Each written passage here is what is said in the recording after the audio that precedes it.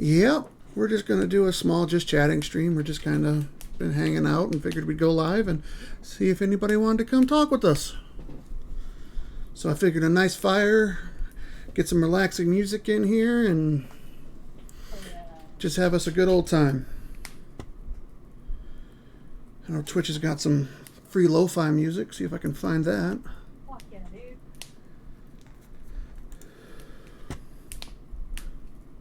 Hello. Hey, guys.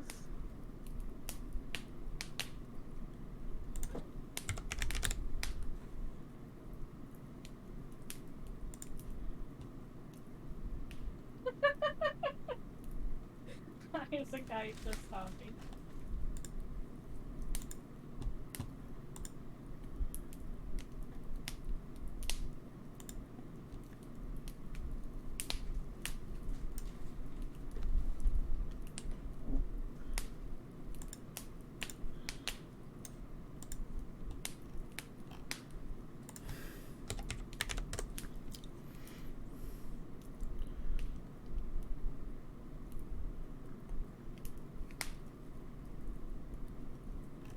Think Wayne and I recorded a video that we'll have to post somewhere. It's pretty funny. There's some good TikTok content on that one.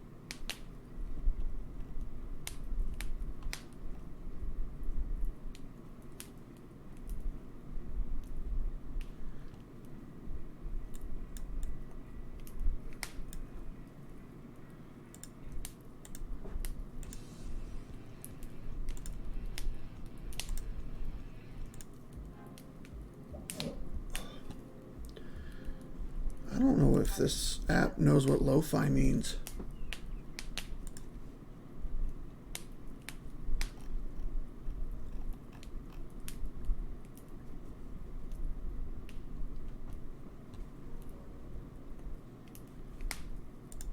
Here we go. Can you guys hear the music? Or is it too quiet? It's too quiet. Okay. Give me a second here. I can fix that. I can hear the fire. The fire sounds nice. Yeah. What about that? I got it turned all the way up to 83%.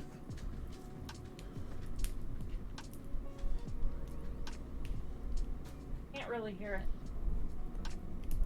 Let me check my settings. Could be just I have it.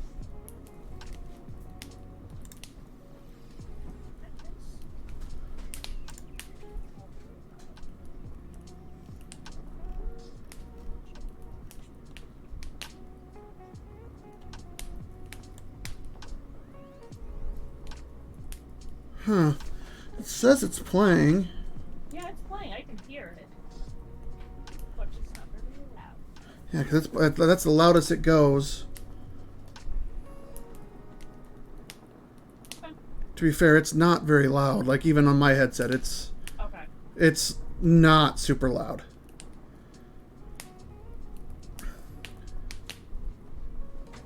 That's weird. Yeah, no, it's actually coming through Streamlabs. It should just be coming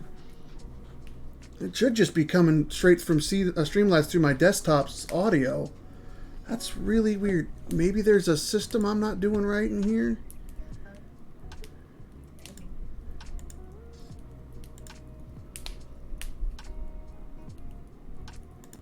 All of your input settings.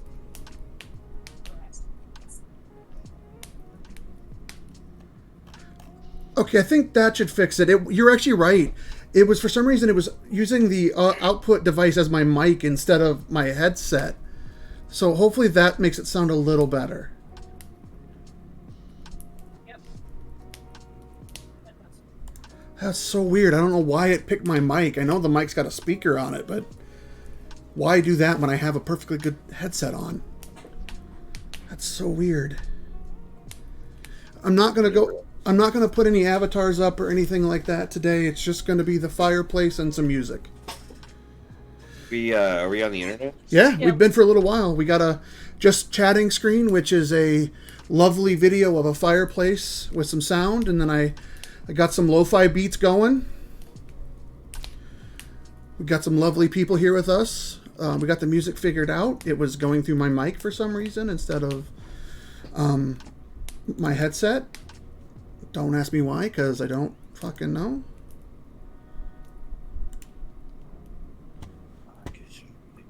Forget that. You guys didn't see that. Well, at least it wasn't porn. Oh, yeah. It's just a blank one. I just got to tweet out about the stream. So,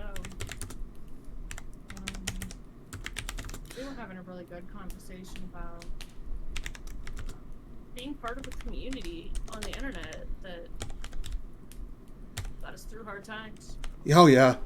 If it wasn't for Yahoo Chat and, like, Fiesta in my high school years and early adulthood, I probably wouldn't be here. Like, you know, I had my friends, Sanguine and Mazizi and a few other people that are no longer in my life now. But the outlet of just being able to talk to random people on the internet. But yeah, it was wonderful. It was the lifesaver. Well, People but that see, we went to school. Oh, for yeah. me, it was less the anonymity, because a lot of people like were like, oh, you know, like nobody knows who you are. Sure, like that's definitely part of it, but like when you become a part of like the role playing community, for instance, you know in your heart of hearts, like that person that you're sitting across from, that RP table, so to speak, that virtual tabletop, that person is a D&D nerd just like you. They grew up on fantasy stories. They know about wizards and snake people and shit. And they're down to role play that shit with you in a no shame environment. And it was this beautiful little oasis. It was this little blossom of a little Garden of Eden in the middle of what I would describe as a sewer. Like, because the internet was an incredibly scary, dark, nasty, stinky place sometimes. Oh, yeah. And you know, this one little community, this one beautiful little mistake where we could go together and pretend to be wizards and shit, pre-Warcraft, you know, fucking anything that was like that, besides just being a nerd and going to a nerd shop and finding other nerds and getting together that way. Like, this was such that I think that was the specific moment when things like, I knew that things like D&D were going to explode on the internet when they happened. Yeah. You know, because go ahead. Just in the focus point of that, like just in that little bubble, for that community to I mean get basically degraded over time, because of like people that were misusing it. And that's like the sad part, like the death of chat rooms, the death of chat room RP, the death of that whole specific thing. Yeah. It's like it's a hole that I don't think was ever truly filled by anything in specific. Well, no, because but I think that migrated to when something like World of Warcraft happened, where it just exploded, because those kids that were those people could now be those people with an avatar and run around and kill shit. And they didn't have to worry about going out and trying to meet other nerds. Now there was a fucking hub of them. There was 6 million of them that could all go on the same raid and get the same gear and do PvP and, like, you know, just shit on each other. And that was like, it suddenly became this phenomena. Well, right, because it put an avatar to it put an image to the imagination, the imaginative image we were creating, you know? I will say that I still do not to this day have the ability to make a avatar that would look like my original character. It hasn't happened yet. I can probably get it pretty close to what I had in my mind. He's very edgelord. He is incredibly edgelord. Oh, well, I mean, yeah. We're talking serious teenage angst. We're talking, like, deep darkness and, like, the world is shit. Like, you know, like, all of that poured into a single fucking character that would manifest in this just, like, utopian prodigy of what a, you know, light god should be, and like, oh man, like Yeah. some of the crazy shit that you would come up with. And I mean, there was a lot of people that did this. There was a lot of people that had, like in my experience, I had several like female chatters that I would chat with on the regular. One role played like in my adoptive sister. There was another that was a friend of a friend's friends. And we would always go on like adventures and shit, and there was even a rule system for fighting, right? Like, I don't know if you guys know anything about that, chat, but the rule system for fighting was fucking phenomenal. It was I think it was called T7. It was like T7, or there was different levels, because there was T7, there was T9, there was T3. And each one of them was like a specific, and then I believe all the way up to T1. And basically, the rule was your sentence has to be complete. It has to be correctly punctuated. You can write multiple sentences, but it has to be within a certain time limit. And then afterwards, you would send a hit, which meant that that was 10 seconds after you posted. And then if they didn't respond 30 seconds after you posted, you'd say connect, and that would seal that set of actions. And it would, like, that was the rules. Instead of like rolling dice and shit, it was all about your correct spelling, and that was PvP. That was PvP back in the day. Like, I remember there being a sword fight in I think it was they were doing T3, and these dudes were fast. They were lightning fast. And they were doing like 3 or 4 sentences at a time, and the 3 part of the T was that you had 3 mistakes that you could make, and then that sentence didn't count at all. So all the way down to T9, that means you could mess up 9 words. A lot of the T9 players were a little bit slower at typing, myself included. I think I only ever got up to like T7 or T5 because I was searching Peck, and I still am. But holy shit, like. Fuck you. Yeah. I can't type like that anymore, but me, no. Man. I just, there were so many good adventures. There were so many good, like, headcanon thoughts that you could get out and into the open. You could be so creative.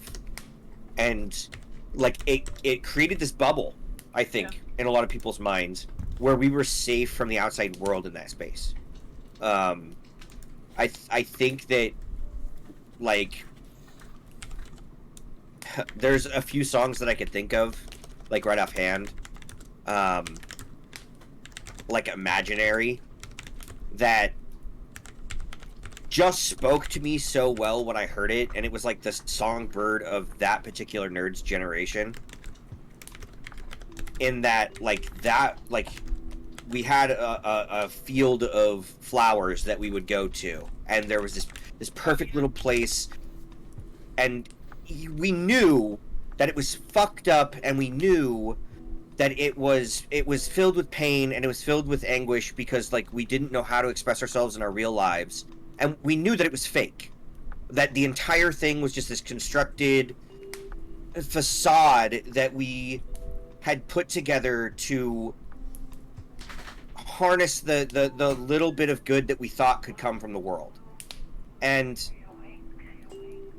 in that particular space, it was safe, and we didn't have to worry about if you were a cat girl, or if you were a wolf man, or you turned into jelly at night. Like the thing that drove us to do those things, the things, was just the fun of having that fantasy of not being in a shithole. Right, it was an escape, and then as we moved to video games, and I think that's why, personally, I think that's why we're never really satisfied with video games, is because video games will never, ever give us the same amount of freedom. Like, even... Right, yeah, right. And I was about to say the same thing. I thought that at that time, when I knew that the Yahoo community was a thing, and when I figured out that there were other people that liked doing it, and that maybe they were Maybe they were your next door neighbor. Maybe they were the jock kid. Maybe they were, you know, and you didn't know. Well, right, because it was But if you said it out loud, you were immediately shunned, or you know, so they But on the couldn't. internet, you can be fucking anybody, and nobody knows the difference. And no one, It you was could less never of- know, and they'll In never that know. community, though, it was less of the anonymity, and it was more of like, I am a persona. It was less about not being someone, and it was more about being someone to someone else. 100%, Adrian. Like that's like what I mean. It's like there's just limitations. It's the same thing with like D&D and the other RPG games. There's just limitations because you are bound by the people you're playing with. Yep. Because And I think that's only set up because of the constriction that a game does kind of put on it. But at the same time, there was a lot of communities that would role play together and that would go to nightly raids, or that would go like the communities that are built, the strongest ones are probably made up of those original Yahoo communities. There are probably a lot of guild masters and raid bosses and, you know, whatever the fuck they call themselves, that would say, yeah, you know what, I did do a lot of that Yahoo chat room stuff, and it's sort of the reason why, like, I fed my commander character into a raid leader, you know. 100%. You know, and I mean Video the character. I love it though. Like, so I know. I create a character, and there I will get some probably some shit for this, but like I create characters, and I make a backstory for them. So like in World of Warcraft, I did join the board late. It wasn't like I avoided Warcraft altogether because I hated it. Blah blah blah. I did for a very long time harness this. I'm not going to play it because it's a good game, which was incredibly stupid of me. It was incredibly selfish of me. Happy 4th to you too, Heart. And I honestly should have seen the light through the trees and tried to like at least make peace with the fact that it was a good game and stop harboring so many negative feelings for it because I wanted to prove it wrong. But at the same time, I'm glad that I did, because it did lead me down a path of finding some like really unique and fun games that were, again, probably built off of that Yahoo community. Fiesta was one of them. RuneScape was another one of them. I mean, I went around the board playing a lot of like really, really good close-knit community games, and when those ran out and all I had to turn to was WoW, it was way too late. And the reason why they ran out was because they got bought by predatory companies that decided that they wanted to just milk the game as a cash shop rather than actually put any effort into seeing the dream of the actual creators come to fruition. Like, they never wanted to see the game succeed. They bought them as a greedy attempt to milk what was left of the community out of the rest of their dimes until they only had 2 whales left, and then they're like, oh, well, I guess we're shutting it down, you know? well, I mean that's what it is. I mean there's that's still people, Adrian, that love playing RuneScape, and there's like, it's. I don't think like maybe WoW's not the game for you, and that's like perfectly fine. You know, I've played a lot of MMOs. I've done a lot of like different things, and I will have to say that World of Warcraft is not my cup of tea. But I think that because I robbed myself of the experience of playing it in the early days, I now am twice as angry for what they've done to it. Right. Like, and I'm angry twice because, like, I know it was a good game. I know it was a great game. I know it was one of the best games of all time, and I didn't get to experience it because I was too fucking stubborn. And I'm gonna take that out on Blizzard for fucking the game up now because they're fucking the game up now and I wanted to play it. Damn it.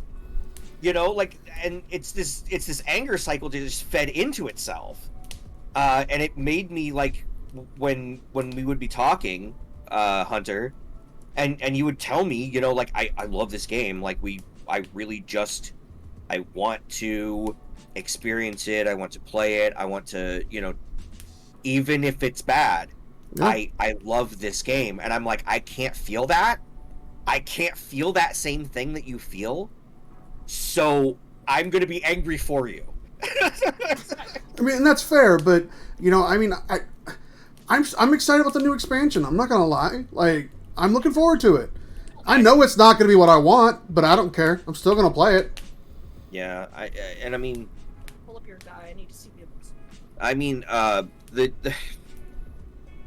don't think that That's fair though. Everyone has a genre. Like, you know, I'll play and pretty much it's not anything. that, like, it's not that I even have like a genre. Like I like, you know, all kinds of games. I prefer definitely role playing, and I don't know about, you know.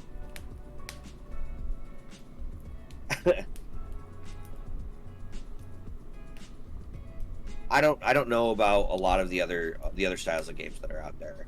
Like, if I'm being perfectly honest, I've never really reached into sci-fi. I think I tried, and I say that like very hesitantly. I tried to play the space one. What the hell is it called? The one with where you play like a miner and you like build your Eve. Yeah, Eve. Yeah. I mean, yeah, that'll do And- it. I mean, memories, and the way people around you treat you definitely have an impact on the way you like things. I mean, you know, I hate certain music because my sister loves it, and the way she treated me as a child, like, I'll never give that music a chance just because I associate it with her. Like, I get that 100%, and that makes perfect sense to me. And yeah, I mean, your trauma does inform a lot of what it is that you do. I'm I the stumbled into same way, an Hart. epiphany. I like Mass Effect, Dragon Age, games that where the choices I make are supposed to change the story. We're not going to get into that, but yeah, They don't. I just Spoilers. said we're not going to get into that. Spoilers. But no, I agree. I love Mass Effect. It's one of my favorite series. Super excited for 4. I didn't ask you if you were excited. I said I was. I still didn't ask you.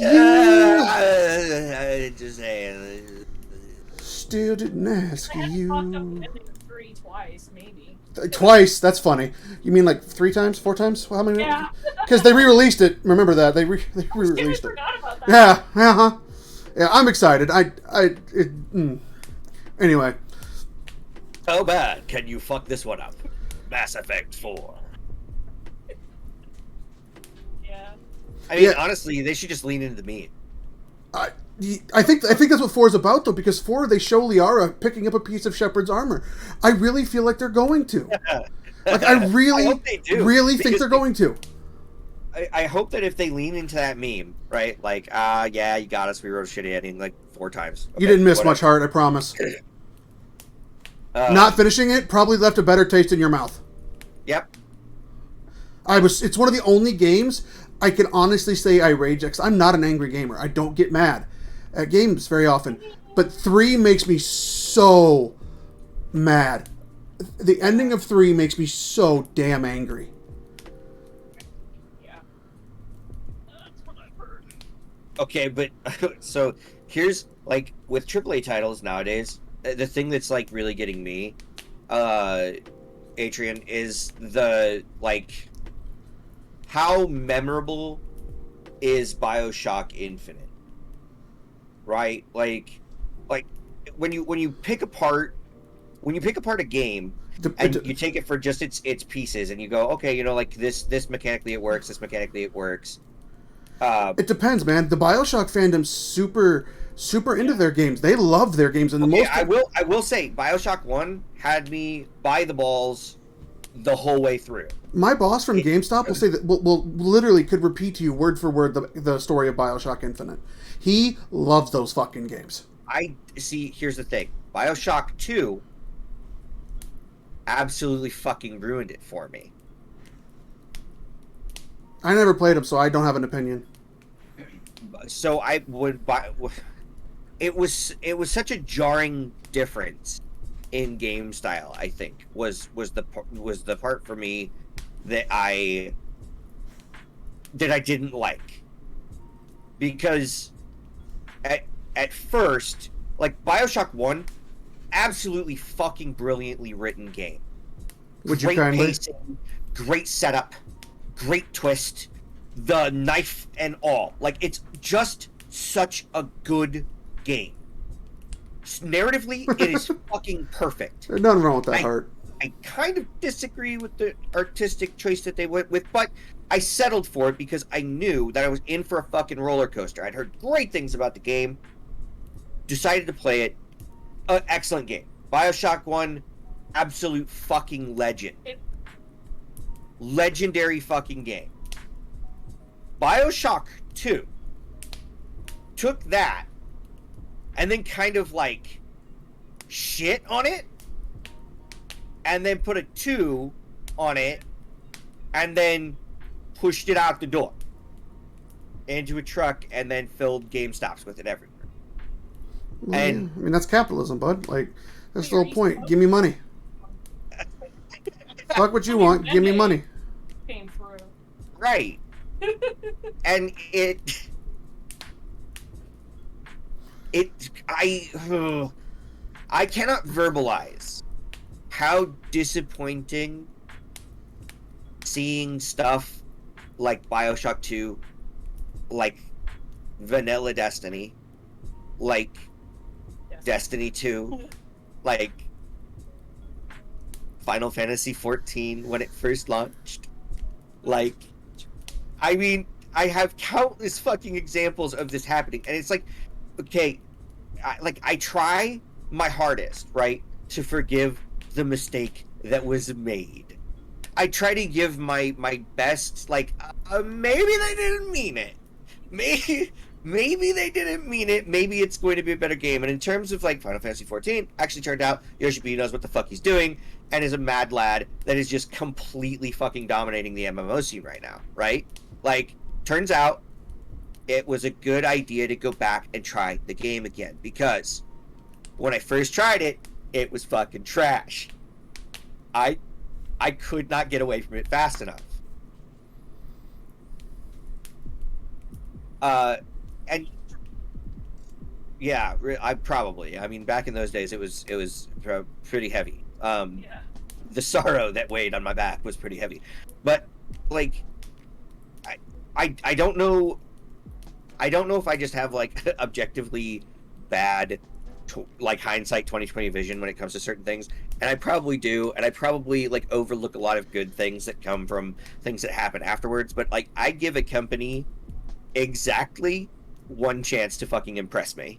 Okay, whoa. What? I have to interrupt. You give them a fourth of a chance. Like, Okay, you like, you they put haven't you proven- okay, so you they put haven't your proven it foot to me, right? you Here's hold the thing. door open with your foot, and that's it. That's all they get. That's Okay, it. okay. He's far more forgiving of game companies than he is of real life humans. Right, because real life humans, you have to pound on the door. That Like, he doesn't even open the door. he has given games that do not deserve second chances, multiple chances. This is true. But he won't give humans even, like, Okay, again. the thought of a this is- chance. Posted video. Okay. So here. Like, you can send him a letter, and he'll get back to you in Okay. 3 to 5 business years. No, stop. Listen, what my wife was trying to say is that she thinks that I'm jaded, and I went into this long. You fucking are. Stop! No, stop! Stop interrupting me! Stop it! Go ahead. I'm sorry. My argument was that I'm not jaded. Of course. The reason why, and I have an incredibly good reason why, is because the emotional, traumatic damage that was done to me as a child led me to the consequential action of being wary of everything and everyone that was trying to sell something to me. And that's fair. And we actually had that conversation, if you remember, a few weeks ago in the car. And she argued that that's still being jaded and that I'm a fucking idiot. So It is. Because go like, fuck yourself, Mo. I was beaten, neglected, thrown through walls, like, sexually molested, like, all of this shit, and I did not turn out to be that jaded. Like, you choose. Honestly, no. Yeah, see, and that's and each. And I can't- the I way can't- that the brain grows. And I the way can't the hear what she brain said. I'm sorry. is- What'd she say? trauma makes the brain grow differently. Right, it's different for everybody, but there's nothing wrong with being jaded. I don't blame you. Like, It's different. right, yeah, I don't blame you for being jaded. The world fucking sucks. No, Like, let's that's- be real. That's the thing. My perception is not that I am jaded. I Right. do not see myself as being jaded, and thus I am not jaded. Oh, I mean, that's fair. Perception is reality. You know, My it's... point, anyway.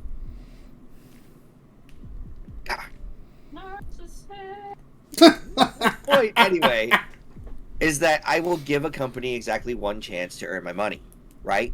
I will say, I'll come up to the table, I'll take the fucking drink they offered me, I'll look them dead in the eye, and I'll say, all right, Mr. Johnson, you want to get me wet? Tell me what you're gonna do for me. I'll spit on you for $5.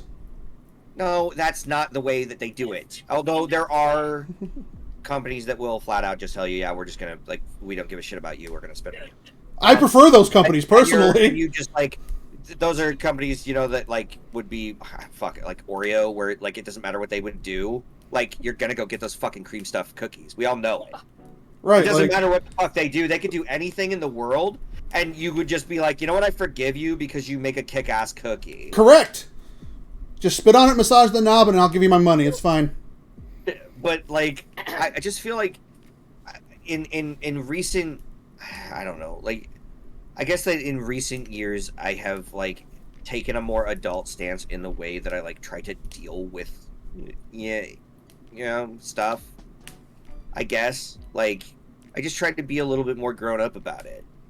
I know I'm still childish, definitely. Like, I know I'm just a big man baby with a fragile little, you know, EP. Little baby butt boy. Yeah, I'm a little baby butt boy. I need my butt powdered sometimes, you know? Like, there's no shame in admitting that, like, as a man, sometimes I do enjoy my ego to be stroked because, you know, like, it feels good to get an attaboy, you know? Yeah. And I shouldn't be afraid to try and fucking, you might be, oh, Like, I mean- baby butt. Like, I mean, the thing is, like, you yell at me all the time because I just don't care. Like, and I really should. I should put more thought into who I allow to have my money. But the truth of the matter is, the way I operate is, life sucks. If it gives me some modicum of serotonin, they can have my money because I don't get enough serotonin from anything. But it's like going to the heroin dealer to get serotonin, though. Like, Look, if and the that's serotonin... why I don't like the fact that you throw your money towards it, is because it's like, dude, you're going to the worst fucking place to get that serotonin. Like, if you were going to at least a respectable, like a fucking hospital facility to get the serotonin, I'd be fine with it. Have you looked You know? outside? Have you looked outside? It's all heroin dealers. Oh my god, but that's not a reason to give in and just be like, shoot me up. You know, like, you have a choice, is my point. Right, and You I have just... a choice to be able to spend your money in a good place. But it makes me Right? happy. A place that gives you something that is made of quality. But it makes and me happy. You should never accept less Baby. than the quality that you're trying to pay for. But it makes me happy. I am quality. And he spends his money on you. You're his waifu. That's Yeah, you're my sugar baby. I'm your dragon daddy. Get over it.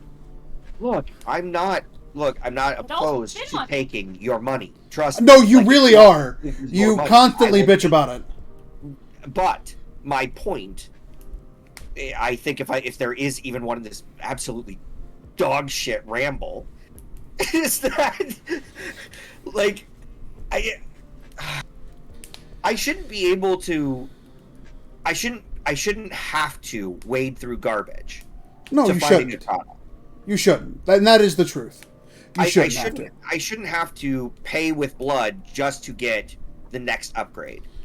But, I mean, you can say the same thing about, you know, the conditions. The whole reason why we started the stream to begin with. We're tired of working for corporate America. You could say the same thing for that. It shouldn't be that way. But what the hell are three probably middle-aged millennials gonna fucking do about it? Well, I mean, you have two things. You can sit there and be angry about it, or you can go back out and, you know, fucking... Right, like, so what we did is we started a stream, and we were hoping and praying that people... on the internet. I mean, hey, that's an option. Not for me, because my feet are all fucked up. But, People pay top dollar for those. I mean, if they want to see the scarred, mangled mess that are my feet, I suppose. But, you know, I mean, that unfortunately, the way the world is now, you can attribute that viewpoint to almost everything. I mean, there's a lot about me that's fucked up. My feet are the main thing that's all mangled. And your personality. Yeah, but that's mental scarring. That's not physical scarring. That's why I'm so mean. My personality's fucked. I know it is. It doesn't hurt my feelings. Look, I mean, the truth of the matter is that viewpoint, though, can be attributed to almost every aspect of anyone's life who isn't considered wealthy, because that's why we started this. Asking if toes are included, Salty? Oh, I mean, no, my feet are all fucked up. I got like what's called hammer toe. Like my big toe is pulled back and like. I think what they were asking is if are we only selling our feet? Oh, Like, is that the only thing that we're doing? maybe livers. Is it toe? Are we including toes in that? What about ankle? Hey, if you're lucky, you say we might pull it up a few inches and show some ankle. Oh. Don't want to get people too hot though. We do have close-up videos of Sanguine farting. What? Into cake. We do not. Not that you know of. That's... I've never farted into a cake. Not while you were awake. I don't remember. What? You don't remember the cake farting part? You were sleep farting. It happens all the time. No, that's me. Actually, funny story. Braxton. Oh boy. That kid will wake up and just absolutely carpet bomb you. Like, That sounds like your child. Like, you'll walk into the room and be like, Braxton, it's time to wake up. Come on, bud. We gotta get ready for school. And he's just, as he's rolling over, and you're just like, dude, Really? dude. He's 65. He is. He's just a salty 65-year-old man trapped in an 11-year-old's We had body. that conversation. You accidentally called him father, or I accidentally called him father. Yeah. Father Braxton. Does he have one of the And cool his white daughter. necklaces? Like a preacher? Like, get him a Like a robe. priest. He Yeah. was just flipping him off. Yeah, telling that's- him he's crap. Yep.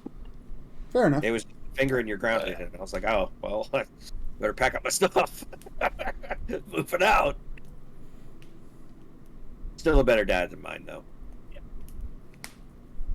He was still a better dad to me than my own dad. And he was Been around and longer. he was he's been around longer. Yeah. No. And he was flipping me off and telling me that he wasn't proud of me and that he wanted me to die. So 100% heart. Like, still with the way the better. world is, sell it all. If I could find. Yeah, they're dead. They're not dying. They're dead.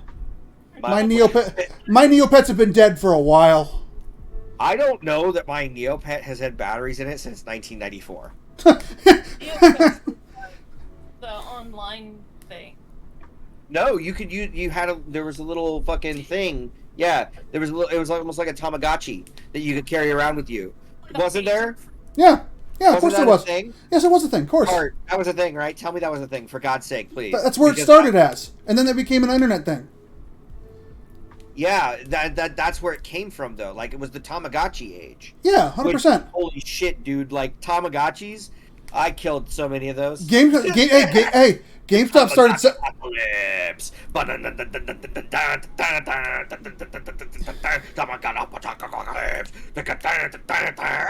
I don't know what's happening. GameStop I don't started. know, I just went to a fucking rock song though. It was pretty banging. GameStop started selling Tamagotchis again. That's why they're dying. No, they didn't. Yes, they did. I was in there the other day. Why? I don't know. What person in their right mind would buy a Tamagotchi at this fucking day and age? James, you're not on TikTok. You wouldn't understand. I wouldn't, because okay. So here's my problem with it. Like, if you wanted a fucking Tamagotchi, you could literally just get any online pet in any MMO, and it serves the exact same fucking purpose. And at least those ones you can't fucking kill. Yeah, but the 90s chic isn't. Stop. Oh my god! Please don't say that. You do realize that the 90s were... No, that means parachute pants are coming back, and I'm not fucking wearing those. You do know the 90s were over 30 years ago now, right? Yeah, I am kids. very much aware, yes. My age is telling me that. Like, That is- we were of the 70s. I was not in No, the you weren't. 70s. It was more like Some of 80s. us. Yeah. Like growing up, I was indulging myself in 80s culture. Yeah. I am a cultured degenerate. Whoa. I'm sorry about that, Adrian. I don't know why I very did much that. am a cultured degenerate. Have you ever seen the movie Best of the Best? I have, all of them. Have you ever seen the movie Lionheart? Yeah, of course I've seen Lionheart. I'm not a fucking savage. Oh, I don't. well, One second, there's guys. a Guys, one culture, second. yeah. Guys, 1 second. What? Get 1 second. Adrian, I don't know why it did that. I don't have it set to do that.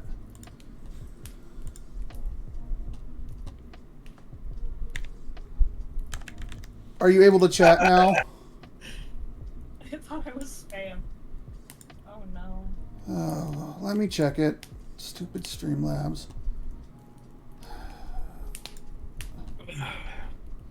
Oh, evidently I did turn it on. I apologize. It's turned off now.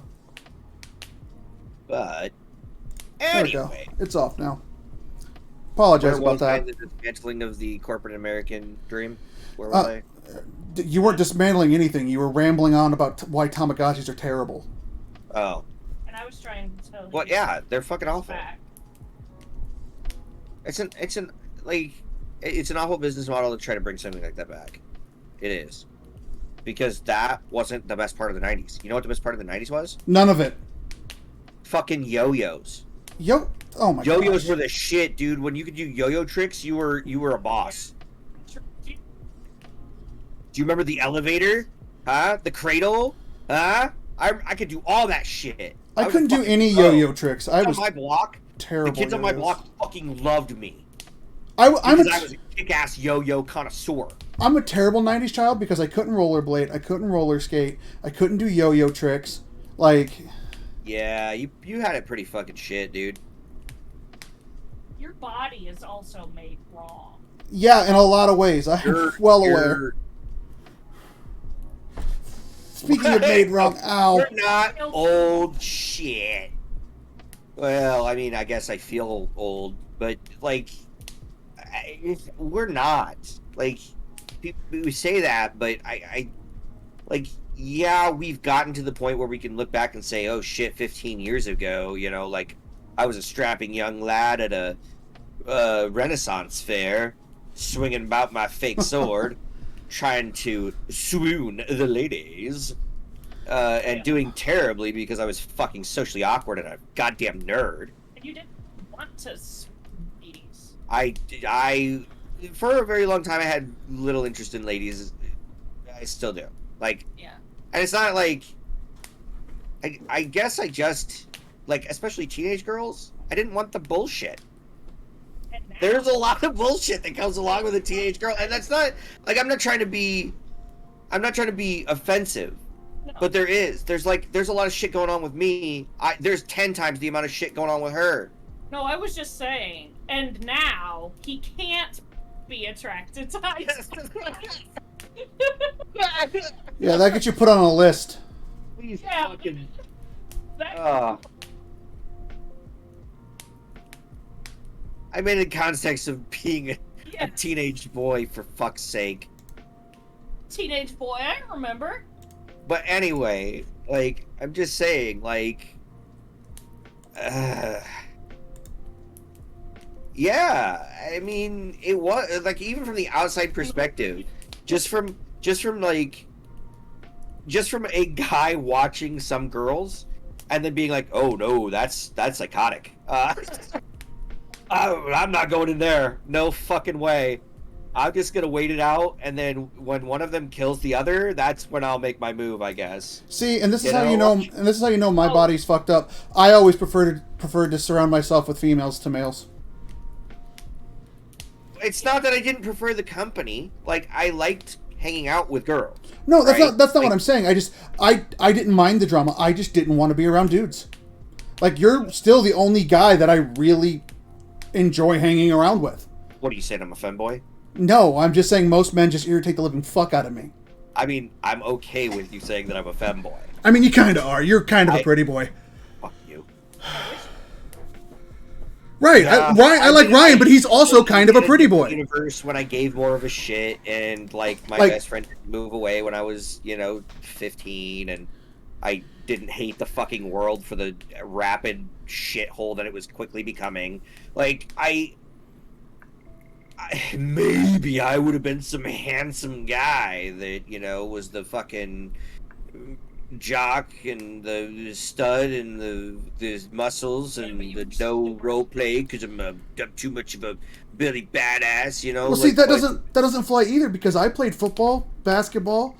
It's different. It's 100%. But or Hunter, I'm telling you, like that's a completely different story, because like where you grew up, right? That is the expectation. That's fair. I was a big up, kid. I was expected to play sports. That's fair. Where I grew up, it was expected that by the time that you hit 15, you were in a gang. Yeah. Yeah, it's a little different. That's what it was expected. So yeah, like it's a completely different set of circumstances, and like if I had been right, like if I had been the jock and the like team captain and like and gave a shit, I mean, who knows what I could or couldn't have done. Maybe I wouldn't have had such a jaded perspective on the world as an angsty teenager, and a little bit more of an adult perspective on that jadedness. I will admit to my young adulthood definitely being a jaded asshole. That was when I was still still a young learned doctor of the ways of the world. Like it. I was never a child, so I don't get any of this. Like, I mean, my childhood from even the earliest of times consisted of just go home, lock myself in my room, and pretend like nothing existed. Like even as long as I can remember, outside of going to my grandparents, that's what my childhood was. It was as soon as I woke up, I got ready for school, and I was out of the house waiting for the bus before anyone else woke up. So I didn't upset anybody. Yeah. And then, but when I got home, I just locked myself in my room and play video games, and I wouldn't come out except for dinner. But when I got dinner, I would just grab dinner and go right back in my room and eat, and then bring out the plate when I was done. I never had that luxury ever. We didn't have a dining room table. We didn't eat dinner at a table. No, I get like your family was different and probably. I don't make any judgments, but incredibly fucked up. I'm just saying, like, it like just from the as much as I know about your relationship with you and your sister, your mom, everybody in your family, aside from your grandparents, who you deeply care about on both sides, you favored one towards the other. I know, but like, I feel like you showed as much respect as you could for your elders. Like you're a very respectful guy in that manner, and to know what I know, and to see what I see in what it is that you do, sometimes that's why I get so upset with some of the things that you do. No, I'm aware. Is because I'm like, you should know better than this. You've experienced this before. You know exactly what it's like. You know how they're playing you. You know exactly the symptoms and the things that are happening. Oh, and that's and just you're it. letting it fucking happen anyway. Why are you doing that? Oh, 100%. Like, I know when people are trying to play me or they're trying to get one over on me or what's happening. And it's not that I don't care, because I do. It's just that and I wish people would understand this, but I have this terrible thing. And I say it's terrible, but I have to help people. Like, I just have to. Otherwise, I start to spiral mentally. Like, if I know something's wrong with someone and I have the ability to help or fix it and I don't do it, my mental health starts to go down so fast and so poorly. it starts to make me physically ill. Like, I don't know why. Part of it is because I always swore that I would never let anyone go through what I went through. If I could fix it, I would. And that is dumb because I put myself in more pain and more shit. Like, and it does sometimes come across as, bad because people think I have ulterior motives. But the truth of the matter is, like, even if I don't want to help the person, I have to, because if I don't, I'm going to sit there thinking about what the horrible things that are happening to them for the next fucking week and a half until I'm so physically sick that I have to try to fix it. Like, I don't like it.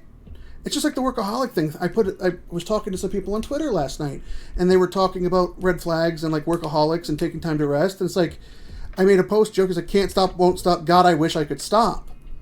Yeah. And I don't want to do it. I want to stop. I want to take a break. But my brain won't let me. Like, if I try to stop, I try to break away, it starts to spiral. It just starts to go haywire. And then by the end of the day, I'm so miserable that I should have just been working because at least I've been stressed out and tired, but my mental health wouldn't be so bad that I just want to end it all. Yeah. Like, and a lot of people just don't get that. It's not that I want to do these things. I don't want to work myself into an early grave. I don't want to help everybody, but I don't get a choice. My brain won't let me not do it. Yeah. And therapy's expensive. It's incredibly expensive.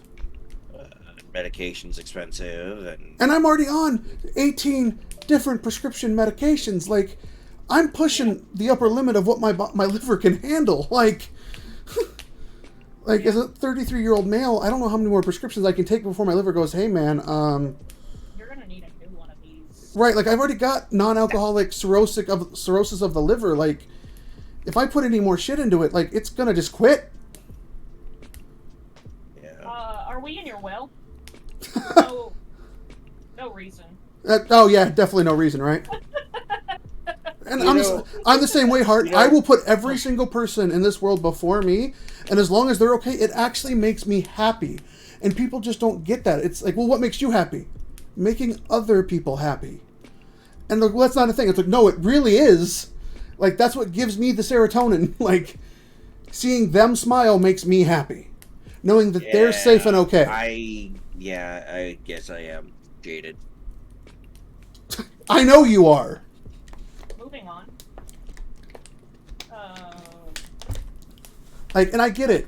I get it. With my past, I should be more jaded and defensive. But I came to terms with all of that shit many years ago. And yeah, see, I guess that's the difference, is that I'm of the mindset of, like, fuck that, there's no wiping the slate clean. Like, there's no fixing what's bridged. And I cut that part out, and I don't try to repair that piece of the highway. I just leave it. Well, I didn't say it was fixed, and I didn't say I want to fix it. No, but it's broken. But what you did was you paved over it. No, I just built a tank, and I just, like, drive over it with my tank. It's a bumpy ass ride, but I just keep going no matter how many times it breaks down and destroys the treads on my tank. Because that's exactly what happens. Is every so often one of those treads will break, and I'll have a complete mental breakdown. Like last night, like after what happened on stream, like I'm not gonna lie, man, I started bawling sitting here at my computer last night. Like I was torn the fuck up. Like my mental health fucking dove after we got off stream, and I didn't know what the fuck to do. I was so fucking miserable yesterday night and this morning, and I nothing I could do to put it back together. Like, I didn't play games. I tried playing Fall Guys, couldn't concentrate. I tried to play Happy Game, couldn't do it. Tried to play... Yeah, I don't think I'm going to do that, but you know what I am going to do, Mr. First Time Viewer? Gonna ban you. But he sounds like a guy. Yeah, he's just trying to get us to buy followers. Yeah, he's super nice. He's also super banned. They've been stealing your Credit card. Yeah. You know, it happens. Like, you know, Jess and I got in a little bit of an argument today because of oh yeah, that's definitely a bot. 100%. you know, we got in a little bit of argument because of my mental health, and she's like, Man, well, what? he's got a good eye. We should make him a mod. She's like, well, why don't you talk to me about it? I'm like, and I looked right at her face. I'm like, because I'm a guy. And let's be real. The last time I talked to you about this stuff, you said it was weird because I'm a dude. No one cares. And that's unfair. Because... But it's not her men's fault. Mental health super... I know. I'm just saying that we're raised in a society that believes that men's mental health is less than a woman's. I Right. don't know so much about less than, but like... This doesn't believed exist? To be less prevalent. Yeah. Like, I think the 100%. Same here, actually, Hart. I got my debit card's been. I had to get a new debit card because someone tried to charge $180 to Skillshare. Weird thing to try to buy. When society looks at a man, they immediately say, "Oh, he's logical. He doesn't think with his emotions." Blah blah blah blah blah.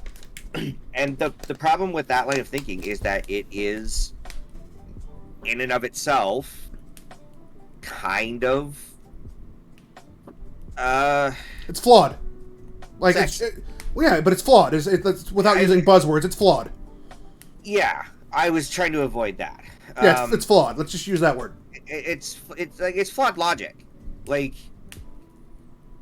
men in themselves are people too. We go through the same emotions, and a lot of times because we are conditioned to believe that we are supposed to suppress those, as some like fucking Superhero. like, meta robot superhero once said, you know, like boys don't cry. Like, fuck that. I'm a man and I weep. Yeah, I'm like, motherfucker, I do too. How dare you? You can grow crops with my tears. And I have, as an adult, taken my sons and told them to do the same thing. If you need to cry, tell me why. But fucking cry. You know, like if don't you're bottle it upset up. or angry or you know, like don't hold that shit in. That is like I came to quickly realize it is incredibly toxic behavior to try and take on your problems all on your own. It's like, you can't take There on is the a world by reason for yourself. community. There is a reason for teams. There's a reason why human beings have to work together. There is a absolute 100% reason for us to all be social creatures, and that is because we need each other. And there's no world that a man puts all on his shoulders and drives it home. I have a wild bisexual woman that stands next to me, and I can tell you I cannot do the world by myself. I cannot do raising kids. I cannot do the mental health. I cannot do everything that the world expects you as a man to do by myself.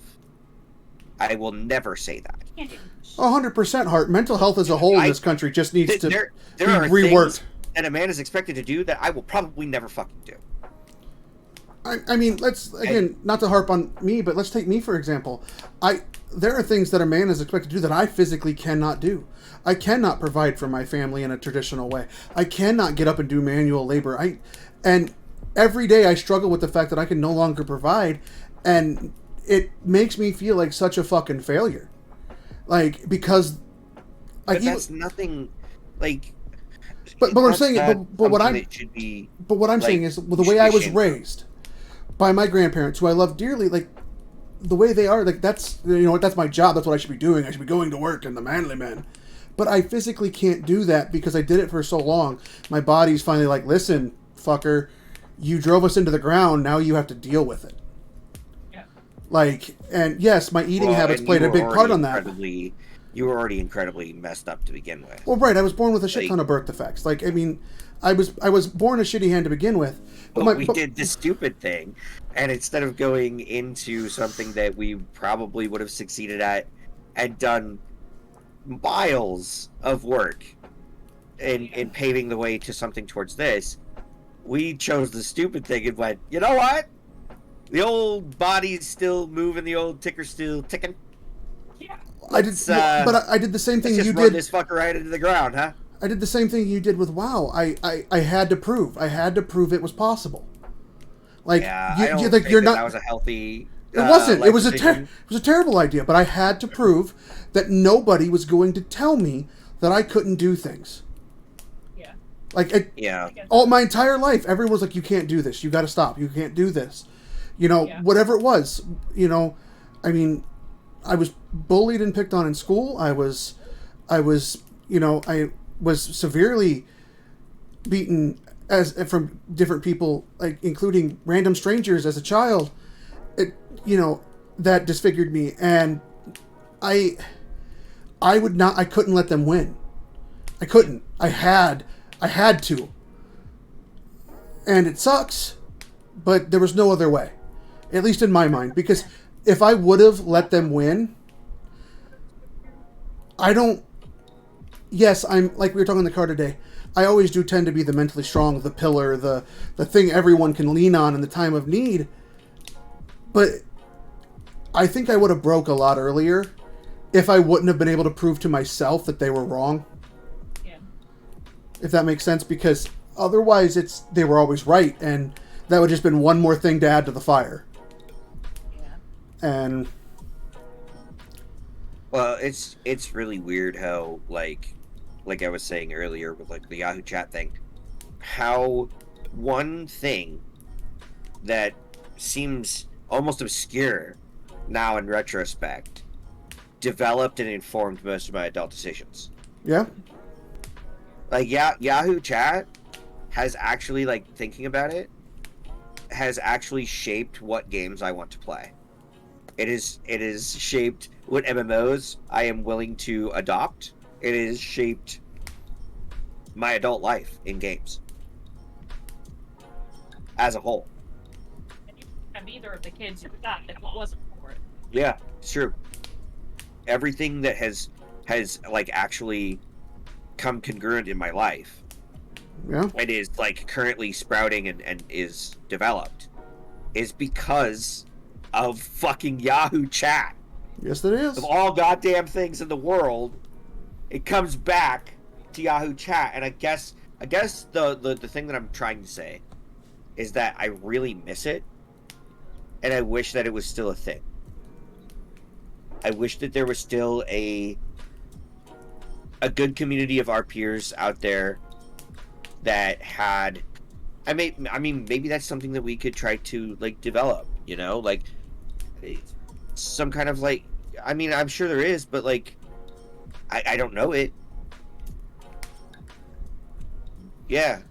Like, I would love to do something like that, where we have a community, and we, you know, we do the RP chat thing. Like, that would be terrific. You have to pay for it. I have I've also kind of like with the whole like creative aspect of everything that goes into this particular I guess kind of profession, now that we're trying to make it a thing, now that we're affiliated.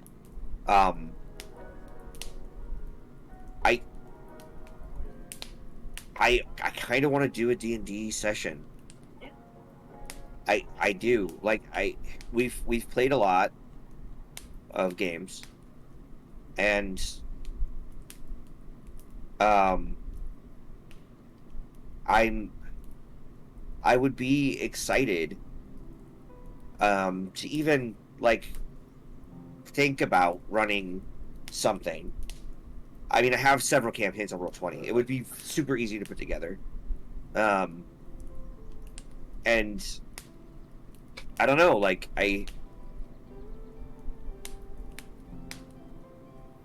Well, yeah, there's no reason we can't do that. I mean, we have 5 days a week we stream, and, you know, we can stream whenever we want. You know, we can go live literally whenever we want. yeah. There's no schedule we have to keep, you know what I mean? Yeah. We just have to be, like, we'd have to just be true to our fans. So if we say we're going to go live these days, we at least got to do that. But if we want to do something on a Monday because we fucking want to, like this, there's nothing Wow. stopping us. it is a good Monday to pick, too, because there's going to be a lot of bangs. Yeah. Ruby's passed out underneath my feet. So But I'm hoping yeah. they'll wait till after the Rhinebeck fireworks to actually start lighting them off here in town. Yeah. But yeah, no, it's... Getting closer and closer to figuring out where we're from. Oh, no. Yeah, it'll be fine.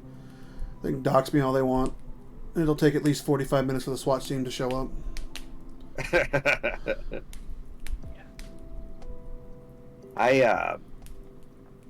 Yeah, I don't know if I want to make it a regular thing, right? But Well, I do no. want to try, like, maybe give it a shot. 100%, we can do a one-off. Like I said, we can do whatever we want with it. Like, it's our thing. No one can tell us what to do with it. That's why I refuse to join any of those streaming group, like big group things, because I don't want someone telling me what I have to play or when I have to stream. Like, no, fuck you. Yeah. I don't care if it works. I'm not interested. If I wanted someone to tell me what I had to do, I'd just go back into the workforce. I just think that, like, there's a really freeing aspect to this because, like you said, we can just kind of turn the camera on and do whatever, whenever. And as long as we're doing stuff that kind of makes sense, then it's gonna be fine. As long as it's entertaining to somebody, that's all that matters. There's But, like, 7.8 billion people out there. Yeah, I'm hesitant to do something on camera. I don't know if any of, You'll never get me on an that I actual would camera. ask. What? You'll never get me on an actual camera. It'll always be VTube. No, that's what I mean. Like, even with avatars. We could help them make them, like... Well, 100%. But, like, asking a couple of friends, And actually, if they don't want to do it, we have 400 followers on Twitter now, and quite a few of them are looking to collab for D&D and stuff like that. So, yeah, I would totally be down. so I mean, there is routes Like I said, of going. I don't know if I want to make it a regular thing. Well, I right, would definitely like to do at least a one shot, maybe like a 3-shot, where right. But that's what I'm saying. would Like, if our stream, friends like, don't want to do it, for- we can get people that you would like to. You know what I mean? And I totally respect not wanting to put yourself out there. Like, Christ, it took us how many years to finally start this?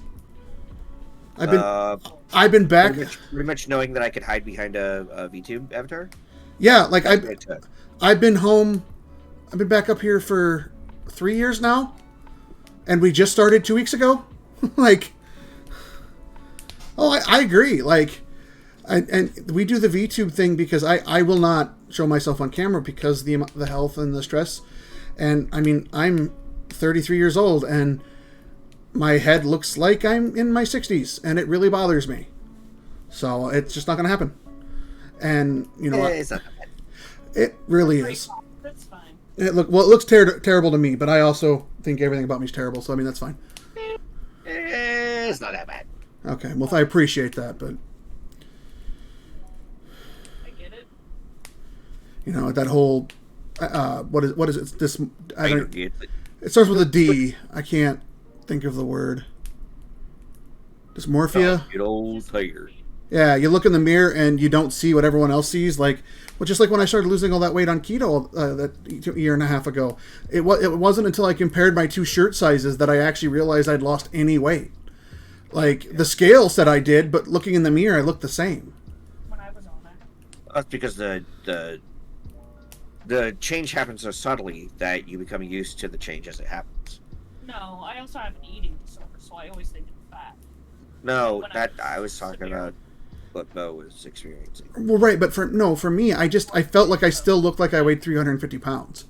Like, I still felt like I was, you know, I don't look in a mirror. I don't anymore.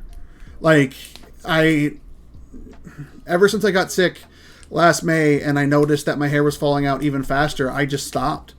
I mean, obviously, Ms. Easy and Sanguine have seen it, but I shaved my head because I got tired of it. And I swore to myself I'd never do a comb over. It's not that bad yet, but it was getting there. So I'm just like, fuck it. Off it goes. One of our mutual friends has a pretty killer comb over right now. I'm trying to convince him to just shave it off. It really needs to, because ain't no such thing as a killer comb over. Your beard. And it's getting a little thin on top.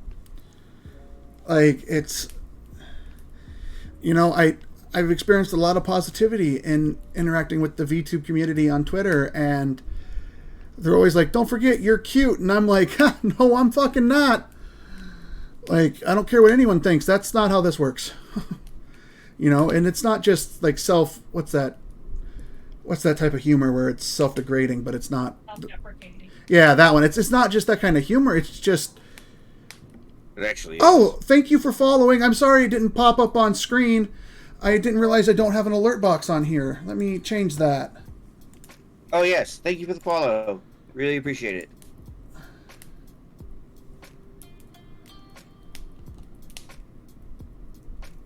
Oh, well, I mean, Adrian, it's kind of a... It's a it's very kind of a interesting niche community. Not It's anymore. kind of a niche community, right? Like, It's not anymore. there's not a whole... I believe that it is. It's just... It's coming a little bit more online. Like, I think that there's a lot of people that are waking up to the idea of this, I guess, kind of over-sexualized anime-esque avatar that you can play online, and you don't have to use yourself. You know, like, that's the best part about it. You get to pretend to be somebody else, which is what we're all really doing anyway, right? Like, we're pretending to be a persona of ourselves on the internet, right? And it's Yeah, I get that, Hart. it's an easier way to project yourself. Well, and it's yeah, No, and you like, honestly, like, watching you play the other night was really fun. yeah, 100%. I had a lot of fun in your stream, and like, I wouldn't change anything about what you're doing right now. But I also get what You're she's doing- saying. you're Like, doing fantastic. but I also get what she's saying. Like, You're also amazing. But you know, the VTube is a great way for someone or for someone's like us to go, okay, we can put ourselves out there. We know we're kind of funny, so we can bring that to the table without I'm funny. doing something that's super uncomfortable to us in a way that people will still, you know, because people do associate voices with faces much better than just voices to a game.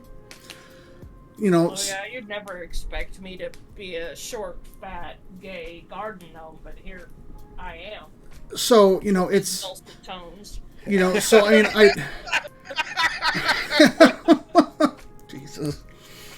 But, you know, it's I really, part of me is in love with the VTube community. The other part of me is still very, oh boy. Because it's a lot. And some of it is very over the top, but at the same time, I support it all because, like we were talking about earlier, like 100%. One, if I was a woman. Two, if I could remain anonymous, I would sell every bit of my body through pictures online. No shame. Give me your money, and then fuck all the way off. Like 100%. Like, no qualms. Like, Oh yeah. If I didn't work in education, my butthole would be all over the place. yeah, I would have no problems. And I have no issue with anyone doing it. But when they start making it weird, that's when I'm like, okay, you stop calling people on Twitter daddy. That's odd. No, it's not. It's very good. It's okay, I guess. Because if I can't call you daddy, then I can't call you. That's fair. But Part, yeah. I mean, we make fair a enough. pretty good. Fair enough. We make a pretty, like, odd, like, gabbling, trio, where we just kind of, like, talk in circles on each other while we play video games most of the time. But, like, to your point, I actually think you're incredibly funny. 100%. You just have a different sense of, like, humor. There's some people that just don't get your jokes, and that's a lot of my problem too. Like, I will swing for a pop culture reference that nobody else fucking gets, and I'm like, shit, I missed everyone in the room, didn't I? Cool. Cool. Great. Fun. I'm glad that I had this experience where, I watched a movie that nobody else did in the 90s. And, Let's just go ahead and move on. I'm gonna make my fucking awkward exit from this incredibly bad social situation that I find myself in. Bye! Well, of course, right? Unreal. Like, I mean, that's the whole point. Is you do it for comedic purposes. But the thing on VTube Twitter is sometimes it's not ironic and it's not for comedic purposes. And that's yeah, And- it's a kink. yeah, and that's where I'm like, Say. hey guys, this is Twitter. They make DMs for that. Hell yeah. Like, I have no issue with Yeah. people doing it. Like, you know, if you were going to call me mommy or call me daddy, fine, but you're going to be paying me for it. Unless it's a joke. If it's a joke, whatever. I mean, me and Sanguine make jokes like that all the time. It's totally cool. Hey, But, He's Vape Daddy. I'm Vamp Daddy. Hey. right, but if you're going to mean it, you're going to be paying me. Like, I don't care what people do for money. Like, I'll meet you in the back alley of the internet with a handshake and a fucking Wink. verbal okay. right, but you better be You just bringing transfer 20 the money bucks. to my Venmo. All right, Um, you bring 20 bucks, you and then can I'll call give me whatever the you show want. Your fucking life, you know, like. Whatever you need. Oh god! I agree. just imagine like the sewers behind Twitter. Twitter is the sewers. What do you None mean? of the responsibility. Yeah. I think Twitter's at this point is just the sewer. Oh no, no! But like, so I do. Yeah, I don't like being called bro. That for some reason it just gives me the heebie-jeebies. I knew that one was coming. Oh my god! Everyone, bro, though. What are you doing, Set Bro? Oh god, no! Started ironically. What are you doing, stepladder? Oh fuck! No, not like that. No. It's Yeah. Well, I mean, there's. eat it. I'm sure there's a group of people that your jokes go over with incredibly well, right? Like, because they're very specific. They are Like, very specific. You have to And be when a they play- you have to be a cultured Yes. degenerate, When they like play, myself. they're- Yeah. It's for sure. And Unreal, When I you mean- reach the right community. Oh, they fucking lose their shit. Like you say that joke. Like I've said the same joke at every party, right? Like I go to a party, I say the joke, and nobody fucking gets it. And then I go to a nerd party, and I say that joke, and immediately the fucking party explodes. They're like, ah, that's a fucking joke. Ah, cool. It's a thing. Like there's just like somebody gets that Dark Crystal reference. Oh You know? right, Like yeah. there's somebody that gets that fucking Dark Crystal reference, and like you just. You know, and Unreal, it is Four just the era we live locos in. Later. But yeah, two or three, four locos later, you're like almost like in their camper, and they're drugging you, and you wake up in Nevada. Yeah, right. You know, Chained to a radiator. Fine, It's a fine. Ren fair. like yeah, at a Ren fair. Yeah, You know, almost looped into a threesome at a Ren fair. You know, like Adrian, I tried to convince. I told St. Green Friend that of the I wanted to create a lewd female VTuber and see how many people I can convince that I'm a woman. well, I mean, with current voice changer technology, I don't think that it's really like that great. It's actually Nevada is pretty cool. It really is. Vegas is awesome. New Mexico. Ooh, Hey, New Mexico's great. How dare you? it like. Especially Do I Gallup, have a bad experience? Gallup, New Mexico. Ooh, chef's kiss. That tire. It's still flying somewhere. Here. It's in the back rooms. Yeah, but I mean, like Nevada, there's a lot of cool stuff. If you've never been, I do highly suggest. Yes. It is a very cool place. Fun fact, So go most- to New Mexico. New Mexico's pretty good too. Most small airports offer direct flights to Las Vegas for super cheap. Having to walk across the whole of That is also fair. If they can't bother to read your about you, that's their problem. Yeah. No.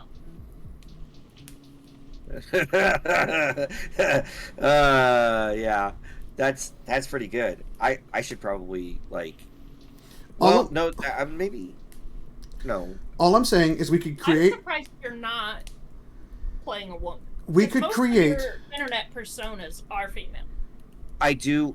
Oh yeah, that's I pretty do spendy. appreciate role playing, and Also I really likes to be hit on by like middle-aged pervs. I do. That is not. No, that's. God damn it! Not the thing? You just manifested that like so hard. Simping ain't easy, but someone's got to do Jesus it. Christ. We should create lewd VTubers, and we should convince the stop. internet we are women, and we should No. sell our VTube titties to the That's world. called catfishing. That's called catfishing. It's and- called capitalism. How dare you? That's a hard. No, I mean, yeah, I mean it is, but Fake word. I mean, as reference to my time at US Cellular, I'm pretty good at convincing people to get shit they don't need. oh, sorry. When he turns on his salesman voice, it makes me feel gross. What are you talking about? I don't have one of those. Because it makes me want to buy anything yourself. Hot tub VTuber, yes. Hell yeah. Oh Yes. yes! I know what we're doing. That's $1 million idea. You know what? I'm just gonna keep my same avatar. Just put, Just put him in a hot tub. just put yeah. boobs on it. It's fine. Yeah, just a poorly drawn hot tub with a swimsuit. With poorly drawn boobs, it's fine. Whatever. No, It's- I don't need. No. I am going to superimpose no boobs. boobs. I'm going to superimpose No boobs on your booba. character. No, All the booba. Because it's no either booba. boobs, little girls that look like cats, or femboys. Is we my like to be- this is a very femboy. Yes. There's nothing wrong with There's it. nothing wrong with that, and as long as I am muscular and I have a superpower like the power of controlling the dead, which I do because I'm a vampire. You're gonna have Then- booba. Get over it. I don't need booba. I mean, Yes, they do. There's a lot of hot tub video game players. What's her name? man. What's her Oh, name? white The big man. one. Who's the big one? Oh, Gino. The one we were just talking about the other day that I asked you only streams in bathing suits. Oh, Amaranth. Yeah, Amaranth. She only streams in bathing she doesn't suits. only. It's not only. Every time I've seen her go live, she is in a bathing suit. I mean, And she's on my recommended page Okay, so- every day. okay, so she's in a bathing suit, but it's not always a hot tub stream. Is what I'm trying to say. Right, but I didn't say always a hot tub. I said always in a bathing suit. A thong Okay, bathing well, suit. I mean, yeah. Look, the internet is full of big thirsty vampires, thirsty boys that need to sink their teeth into apparently their bank accounts. That's why I so said that- we create lewd VTubers and we sell our No, VTube titties to the I'm world. not going to be dishonest. I'm not going to be dishonest. I will not lie. Now, So- if I make a female version of my avatar, For science. that's fine. For science. No, no, for No, the no. booba. No. Look at chat. Oh God.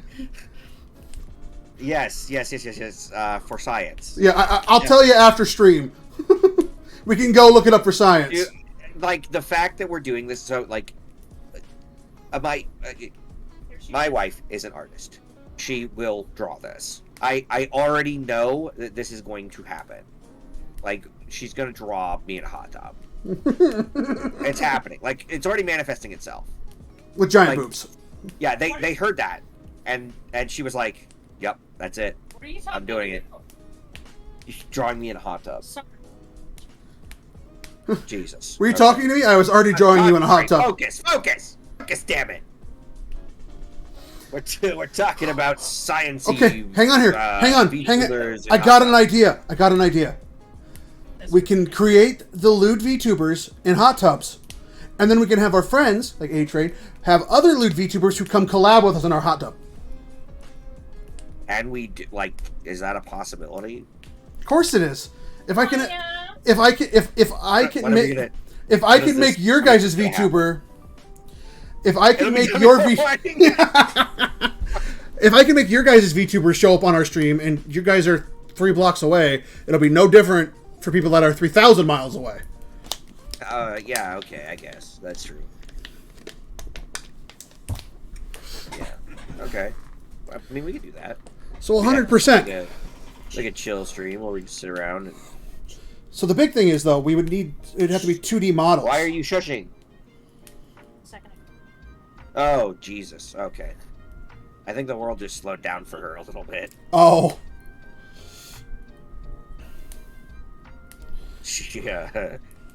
She wasn't sure where she was gonna land.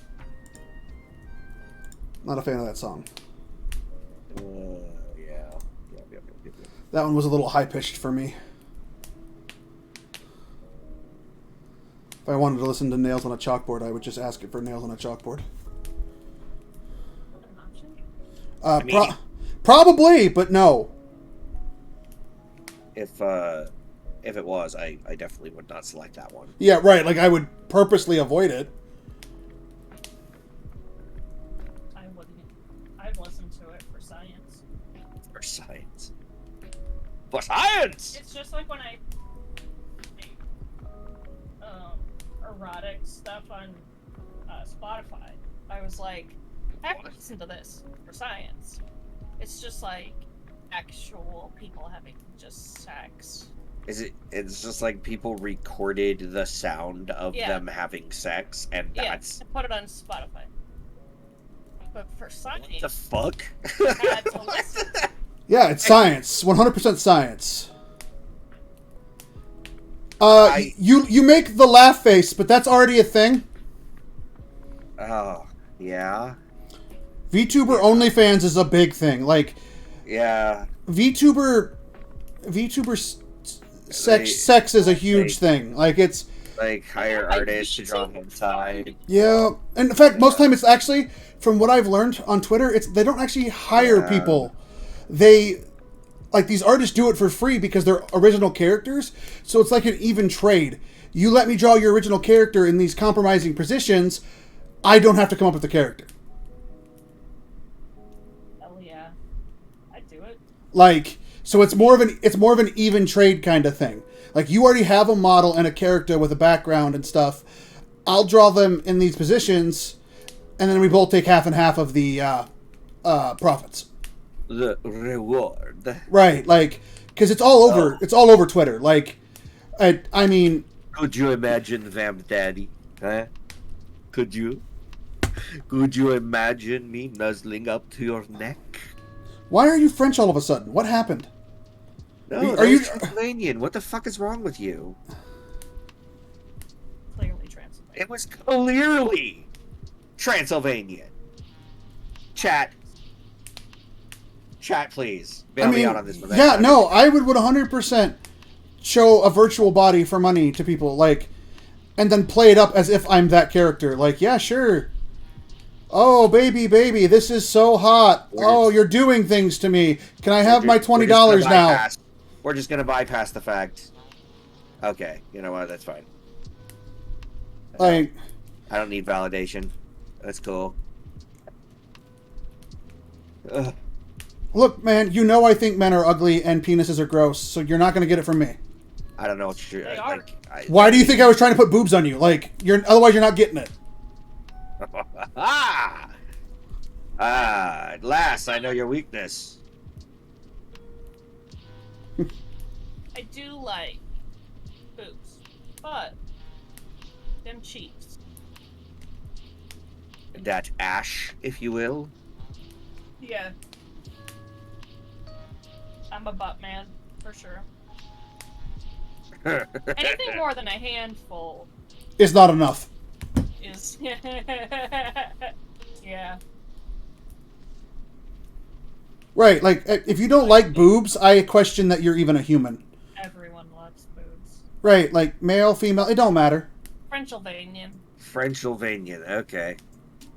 You're more of an ankle guy? That's fair. Like, we can show some ankle, man. You can see some of that ankle bone really get you going. Please don't, like, tease chat. Please, Look, they Please don't want to see. Please don't. We went over this. We please don't. don't manifest this into existence. Like, I don't you- manifest, man. We're starting a VTube OnlyFans fucking tomorrow. Like, what are you talking about? is that what this stream was about? We're just announcing our VTube OF? Is that I mean, that's not how it started, but that's how it's ending. okay? All right. Yes, you heard it here first, folks. Virtual ankle pics tomorrow at 7 p.m. Central Standard Time. If you want more of Vamp Hold Daddy, if you want more of Vamp Daddy Send us $5. See what you get. See more than just one. With my friend Sylvania. Ankles greater than boobs. I mean, I mean, yeah. I don't. I like maybe a like a calf guy. Calves are my Thighs? favorite things. Yeah, I mean, yeah. I'm kind of a like a whole leg guy. yeah, I'm not going to talk about what I'm in because I'll just be considered a creeper, so... Yeah. Yeah. Yep. That I thing also- that you just said, Adrian. I also really enjoy. Okay. I would say, the jury would probably have to go out on that one. Eh, There's nothing better than a nice pair of ankles. I'm saying something before you interrupted me. Just hearing that there's nothing better than a nice pair of ankles. Well, right, Hart. Like, we're not saying on you, we're saying looking at them. Right? What? Something about boobs. I like them. All right. I mean, a nice Oh, no, pair of I was ankles gonna is great. say, But unfortunately, I got weak ankles. Go ahead, Miss Easy.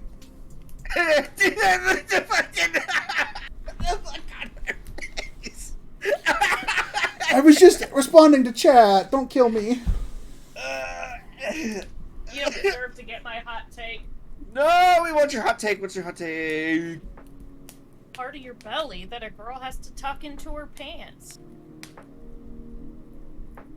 Our little food box. Yeah, that's actually pretty damn hot. I like that. It's like a pillow. Yeah. Mm-hmm. Yeah. Very cozy. Mm-hmm. Yeah. Yeah. We No, can I'm get a still good- I'm still that guy. You can get a good handle on it. I just love women. Body. Men are gross. Men are disgusting. Yeah. Okay. I hate men with a burning passion. I If I was a woman, I would be so lesbian, I would never even look at a man. I'm bisexual. Means I like women and I like Gamer femboys. man. I swear to God, if I could punch you through this microphone, I fucking would. I would hold him. I would hold him. I will fist fight you. It wouldn't be hard. I have heart problems. You would win. I'd dodge You one have to, punch like, and then make you pass bend out. over too fast. Right, and then I just pass out. It's not even a fight. Then I would just kill you. But only your physical body, because Your soul will continue to manifest and Right. find it in the physical body until the end of time. there's Well, no, it would just like one levitate. snow, a trout.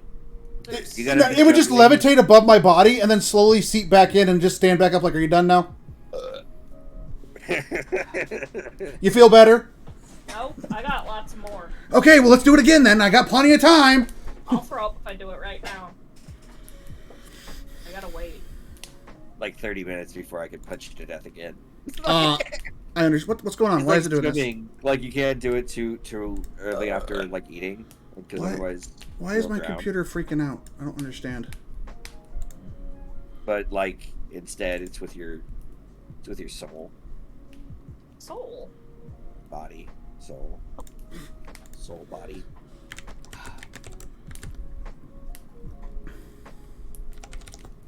I had a dream last night that we had a big fluffy dog, and he was indestructible if he drank milk. That's some superhero shit. That's awesome. I woke up and I was like, Dexter, you're not. That's going fair. away." That's okay. That's terrible to say to your dog, but it's fine. You're just not fluffy enough for me. I'm sorry. Yeah, you're not indestructible. When you drink milk, you're not indestructible. So I'm sorry, but we're gonna have to Ankles give you better than away. emotional bonds. Hell yeah, bro. Are you like the lady from Misery? Do you just like take people's ankles? Is that what's happening here? That was not ankles. She smashed like in between their Right. middle part of their leg with a hammer. It was a 2x4. First off, Uh-oh. 4x4. yeah, it was a piece of wood. But my point. A moment ago, it mattered. Well, no, I'm saying is what matters is it wasn't a hammer. It was a piece of wood. It was a piece of wood. So gross. Just kind of worried. Spoilers, by the way, for anyone who hasn't seen the movie. Over their emotions, for sure. It's John Lishway. It really is such a good movie. And that lady, she plays such a good crazy person. So yeah, what I was gonna just say was that any depiction of a psychosis that can be done that convincingly is Undiagnosed? usually a top tier performance by the actor. Or Anyone who can actually like do. Why the fuck are you doing that? Stop it. or hear me out. She has an undiagnosed psychosis. Or it's just heartburn, guys. Jeez. No, wait a minute. Hang on here. Or I kind of.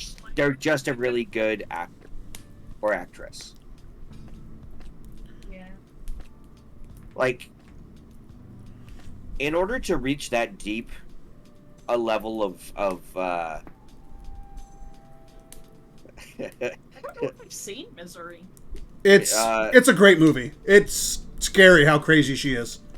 Ryder accidentally like crashes his car outside of this lady's house, and she happens to be a fan of his writing. A fan? Oh yeah. Yeah, Yes. yeah, she's a fan of his writing. She was not a fan of the last book and the way that he ended the series. And Yes. to not spoil things for anyone who has not seen the movie, she goes a little nuts.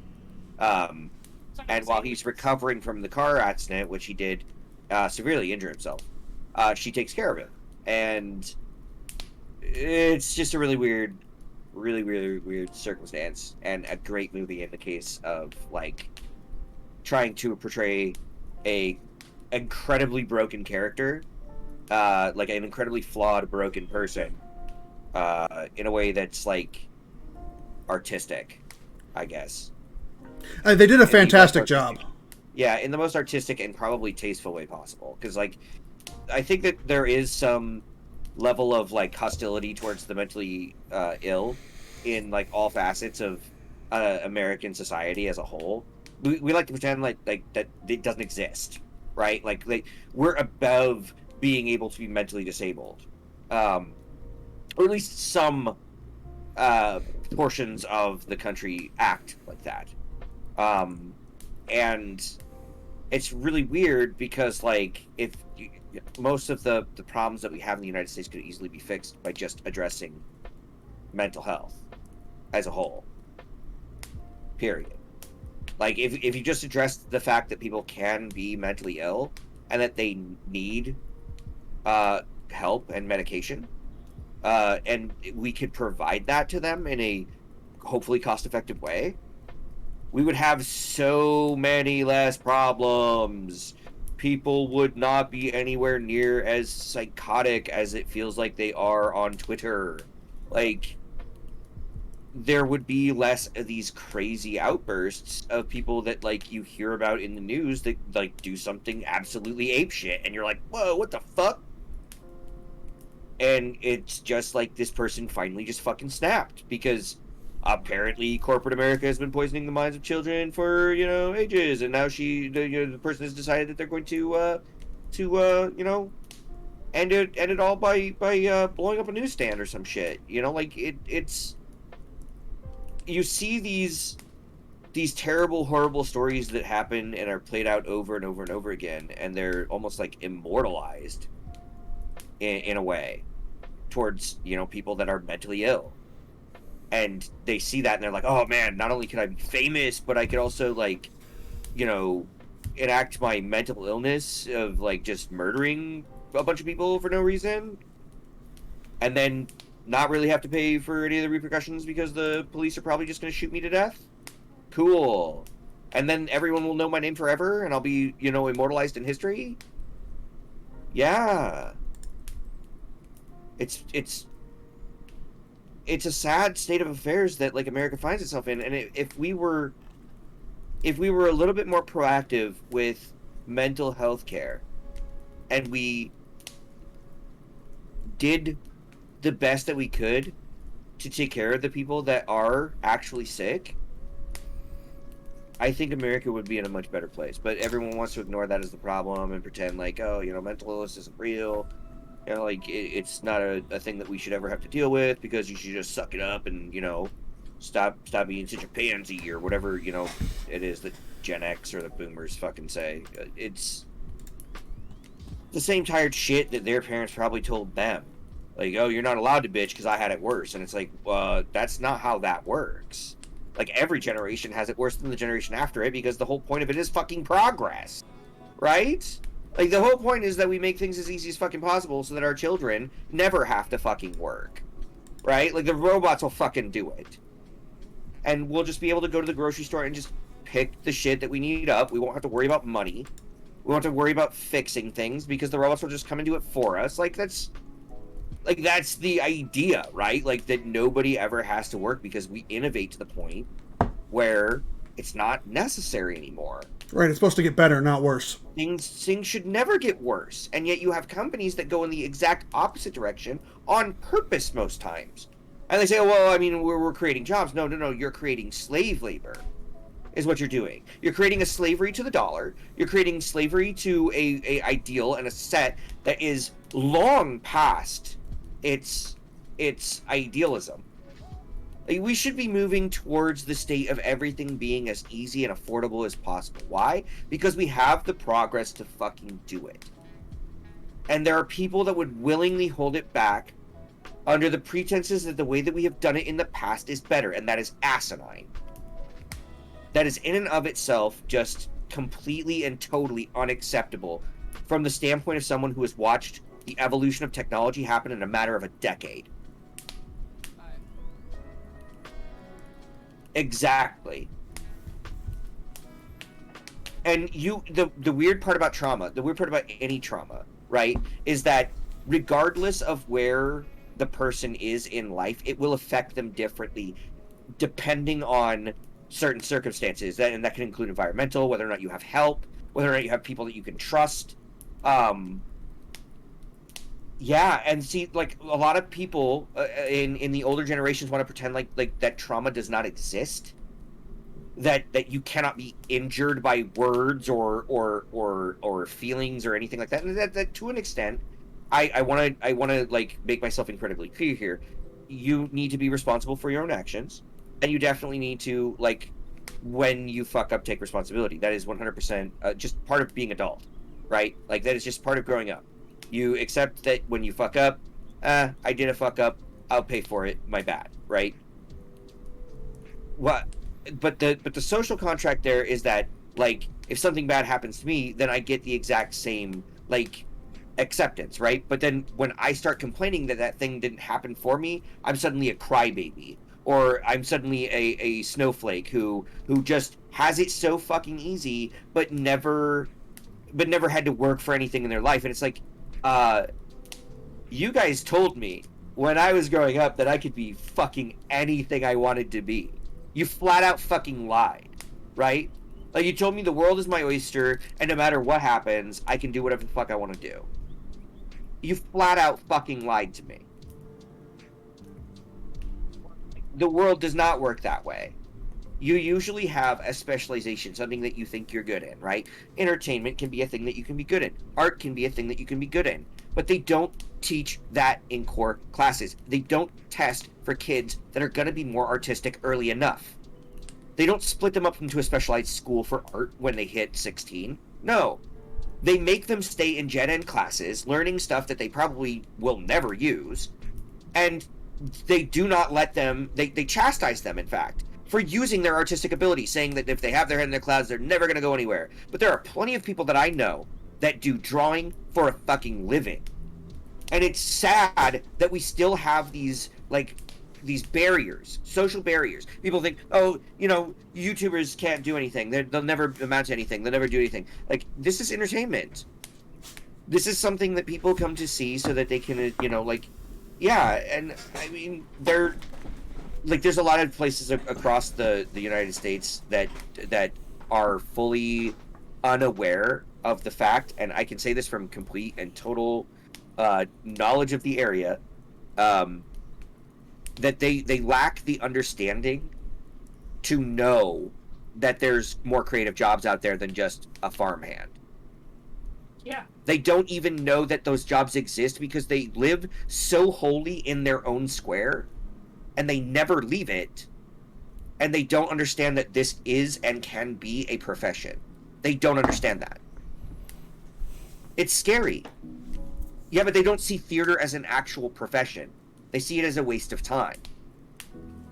If you're not in sports, then you better be damn good at financing, because that's the only other job that you're going to be able to get, is their idea, right? Well, right. The only reason why they even offer those classes is so they can get the scholarship money for it. Right, because they want the government cheese. But they don't actually put any fucking time or effort into art or theater, which is why they usually get the fucking downgraded bullshit that they end up getting. Hand-me-downs from, years past when, teachers did get paid a little bit better and were able to provide, costumes for their kids.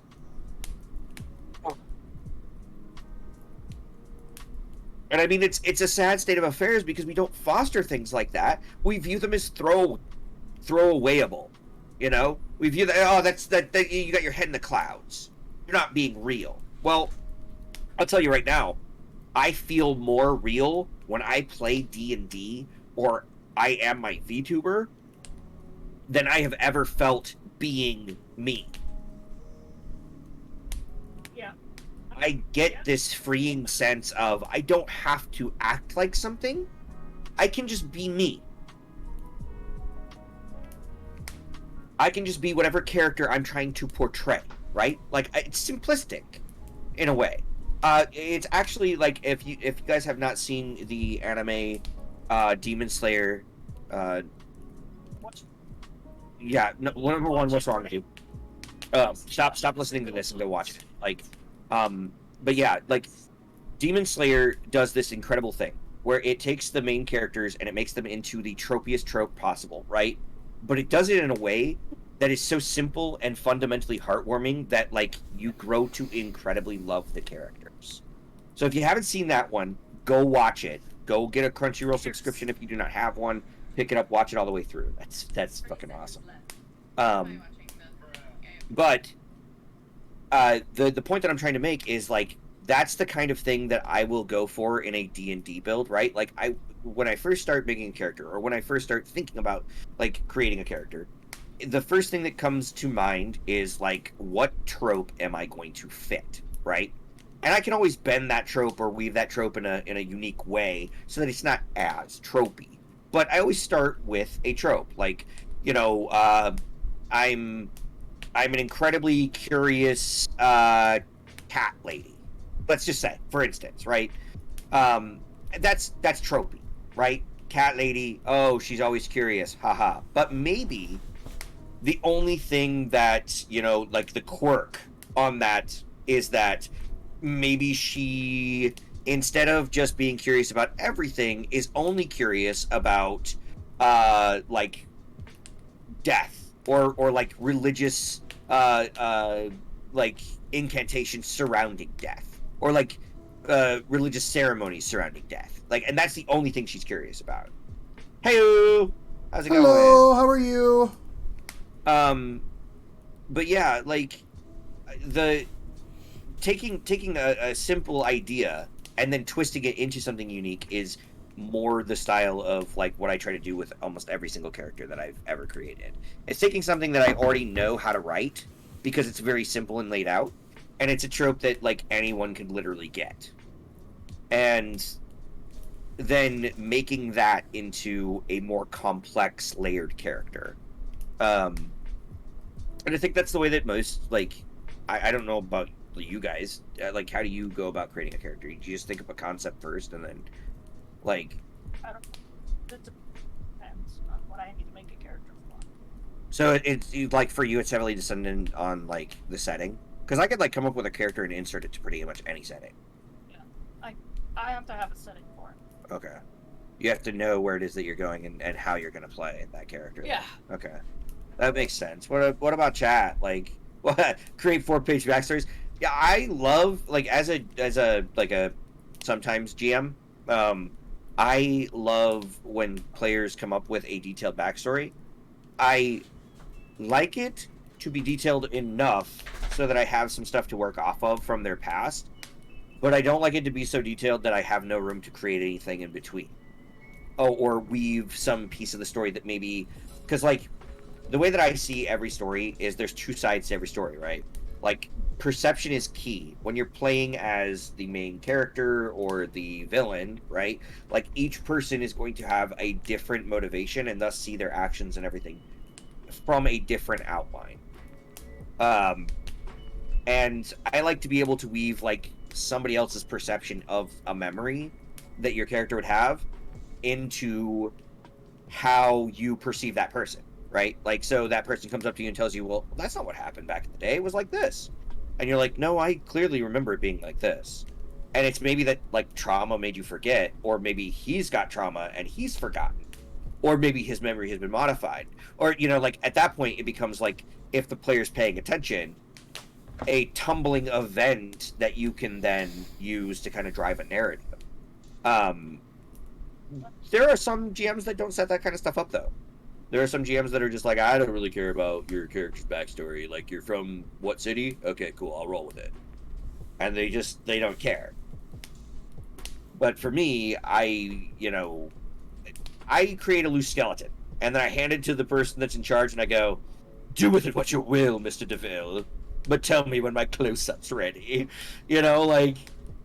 I'm very, like, when it comes to the character moments, that's what I care about more. I just kind of use a shell, a placeholder backstory, so they have a way to, like, engage with the other characters, but then I build on that, right? Like, I take the skeleton and I add some muscle to it. And then, like, when somebody asks me a question, I have a vague outline of what it was that I wanted to have happen to my character, and then I just kind of make shit up on the spot, right? Backstory made until I started playing or have completely made a character. Like mechanics wise. Yeah, like the writing a backstory is important, but like I like creating a backstory on the fly too. Because then the character moments are more authentic, because when you're telling the story and you're in the middle of it, it's not just you reading off what your notes of your backstory were. It's you going, well, we went to this, beautiful lake, and that's, where we lost him. Lost who? My brother. And then you can make a really dramatic moment, and it's instant. Like, maybe you didn't plan to lose your brother. Maybe you just said your family lost something important that day. But then you decide in the moment, this is where my brother died. Like those can be some of the most defining character moments, and it can help you grow the character even more. At least in my personal opinion, right? Like, I don't want to try to invalidate anyone else's, like, sense of character growth or how they do it. But, like, when I'm a player character, that is how I would rather run my character. Just simply because there's more growth that can happen in the game than outside of it.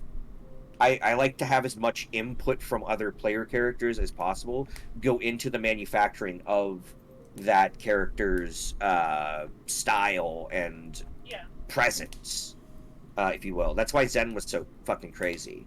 That's why she was a box of just chaos. Is because she, like... All of my characters are a box of chaos, because I am a box. Right. And I was trying something different with that character. Like, I'm usually pretty, like, neat and ordered and like, everything, all ducks in a row. Try to get everybody on the same page. I'm the note taker when it comes to actually, like, PCing most times, because, well, I mean, the definitely not Drowsmut, you mean? You mean that one? I've never done that. Definitely not Drowsmut, that actually did 100% have Drowsmut in it. Yeah, it did. Okay, I'm just like working out the deets. I never make a whole folder full of drafts, but I'm World sure 20 campaign. I'm sure you didn't at all. Never, ever, ever, ever. But yeah, like character creation is one of the, I mean, freeing acts that Yeah. we experience on the internet. It's one of the oldest acts that I've partaken in on the internet, and like VTubing, I think, is just another like avenue of that.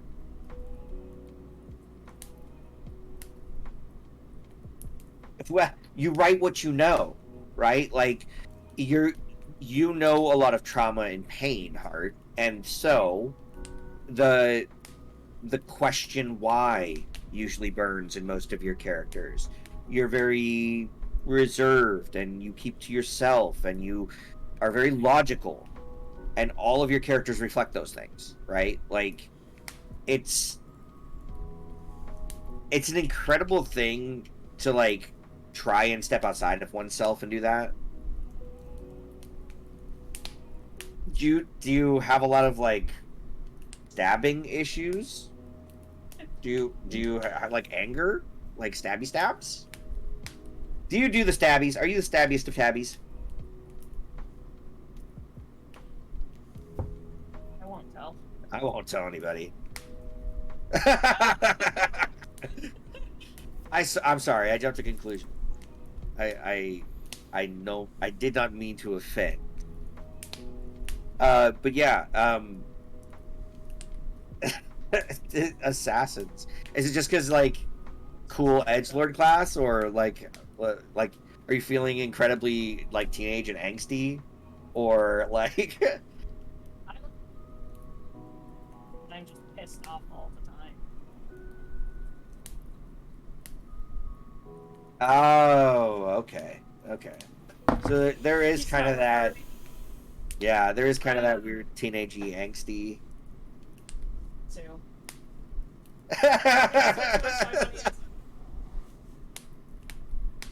I mean like it's because that's where you were like, look at my character, It's- play with her. it was She really fun. has a mom that was a dog or something. I don't know. You've always got background Okay. for your So like my troll character on WoW was a Death Knight, but before they became a Death Knight, I may or may not have wrote that the character was originally a part of a troll village that was near Northrend, and they were raided by Death Knights. Of course, she was chosen to be raised as one, and before she was a mom, and she was also a baker as the local village. And I had come up with all of this on my own. I have a buddy of mine who plays. I want to say it was like a goblin or something like that, and he plays an engineer in a boiler room. Like he role plays his character being like the head engineer for the horde. Like there's so many great moments that you can have if you just put a little bit of time and effort into a game. And I say that as I will outright tell you that I will never play certain games. I know that I know for a fact that this is 100% hypocritical, and you should never listen to anything that I say ever.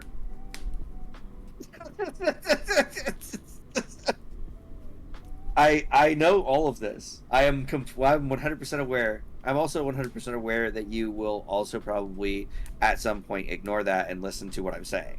So because I do this thing where I won't shut the fuck up.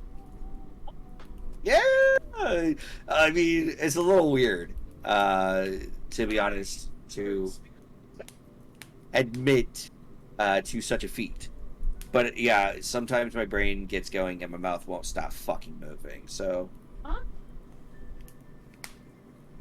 I mean, no, right? Okay. oh my god, I've in my life I've done a lot of like really stupid things, and like the culmination of those things coming to this, and it being a relatively good thing, is so refreshing. It's unreal. Like, I could actually have a decent impact on people's lives. You know, like this. I think that this platform, whether you're, a first-time viewer, you're one of our regulars, or you're just one of the other streamers that's hanging out. Like, this community has been incredibly welcoming, and it's I'm hoping that, like, if it ever comes to the point where, like, some of you do get big, like, that we all remember, like, what this feels like, and that we will help when we're not just small anymore. If any of you do get big, I really do hope that, like, we all just pay it forward and we try to help the next guy. Yeah, to do great things too. I know that technically it's business, it's competition, it's there's a lot of things, but I hope that doesn't, like, make it lose focus. Yeah, don't forget. Just don't forget. When you're famous, don't forget me. I'm just saying. Don't forget me. But I mean, that's. I don't know. I feel like it's far too often that, like, as human beings, we go in incredibly different directions, and we're hostile to each other in a sense, when the reality of, like, everything that's happening nowadays is completely ass backwards, especially in, like, corporate America. But yeah, like, I feel like too many people view too many communities as competitive, and I like, it's not a competition. Like, I'm glad that you guys feel the same way. I really do. I'm happy to see that everything that we're trying to set out to achieve is just for fun, and that, like, I don't know, like, if it comes down to it, and like, some of your ugly standard comes in, and I'm like, back in my day,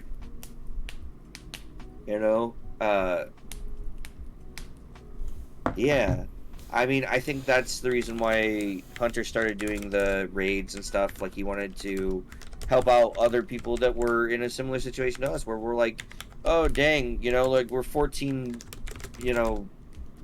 follows away from, like, getting the affiliate, like, and it's only been such a short amount of time, it's crazy, and it is a real job, and it is rough.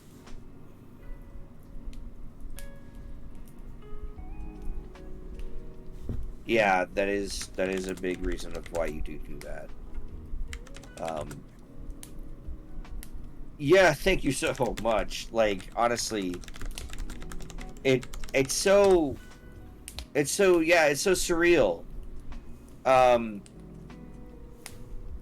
That it suddenly, like, just dawned on us that, like, hey, like, 50 people, found at least something that we did at some point slightly interesting. So I wanted to bring that. Well, I want to bring that up. That's actually the easiest milestone to hit.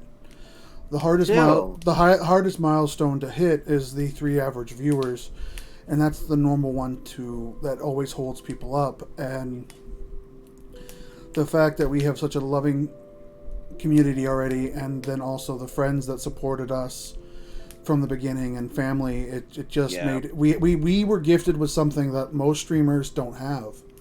Yeah. And Good support. Right, we have that good support, and it allowed us to get a running start at something. And I mean, for crying out loud, we've been doing this for 2 weeks, and we already hit affiliate, and it's insane. Like, like I told you guys, like I didn't expect us to do it until at least end of August. Like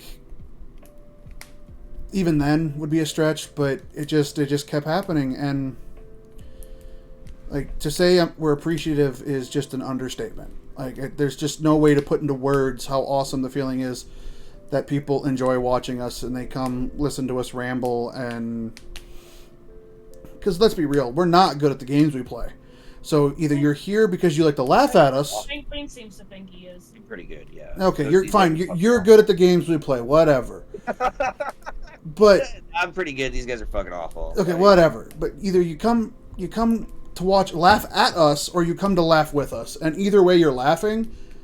So I'm happy because like that's the whole reason I wanted to do this is like I mentioned earlier, the idea of helping people makes me happy, and the idea of being able to make someone else laugh makes me happy, because sometimes you have a day where you're just sitting there staring at your computer screen and you're like, I don't know if I can keep doing this.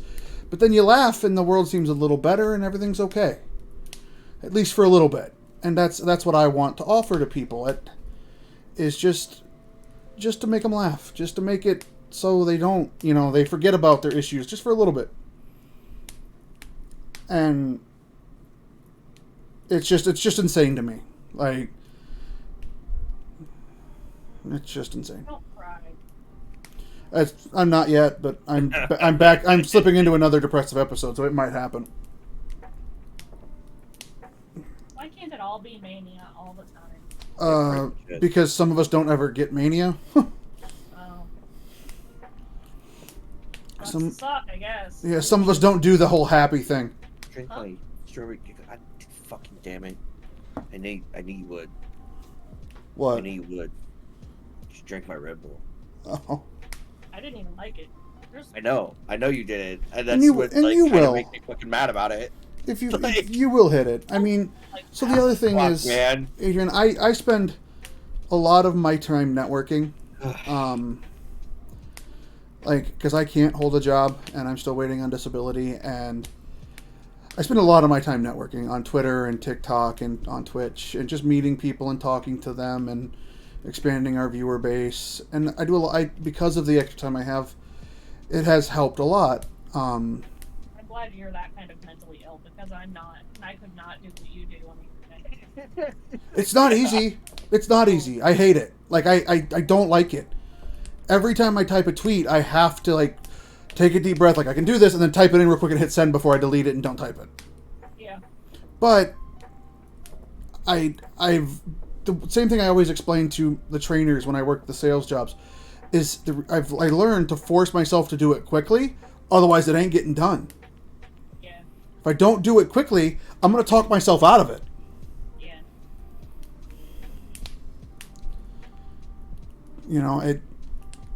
Imposter syndrome's a hell of a thing. Yes, it is.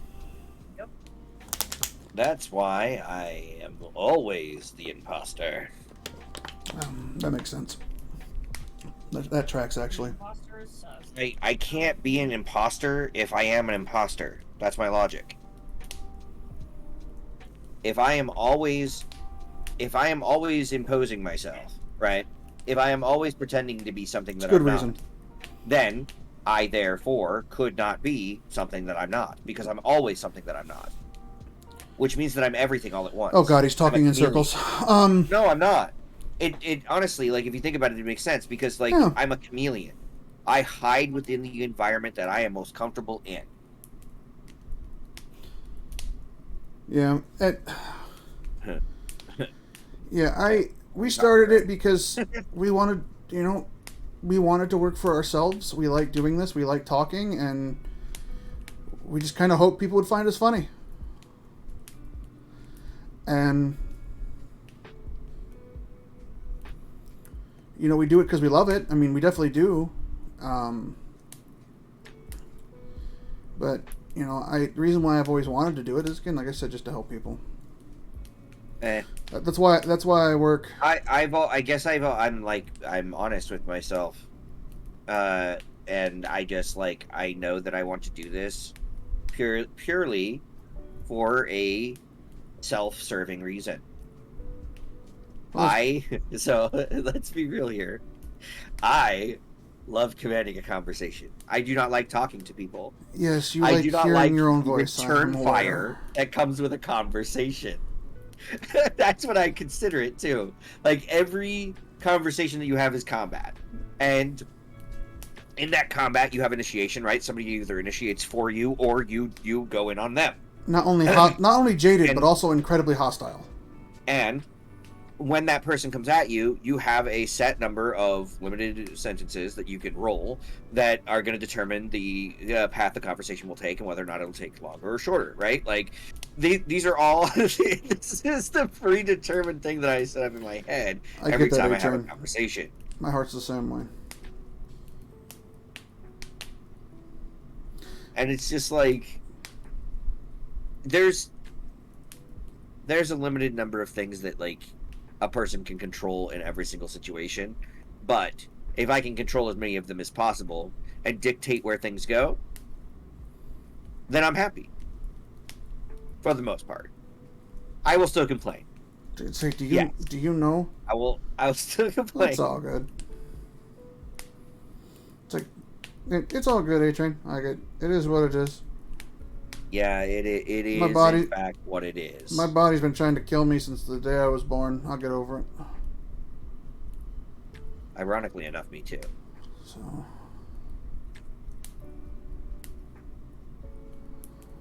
But it is what it is, you know. Right, Like you can't stop things that have happened, and the only thing that we can do is continue trying to live and move forward, and do so at a decent pace, to where, you know, we feel like we're being fulfilled in some way or shape or form. And the fact that you have sustained an injury that makes it so that it is hard to work, so that makes it so that it is impossible, in fact, to work, is a hard thing to deal with, because everyone has this inner monologue that tells them that they want to be useful. They want to do something that is useful, right? Like, you don't want to be told that you don't amount to anything. You know, like, nobody wants to be told that. You want to be told you're worth something. We can fit you into this triangle slot. You know, like, you're useful. Even if you're a little bit broken on the edges, we can still fit you in there, right? Like, that's what everyone is aiming for. That level of acceptance. And like, that's a hard thing to attain and achieve when you feel like, right, the sole thing that you have been doing your entire life, going to work every day, getting a paycheck every day, is now suddenly taken away from you. all right. You know, It's hard to feel worth it at that point. all right. It's hard to feel optimistic. So good on you for like finding a way to cope with it and to make this into more than what it seems. You know, this Well, is see, a and good that's- platform And that's for the interfacing thing. with people that want to be entertained, and the fact that you entertain them is great. Like, it's amazing. Well, see, and that's my thing, A-Train, is like, and this is gonna sound, now I'm gonna sound jaded. I gave up being optimistic many years ago. But I try to be optimistic for other people, if that makes sense. Like, for instance, on Twitter, every time I see someone be negative about themselves, I'm super supportive and super positive for them.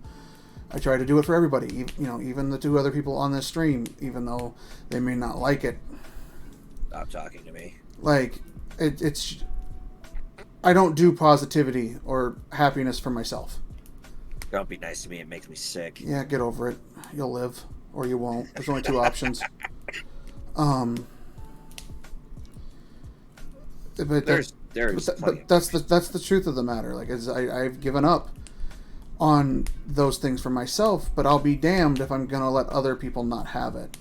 And it's, a lot of people have like FOMO, or like, oh, they get envious, but I don't feel that, because I guess when I'm able to instill that in other people, it's like installation process initiated. Download bow.exe. What did Ms. Easy say? I said it was the microchips in the vaccine. Yeah, oh yeah, 100%. It's like a backwards way of giving it to myself. You know. 5G upgrade.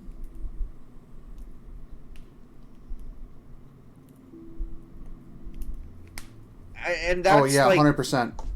so. I probably struggle with this maybe more than any of the. Well, okay. I'm not gonna make that statement because somebody's gonna come in here and punch me in the throat. But uh, like I think that I struggle pretty badly with that as well. Like so, I don't like. He doesn't like fear nice the people. unknown. I fear the unknown to the point where if I don't know where I'm going when I'm driving, I get anxiety. I get angry. In fact, I get angry anxiety, and it is not fun or pretty or easy to deal with. A lot of the people that have driven with me say that I'm, in fact, an aggressive driver because of it. Or aggressive in And general. I mean, look. So here's the thing. Like, I like knowing where I need to go. That's It fair. makes me feel safe, and like that's a normal human reaction, right? Like everyone wants to feel safe. Everyone doesn't want to necessarily feel coddled or babied or anything like that, but they do want to feel like if they got into trouble, something or someone would be there to take care of it, right? Like you have natural societal things that are there in place so that if an emergency happens, 911 gets called, the police can come out, the fire department, the ambulance. Like there's things in place that make you feel socially safe, and there's a level of that goes into this as well, where there's a level of safety, I think, behind the VTube mask. We are Lethal. Thank you so much for stopping by, bud. Yeah, thanks so much, man. But I do think that there is a level at which most people will operate using this VTube thing as a way to bypass any personality flaws that they think they have, right? Like it's an incredibly useful tool to be able to get yourself out. You don't think so? Or Mumbling. oh, never mind. She's mumbling to her iPad. But yeah, I mean, like, I guess the idea that like I can hide behind this persona is what makes it comfortable enough for me to be able to be on the internet. Because before there was a level of risk and a level of people will not like me that I had that I can make invisible when I use something else as me. Do you know what I mean?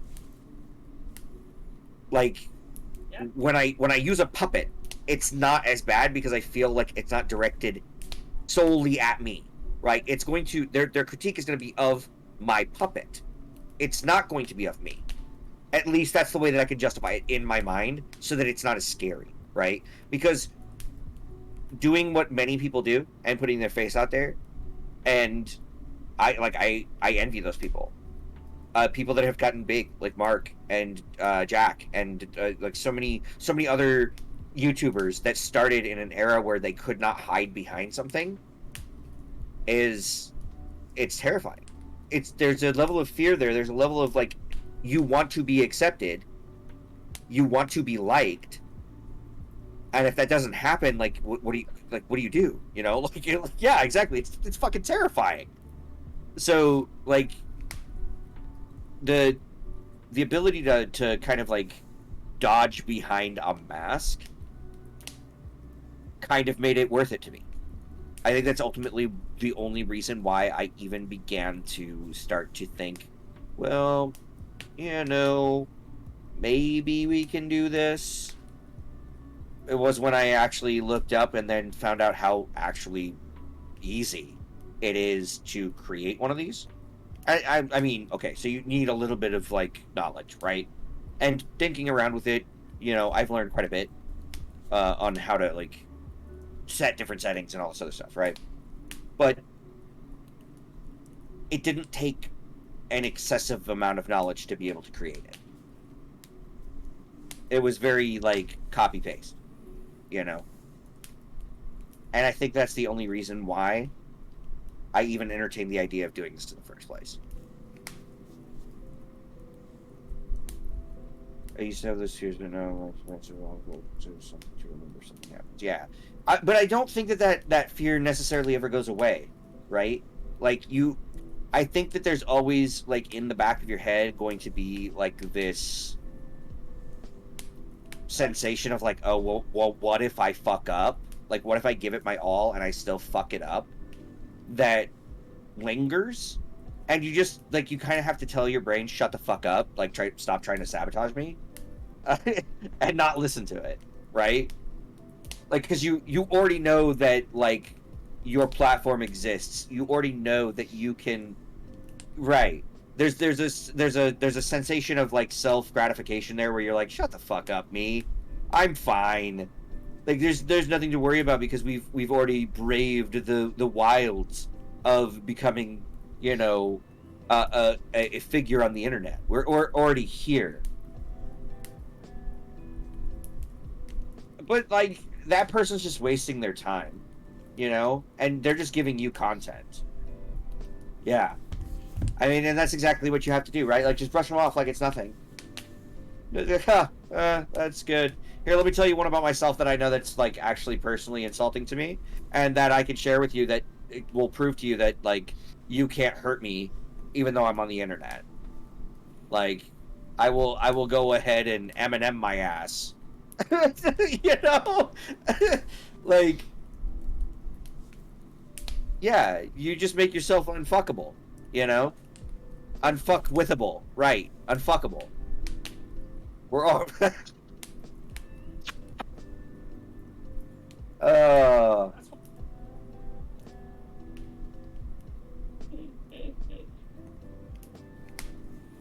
I've been working on this very important piece of art. I just wanted to know what they said. He's like, which fall goal were they saying? Like, okay, all right. That's, you know, that's not. Fuck, man. There's an entire can of worms there, right? Like, so somebody. The first things first, like, if you go into Twitch chat, I know people. I can have them deleted if you like. If there's like, if there's people, right, like, that have no other thing to do than to come into your chat and harass you about the way that you look or the way that you play games, or like, that person is doing less than nothing with their life. Less than nothing. And that's like actually hard to achieve. It's actually sad. If you like, well, if somebody comes in and they like have nothing better to do than to harass you while you are streaming. Like what the fuck are they doing with their life that they can afford the minute of time that they will never get back, right? Like they will never be able to take that moment back. It's gone. It's in the ether now. The time wraiths have it, and they go out of their way to just like insult somebody. Like, who the fuck does that? What human being has that little courage that they can't? It's an absolute abomination. In all honesty. Exactly. People that are so miserable with themselves that they cannot help but take it out on somebody else. And that's like, it's the actual definition, I think, of like suicidal.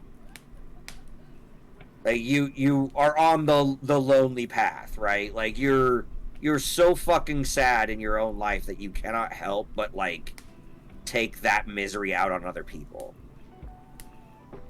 Unapologetically. Unironically.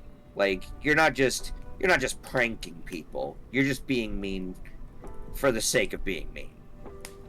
And like, that's the weird part about the internet that like, I almost don't like, because it allows so many people that should not ever get a platform to say anything without the courage of saying it in front of somebody's face, the ability to do that with no recourse. It allows so many cowards to flourish. If somebody has a problem with somebody else, they should be able to go to them and talk to them like a civilized human being, right? Like, hey, I don't like the way that you do X or Y. There's a lot of like different ways that we can handle this. Maybe we should talk about some of the ways that we can actually get this worked out so that in the future we work better together, right? Like, the idea is never to go out into the world and fuck with somebody so hard that they never want to like be near you ever. Right? Like, that's not the objective. Like, we all kind of like sign this social contract whenever we go out into public, like, hey, I have to be next to you for like 5 minutes, so I'm just like not going to do anything rude, okay? I'm just not like, I'm not going to be a dickhead, and as long as I do that, I'm expecting the same from you. And, you know, Charlie from next door is like, yeah, sure, you know, I totally won't be a dickhead to you for 5 minutes while we interact, you know? But then you have dude A, who's like, I have no self-esteem, no real wish to live, and nothing to do with my time, so what am I going to do? I'm going to get on the internet and harass somebody because I'm a fucking coward. Okay. I mean, I don't... There's no bigger waste of time in my mind. None. Like, I have played some shitty games. I have watched some entirely shitty movies. I have seen some of the worst B-level fucking movies that you have ever seen in your life. Like, literally, I don't know if anyone here has ever seen Ice Crawlers. Spoiler alert, don't. The point, I guess, that I'm trying to make is that, like, we all kind of, like, have this contract that we're supposed to be abiding by, and the internet allows for a distortion of that contract. It allows for people to exactly never show themselves, and they think that they are, in fact, you know, so much better. And that's one of those things, right? Like, they will never have to do that. They will never have to face that recourse. They will never get called out in that manner, at least to the extent where they actually respond positively and do it, you know? Because the idea is they get to hide behind a persona, and they get to pretend to be Billy Badass, you know? Like,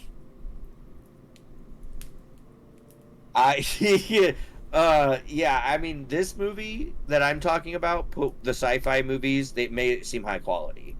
It made it seem incredibly high quality.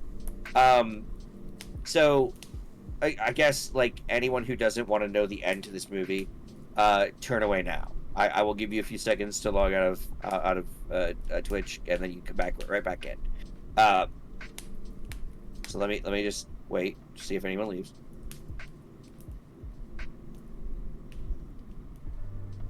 Okay. I think that's enough time.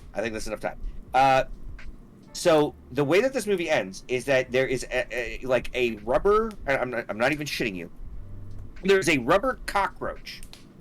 It is and it's superimposed on a fucking, like, a base, right? like an Antarctic base. And the entire premise of this movie was there's like little bugs in Antarctica that like crawled out of the fucking the ground or something, the ice, and they started attacking, like, because there was a team there in Alaska that was doing military stuff, and like these bugs crawled out of the ice because the ice started like melting or something, and like these little bugs were like alien fucking.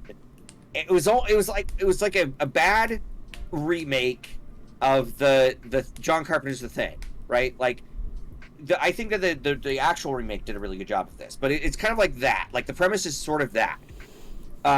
They're like alien bugs, and it's like killing people, and it's like infecting them or something, and they're like having to kill. Like, there's a lot of death, there's a lot of blood, there's a lot of like really stupid death scenes, like really, really bad ones, right?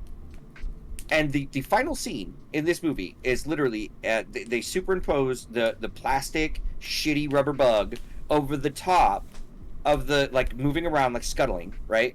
Like, and it's scuttling over the top of this fucking thing, and they like nuke the facility, and like the people are like walking away from this facility, and they like turn around, and the giant bug is like on the fucking top of the thing, and then like the nuke goes off, and it's just a superimposed nuclear explosion over the top of the superimposed bug. It is the worst fucking editing. It is the laziest fucking editing I've ever seen in my life. And I've seen Death Tunnel. Death Tunnel. It was a terrible movie. It was awful. It was fucking terrible. It was gross. Not good. But this movie somehow beat it. Most of the sci-fi original movies that I saw were actually fairly well done, including one of my favorites. Can anyone guess? I want Chad to guess. What's my favorite sci-fi original movie? Guess.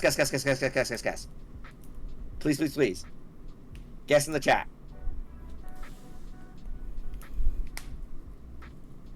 Does anyone have a guess?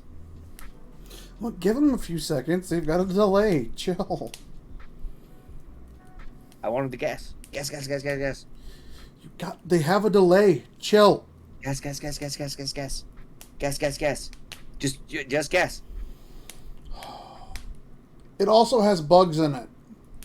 Nope. No, it does not. It does too. No, it doesn't. And it has a gun that shoots chainsaw blades. Nope, it's not that one. That's not my favorite. Really? Nope. That one's not my favorite. Oh. I have a favorite of your favorite. That's high up there, but that's not the favorite's favorite one. Yep. Look, I like a lot of really bad movies, man. Like, a lot. I watch them on Give him a hint. Give him a hint. The cast included a famous Iowan radio talk show host. That's all I'll give you. That's super generic, but I know which one it is. I don't... I guess if you're over 30, you should know, so I'll keep my mouth shut.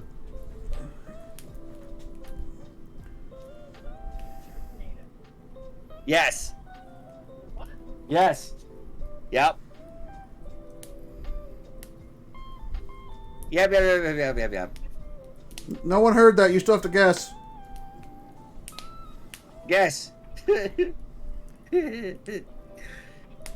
Guess, even though you probably know. Even though she said it out loud. Art's favorite series. What is? Is it? It's Sharknado, by the way. Well, I think it was 3. One of the DJs from here in Iowa actually did manage to get on to the movie, and it was a really big deal. They used his voice in it, and it was a really big deal. Yeah. Yeah, of course it is. Sci-fi original, yes. Who else do you think gave them money to make it? No sane person. Not her favorite, by the way. That was a joke. Ain't no sane person that gave them money to make it. Even Netflix would have been like, oh, no, maybe not. No. I actually could see Netflix, like, if Sci-Fi was ever done with that, being like, hey, that looks fair. like hot garbage you got there. They are basically just the next sci-fi. You think we could pick that up? You think we could pick that up and use that? Yeah, we'll like buy the garbage. We'll buy that from you. We'll take it. We'll make it better, and America will love it as we recycle the trash that they watched in the '90s back to them. It's great. Come on. Just hand that on over. We'll pay you an absorbent amount of money. Yeah. Yeah. I love that movie, and the reason why I love that movie it is because it is so over the fucking top, right? Like it's a fucking adventure, man. Like they take you on a wild ass ride, and for no fucking reason whatsoever. Like, should any of the shit that happens in Sharknado happen? Fuck no, but they're gonna pretend like it's normal. Like they don't give a fuck. Like they're gonna pretend like that's an absolutely normal thing for sharks to get sucked up into the fucking sky and shot out of the fucking tornado and just bite people in half. Like they're just gonna pretend like that shit happens on a normal basis. Like It does. I've seen it happen. that universe is fucking hilarious. It happens Like, in our it is universe. unapologetically fucking like over the top.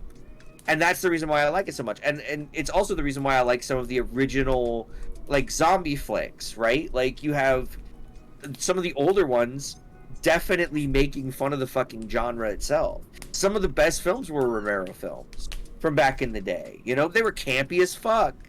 They knew they were being campy too, and they were cheeky as fuck about it. And they would put little, you know, inserts in and little Easter eggs for people to find. Like those kind of like motion pictures, even though they're B-level, even though they're shit, right? Like most of the time, it's not great acting. Most of the time, it's not great. Blah blah blah blah. Visual effects kind of shit. Like whatever.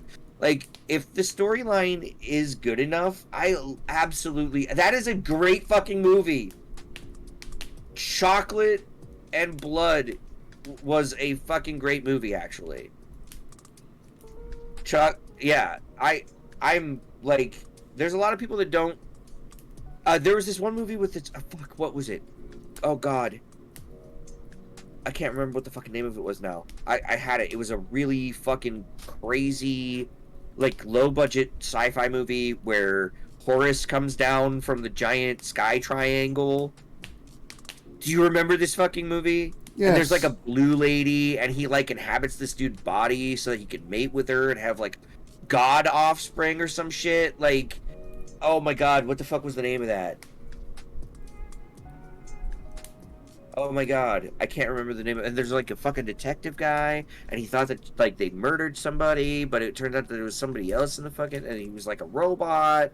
Like, you know what I'm talking about, right? Yes, I do. Oh, fuck.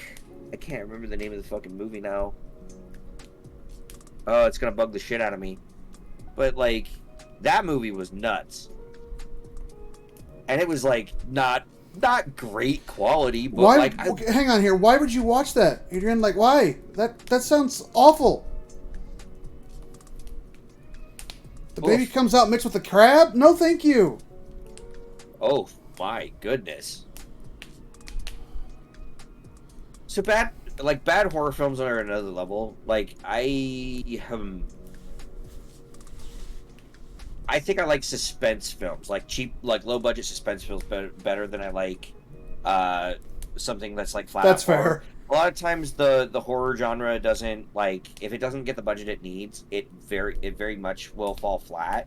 But it does kind of depend, because like I said, like the Romero films of old leaned into that less pretentious, like, oh, filmmaking is art style, and went with just like this is just gonna be a rowdy heyday, right? Like there's gonna be blood, there's gonna be guts, there's gonna be, you know, like just chainsaws, you know, it's all sorts of crazy shit that, like, that theoretically could happen, but it's so over the fucking top that, like, they definitely leaned into the fact that they were being campy. And playful movies like that usually do pretty well. But ones that are just, like, absolutely, like, bad, but then have, like, some ape shit, like, crab baby stuff, like, that's kind of, like, where I draw the line on it being cutesy, I guess. Like, I don't enjoy a terrible horror movie. Like, I want something that's good if I'm gonna do horror. But, like, suspense, I'm okay with, like, there being a little bit of a romp and kind of like it being more playful than actually suspenseful. Honestly, I'm glad you haven't remembered what it is, because if you did, I would be inclined to look it up. This way I don't have to.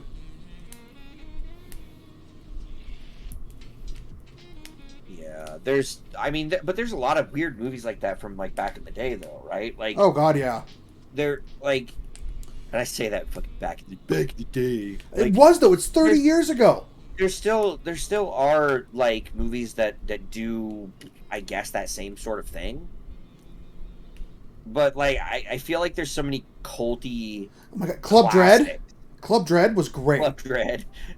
That movie fucking Dread. was the perfect mix of adult a film and horror, it was so fucking funny.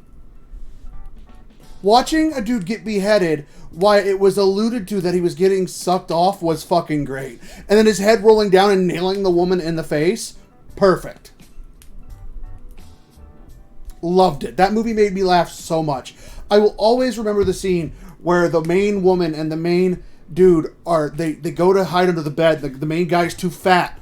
So he says the chant, and it sucks his belly in, and she goes, yeah, and she goes, well, if you could do that, why don't you just go all the time, do that all the time? He's like, is that a fat joke? Yeah. And she's like, this is not the time for that. he's like offended by it. Yeah, it was fucking perfect. I love that movie.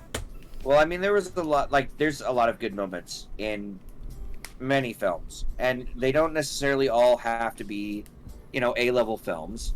And that's why I like sometimes going into like a shitty karate movie, or like watching the original like Korean version of XYZ, or like one of the things that I really liked was the girl with the dragon tattoo. That fucking series, if you watch it in its original, I believe it's Norwegian, Swedish.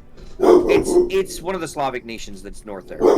The fucking writing in that movie, that 3-part series that they actually did, the fucking American version doesn't even come close to doing it justice. And it is such a fucking riveting movie. From start to finish, it is absolutely aggressive and fucking in your face. And the series doesn't slow down.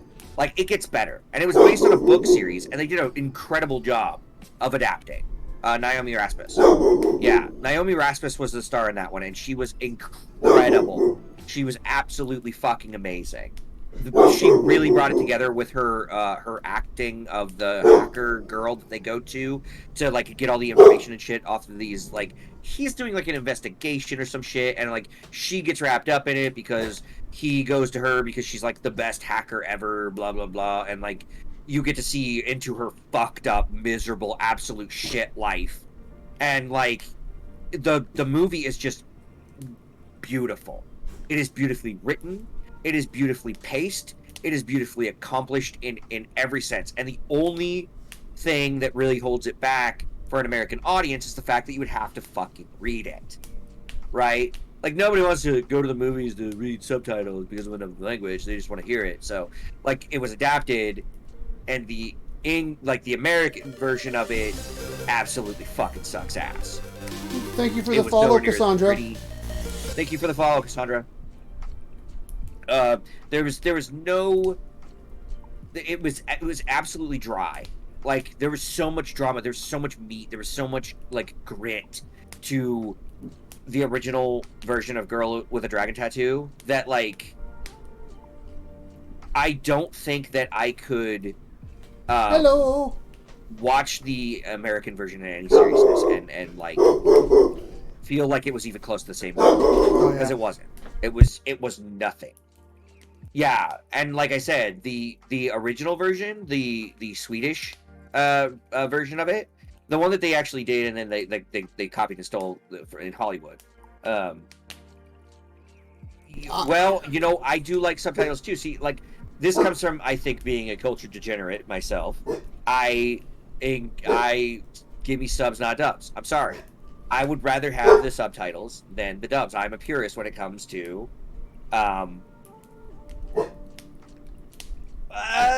yeah, I mean, okay, so that argument does actually make a lot of sense, like with the, hearing better versus like reading. Like, I get it, but like, as in, no, like, I think she's being avid reader. No, I think she's saying like it helps her hear the words better when she has the subtitles, because right before that she said she likes subtitles. Well, and here's the thing, like, I know that, like, but that is an issue though too. And I do agree, because like the subtitles help me process better. Like, when I'm watching anime, I prefer the subtitles. Like, even if it's understand the plot a little bit better. Even if it's in English, I want subtitles. Like, I don't care. I want them. Because sometimes they talk so fast. Voice actors better too. Sometimes, not all the time. More often than not. That is true. But like, I can't remember it. Black Clover. Like, I hate the Japanese voice actors. Hate them with a fiery passion. The English version is not any better. It is a little bit better. It's not. It is. You know why? It's not. You know why? Because I can mute it. I mean, I could do that to the Japanese one too, but then I feel like I'm doing it a disservice. So That's okay. Well, whatever. Like, you look, I watched that entire series on mute. You watch your anime how you want to watch it. I'll watch mine That's fine. how I want to, and I just will avoid Black Clover because, like, I don't blame you, man. Like the screaming in here's that the show is so problem, like, bad. It's not like I actually like sat down one day and I watched 12 episodes in a row. I forced myself. I was like, you know what? I'm gonna give this fucking anime a chance. And you know what I found? A surprising lack in the first season of any real plot or anything at all. Like, there was no substance. Oh yeah, there's no substance in that anime all, until like episode 60 something.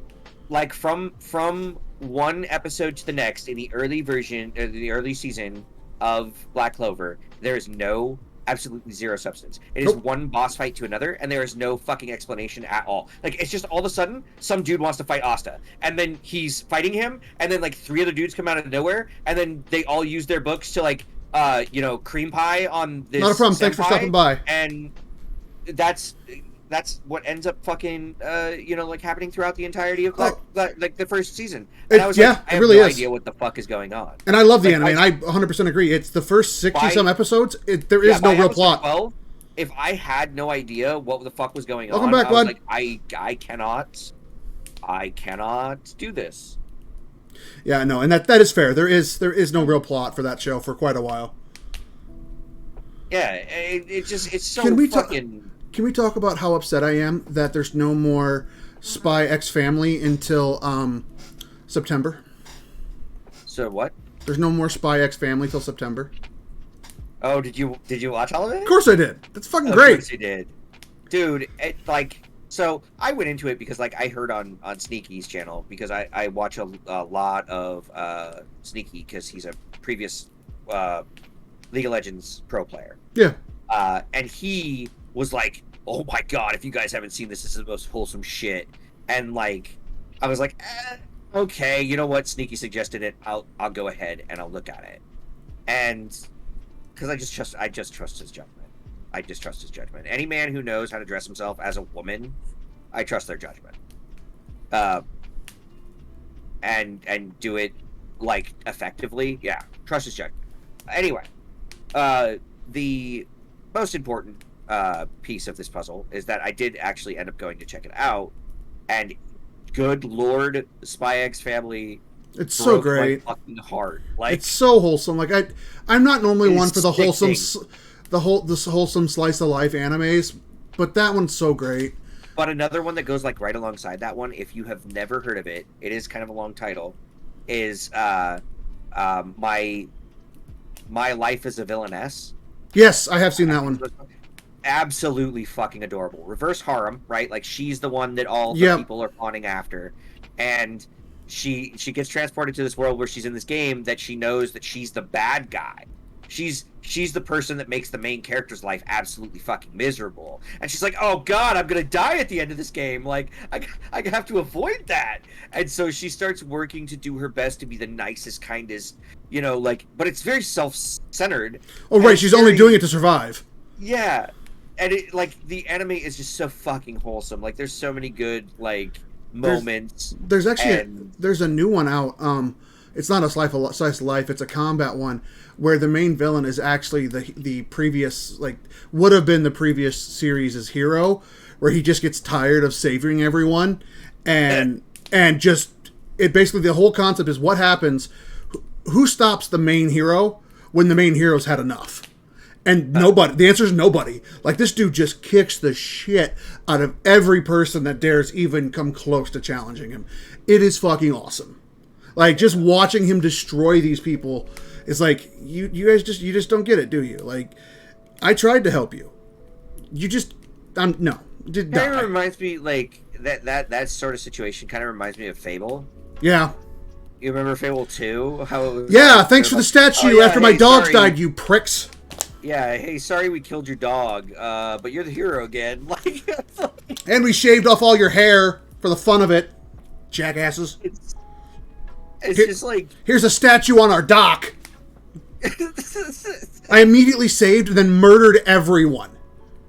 Oh, No one man. survived.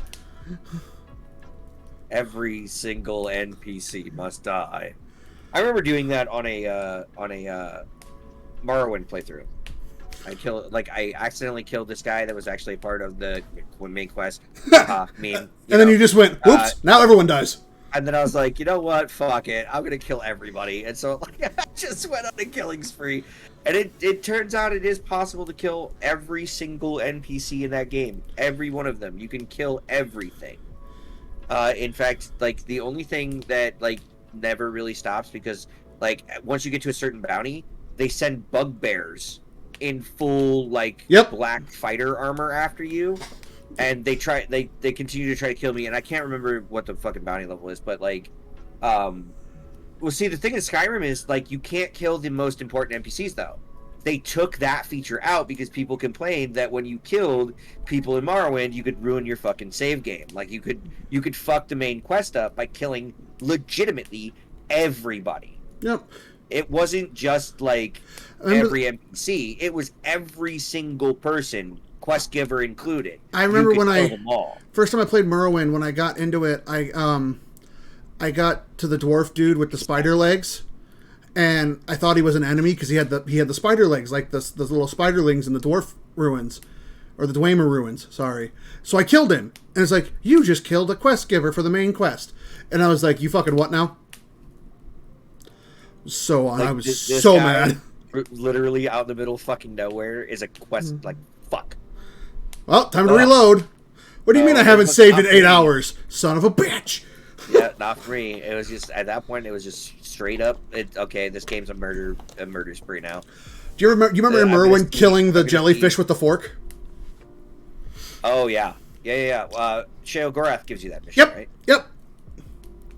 Yeah, he takes you into his realm, and he's like, here, kill this kraken with this fork. Yep. And then it's a literal fork. It does special kraken damage, and it actually does. Like, it actually does. Like, Sheo is my spirit animal. I love Sheogorath. That's probably one of my favorite DLCs ever for an Elder Scrolls game in Oblivion, was the Sheogorath DLC. Oh, like, by far, like, one of the best things that ever happened to, like, the Elder Scrolls in general. Like, I think that, like, that particular RPG was the basis for a lot of, like, how RPGs have been designed in the future. I even really like the one mission he got in Skyrim. Like, I thought that was pretty well done too. Yeah. The Mad Hatter like T mission, it's pretty good. With the crazy emperor. Jigalag. Yeah. Good old Jigalag.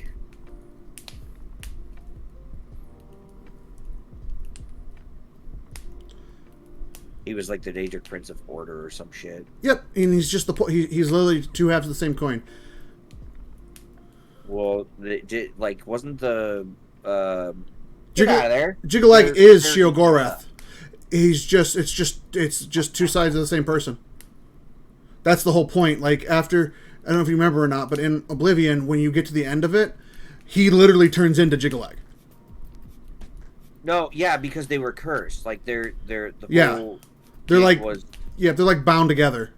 Yeah, and like part of the time, like, because of Jigalag's hubris, they bound him to Sheo, and like Sheo would rule their realm for a while, and then he would come back and fucking destroy everything because it's like, God damn it, Sheo, you can't fucking do this. Yep. And he would build over the top of it, and then when Sheogorath took over, it would just do it all over again. Madness again, right? Yep. Like, that was rinse repeat for all of eternity. Yeah, that was well until you step in and actually free him of the curse. Right. Technically, you separate his beings, but you know. Right, but either way, the point was it was supposed to be all of eternity. Yeah, and I mean that was a very fun way to conclude the quest. It was a great way for like the characters to meet their necessary, like ends, and it's one of the better written like RPG set lines that I've seen in. I mean, like, I think Elden Ring is the I know this is not a fucking newsflash to anyone that's ever played Elden Ring, but like, it is probably the best game that has done something like that in the last at least fucking 10 years. Like, I can't remember the last time I was actually like excited to play a game and like it met my expectation. You know, it met my excitement and made me more excited and made me want to play more. That has never, almost never happened to me. Especially with a game that's been advertised by a AAA game company recently. I have very little in the way of like wanting to play most of the titles that come out, just simply because I know the track record of the company. It is an incredible game, and like, so here's the thing. There are two types of players, right? There are players that enjoy a good casual experience and can do that with just about any game. And then there are people that screech on the internet about how games need a difficulty setting and how they need to be able to lower the difficulty of a given game. And there's a gigantic argument on this, right? Like there's a, on the one hand, you have people that just want to be able to access the game. And then you have, on the other side, people that want to enjoy the challenge that the games that are made by FromSoft usually have, right? And this is not a fucking hot take at all. Like, this is just fact. Those two types of people actually, like, exist.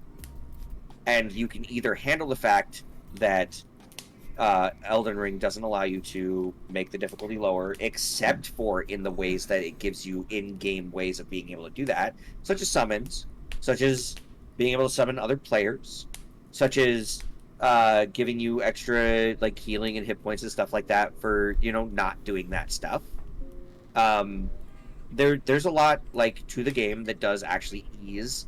It's not a label, right? Like it doesn't just come with a banner that says, "Hey, this is easy mode." Like, but there are things that you can use to make the game fundamentally simpler or easier to play. But I will meet that with it's still a Dark Souls-esque game, and it's still fucking hard. Like, prepare for a resistance, right? Like, Miyazaki, the team that and the team that designed it from FromSoft, explicitly made the game from the standpoint of life is a struggle, and this game is going to reflect life in some of its aspects. And that struggle to exist, that struggle to continue, that struggle to keep going, should always push you forward. And if you don't learn that lesson, and you don't learn the lesson that the game tries to teach you, because you will die. You will die a lot. But those deaths are meant to teach you something. They're meant to give you introspection on how you're playing the game. Maybe, all of them. The answer is all of them, Matrain. The answer is just yes. Yeah, right. All of them. Yes, just all of it. There is no limit. For like, there's no limitation. You die, you respawn, you die, you respawn, you die, you respawn forever and ever and ever and ever until you pass the challenge or test or whatever it is that they're trying to. Or throw your controller in rage. Whatever happens first. Here's the thing. Like, Elden Ring does this beautiful thing where it's not linear. It's not like any other game. It is actually an open world game. So, unlike Dark Souls, where you could just simply run an area, grind, get all the experience points, grind, level up all your stats, grind in this one area, in this one area, in the area, until you learned it really well, and then you moved on to the next one, which is sort of the, like, entire game formula for Dark Souls. It's like, run a bit, die, find out that there's a guy there, okay, run a bit, dodge that guy this time, kill him, run to the next guy, die, because of course he's hiding around a corner. And then rinse, repeat until you actually learn how to beat the level, right? Like, this is the way that most Dark Souls players experienced the game originally. There are some people that are incredible at the game, that have done no-hit runs, that have completed the game in an hour, and are just completely crazy good at it, right? I am not one of those people. Definitely not. And I don't think anyone expects anyone to go into the games and be that way, right? But, and yes, a compilation of deaths can be really fun and funny, especially when, you know, it's something that happens that, like, can be caught, not to scare anyone. Not to scare anyone off. because I love the game and I think you should definitely play it. One of the YouTubers I watch died 73 times to the actual first boss. Okay, but here's the thing. What I was my point that I was going to, right? Good night. Have a good night. Good night, Heart. Please don't drop the phone on the baby. The point that I was trying to get to and make was that, like, Dark Souls players originally were conditioned to do that thing, right? We grind our face against the boss until we beat it, then we move to the next one. Like, that is the Dark Souls formula. And the thing that Elden Ring does that's different than that is it says, you can do that if that's the thing that you want to do, right? Like, if you're a hardcore player, you want to go up against Margit, the Fel, right off the bat, fine, we'll let you do it. You can walk all the way in there, you can get your ass stomped, or, you know, you get your sweet one-shot compilation, right? Or just don't. Yeah, or here's the other thing, we give you this entire world to explore. But most Dark Souls fans, most people, know how a Dark Souls game and formula kind of works. You run, you find a space, you grind, you get the souls or runes or whatever the fuck it is that you're collecting, because honestly, it's all the same. It's just a currency that you use to purchase abilities and level ups and all that good stuff. But ultimately, it's just a currency, right? Like, it doesn't matter. You can call it blood points or, you know, whatever. It doesn't matter. But then you grind for those things, and then you level up. And then when you level up, you get to a certain point where you're stronger than the boss, you beat the shit out of the boss, you keep going. But there are people who got the game expecting it to be an open world game genre that is created in 2022. So more like Horizon, right? Like, they were expecting Horizon. And when they got Elden Ring, it didn't hold their fucking hand and tell them exactly where to go. Or what to do. Or how to do it. And unfortunately, for most people that have never played a FromSoft game before, that is a killer. And that will, unfortunately, turn most people off. It will not fucking hold your hand. It gave you a pretty decent tutorial. I will say, this is one of the most accessible FromSoft titles that I've ever experienced.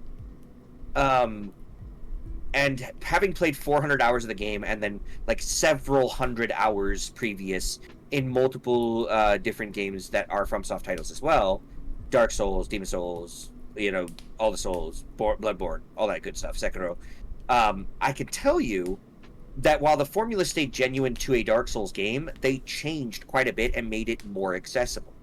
They made it a lot better. And people that come into the game thinking that it's going to be easy are going to be fucking mistaken. But the game is fundamentally easier than it has been pretty much ever. The one thing that I will say is that the bosses of the game... 100%. Yes, I've spent $60 on it 3 times, I think? 4 times? Yes, I think I've pretty much done the same. I 100% recommend the game. Now, will I sit here and tell you that it is a perfect 10 out of 10? No, not at all. For the standards, I will actually say that for the standards that we set for each game, and what games actually get 10 out of 10, this is, yes, 100%. But does that mean that it is perfect? Absolutely fucking not. No, there are plenty of things that are wrong with the game, and there are plenty of things that the community is relatively honest about, especially launch. Launch was a little rocky, but especially for PC. it. And the good thing is, like, I have come back to the game in the month since. Like, I've beaten it 5 different times. I'm working on a 6th time. We're probably going to do a few playthroughs with the seamless co-op thing. Like, I'm working on probably putting 800 or 900 hours into this game. It is definitely worth the $60. It is worth more than the $60, and I can tell you that it's worth more than the $60 because in the time that I've owned the game, they have updated the map. They have updated the way that the map interacts, so you can actually see where NPCs are now on the map, because that was a big bit of feedback that they got from most people. They have updated where the grace points are, how easy it is to access them, the different menus. They've actually done a visual update where there is a small little gold thing next to what you can actually use on your flasks when you have like a golden seed or something. There is a ton of updates that they have done for absolutely fucking $0. Zero. None. They just updated it because they care about their fucking game and they care about their fan base. And to me, that speaks volumes about a company. And I will buy FromSoft games until they do something that I deem absolutely abhorrent. They care about their game. And the weird part about it is that they care enough about their game to update it and do nice things like the map updates and all that other stuff, and do it for absolutely free. But they also care about their game because they're willing to put nuggets of information and stuff behind quests and things that are hard to find, and they have the full expectation that you are going to miss it, and they want you to search it out and find it, but only if you want to do it. And they want And you to do that it to next me time too. speaks They want you to play it. volumes. They want you to play it again and find it. Right. Like, they want you to find the things, but they're not going to hand you the keys and just give it to you, right? Like with games like Horizon, where they will give you a nice, clean UI that's got a pointy arrow that shows you to the next place, that lets you get the next quest item or talk to the next important NPC, which, you know, there's nothing wrong with that style of game. But the problem is that it's not an open world, right? Like, you claim, oh, luscious open world with all this other stuff. Like, okay, yeah, you can walk around in this big open space, but you have to go where the quest marker tells you. Whereas in Elden Ring, you choose what fucking quests are important to you. You decide whether or not you want to help Ranni, the Princess of the Moon, or whether or not you want to side with the cursed Chaos Flame. It's your choice. It does have online play. You can play with other people. We could hook up and play with you. Like I said, I've got a ton of experience in the game. It is definitely worth the money if you are looking into it, and I would 100% recommend 10 out of 10. But like I said, it's not perfect. It is not cross-platform now. Not very many games in these days are. Mostly just the games where the companies can afford to open up servers that will go cross-platform. But that is like basically Square Enix and maybe like Valve, I guess. Most MMOs or multiplayer online games are probably going to be console bound, unless technology for servers and stuff like that becomes much cheaper. That's the only way that I could see it anyway. It's hard to make central servers to serve that many people and have it be cross-platform as well. Like, it bogs down the servers a lot. And most of the like newer consoles can't even handle shit like that anyway. Started playing League, but I'm not used to the PC gaming. Yeah, PC gaming is. So like I think that it's better. Most people in the PC gaming community would tell you the same thing. They would say, you know, PC is the best way to experience games. However, I will say that there is a convenience to consoles because you do not have to constantly upgrade them and make sure that they're running the best software. And it's a cheaper experience, but it is a more viable and usable experience for most people. Whereas a PC, there's a lot of shit you got to keep track of. You know, like what graphics card you're using, how much RAM you have, you know, like whether or not you have 2 monitors or, you know, like all that stuff. Like, especially if you're streaming, that becomes a big chore and cost list, and that sometimes can lead to people not necessarily, you know, being able to afford to do that certain thing. It used to PC back in the day, but switched to Xbox to different. Yeah, and I mean, it is different going back. There are like the use of some controllers in some of the games, and like with a game like Elden Ring, I 100% would recommend using a controller. Yeah, it like a lot. Yeah, it depends on like what you're going shopping for, and since the chip shortage has kind of like stopped a little bit, like the Chinese production of chips has like kind of like flooded the market back a little bit, and things are a little bit less scarce, and like now would be a good time to like look into some sales and see, you know, like yeah, and that's, let's not like, talk that's the about how thing, much right? money we've spent on streaming stuff. Yeah, that's the thing, right? Like, it's an expensive thing to like invest in, and you want to make sure that if you're going to do it that way, that it's going to basically pay for itself, you know. So I totally get that. Like, it's not necessarily that like PC is the easiest way to do it for everybody ever, but it is, I think, the best platform to be able to experience things on. I feel like if you have a good PC, you can run pretty much any game. In smoother and better than on console. And the upside to that is also that your frame rate is going to be way higher. Like, so I'm a little bit of a PC purist, but when I go from an uncapped frame rate, or I can go like 165 frames on a G-Sync monitor, and I have to go back from that to 30 FPS on a PlayStation 4 or 5. Yeah, no, I think I'll stay on the PC. Like, I'd much rather. And I mean, like, that's a fair.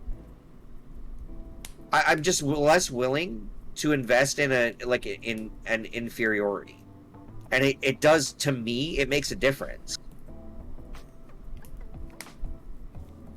And that's fair. Like, you gotta get an ergonomic mouse. I mean, there's ways around that too. Like the mouse I got is built in. There are some games that you can play with controller though too. Oh, like, yeah, 100%.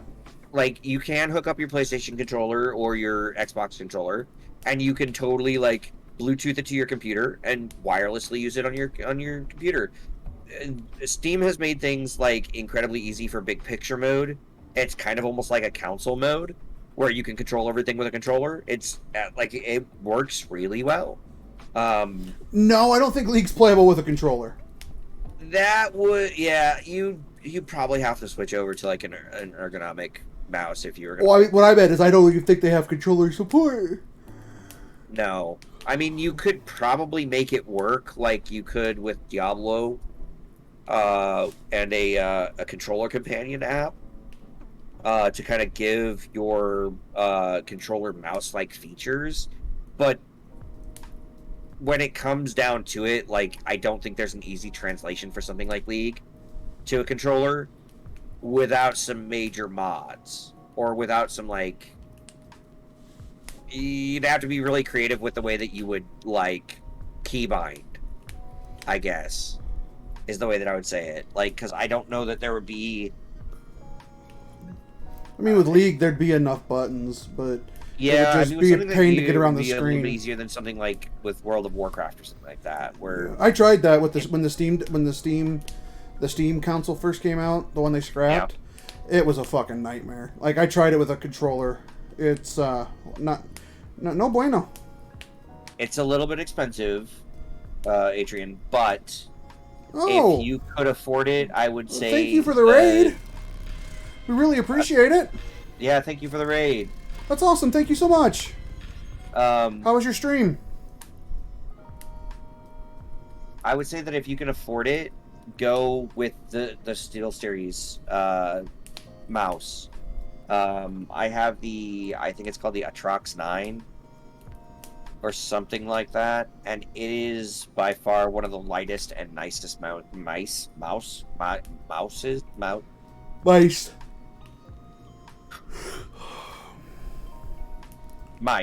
that I've ever used.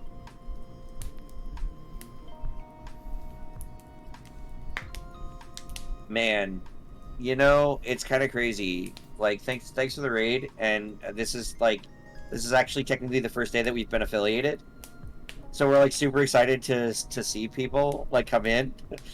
Yeah, it's been a crazy ride. Yeah. How was your guys' streams? Like I said, they're kind of expensive. They're like $100, and I don't know if you're willing to spend that much on a mouse, but they're really nice. They're really light. They're ergonomically, they fit your hand really well. They have nice buttons on the side so that you can, they're pre-programmable. Yeah, I mean, well, here, like, try it and tell the. Yeah, actually. Yeah. It's better than the one I've got. It just sits a little lower. Plus, it's super lightweight. They cut a lot of the plastic out of it. The design is actually like kind of an open air kind of thing. So maybe if you have like kids or pets, maybe don't like. This might not be the right buy because like a lot of the insides are exposed and you don't want stuff like spilled on it. In it. Fall out of the bottom. Yeah. Yeah. But I like I would definitely like SteelSeries is actually a really pretty decent quality product for the amount of money, and it's one of the best, like, I think non-Razer mouses that's out there. Um, you're always gonna have like decent quality with Razer, but it kind of depends. Like, I wouldn't recommend like jumping right into the Razer pool if like computers aren't gonna be your thing. They do have wired and wireless versions. The wireless ones, of course, more expensive, but the battery life lasts a really long time. I honestly can't think of a single complaint that I have about it other than like sometimes I have to choke up on the mouse a little bit because my thumb kind of falls between the 3 and 7 keys rather than the 1 and 3 keys. But other than that, like it's very comfortable, it's very lightweight, and it's definitely worth looking into if you're looking for a mouse. That would be my recommendation. It's the SteelSeries Atrox 9. So, I think I paid like $135 for mine. I think it was like something like that. It was a good investment though. It's a nice mouse.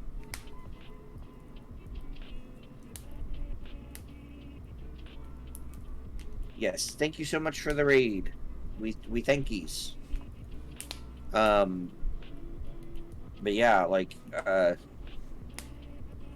I think that like PC play in general is just sometimes you don't get the games that some of the PlayStation or Xbox, fanboys get, and you may never get them. Like that is a possibility with playing on PC. Bloodborne will probably never come to PC because of Sony owning part of it, being part of the development team on that one. So the unfortunate part is they'll probably never work out a deal with Valve to put it on Steam. It'll never come to PC, and most Bloodborne fans will cry and lament and really, really, really, really hate their existence for it not being on a sweet 100 frames per second on PC, like everybody really, really super duper wants. But it's a baby gift for babies. So, I mean, I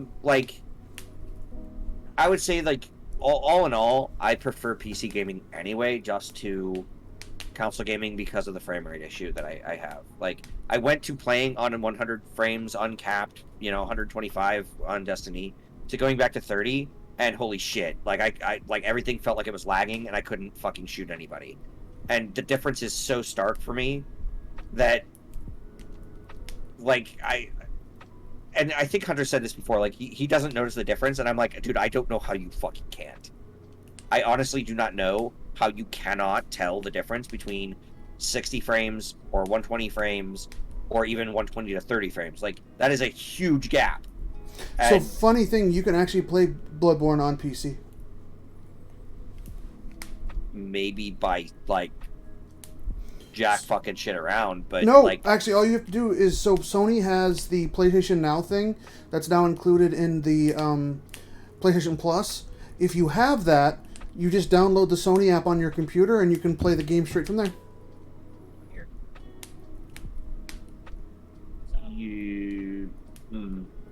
Yeah, but see here. Yeah, that is very true.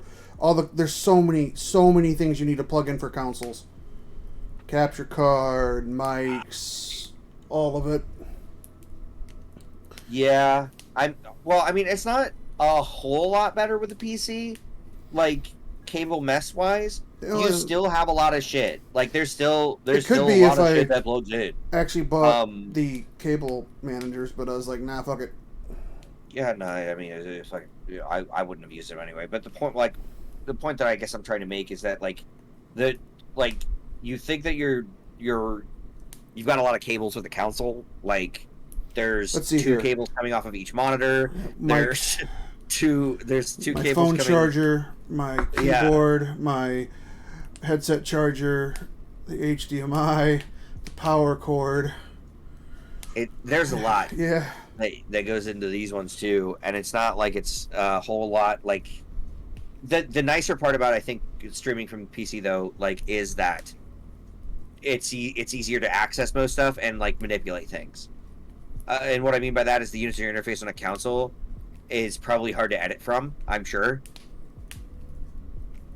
And like even with a capture card to put it on your computer, like that's just an extra step. that we, you know, like creators that already are on PC don't have to do.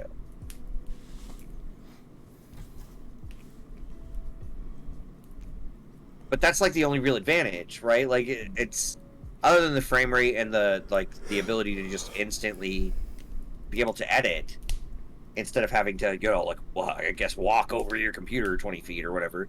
Like it is the only real difference between the two. Like it's there's not much of a difference when it comes to it. But I do prefer usually PC titles to actual console releases. And I think the only time that I ever really like prioritize a console release is when my friends are only going to use that console. Isn't the new Star The 18 games that's not like stream them. Yeah. Huh? Isn't the new StarCraft game only going to be out on? Was it Xbox? There was a new StarCraft game. Yeah, that's what Ryan was telling us today. That is very true. You know, if you stream those, you won't get in a lot of trouble. But then again, That I would guess you be could always weird. bleep it all out. But honestly, that wouldn't surprise me with like how weird Blizzard's just way of doing things this year. Well, it's and not just that. last You got to year remember. has been- You have to remember that Microsoft bought Blizzard and Activision. No, that's what I mean. Like, but that's a fucking weird move. Like, why would you make it only available on console when nobody has ever played StarCraft on fucking console? Like, why would you? Well, because Xbox games are now available through the Microsoft Store on PC, Oh. so you can still get it But on that's, PC. You like- just have to get it from the Microsoft Store. But that doesn't make any sense. Like I just bought Minecraft and I had to buy it from the Microsoft Store. I'm like, oh great, a third place to Although- buy video games. I do remember playing the original StarCraft on N64. And really, Yes, it was. It was actually on N64. Shush.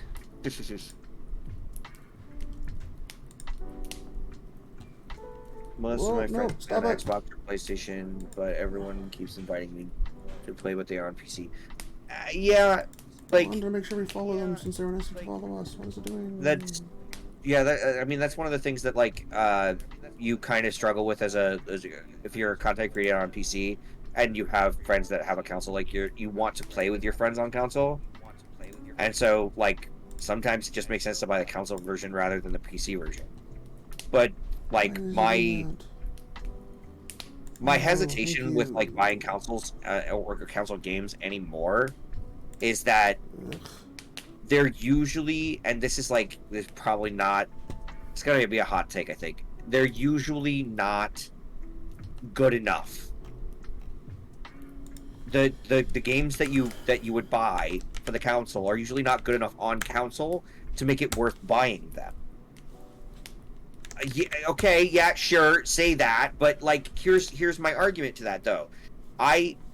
The only time that I've played like really good games in the recent history is when I've downloaded them and they've been free on console.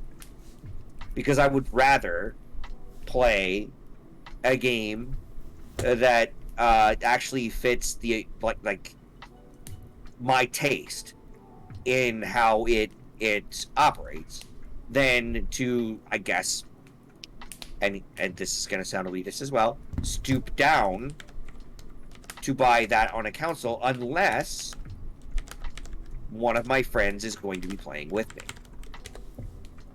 Then that makes it a little bit more enticing to play on the console. But because I can get such a better version of the game on PC, why the fuck would I buy it on console? That's my thought. Like, why would I buy it on something that will run it half as good? And that's what ends up fucking happening most times. I have bought Elden Ring twice because I wanted to experience it on the console with a friend if I needed to, and my son actually ended up like playing it mostly on the console. But like, I wanted to play it on PC because I knew my PC would be better, and it would handle it better, and it would be nicer and prettier and better, and have a better frame rate. That you've had. I've had 6 fucking copies of Diablo. No, I bought it twice for Xbox 360. I bought it twice for Xbox 360. I bought it One time for PlayStation 4, once for PlayStation 3, once for the PC. No, twice because I bought yours too. Yeah. So I bought it like 6 fucking times. Diablo 3, that is. And like the worst part about that is like no return for investment.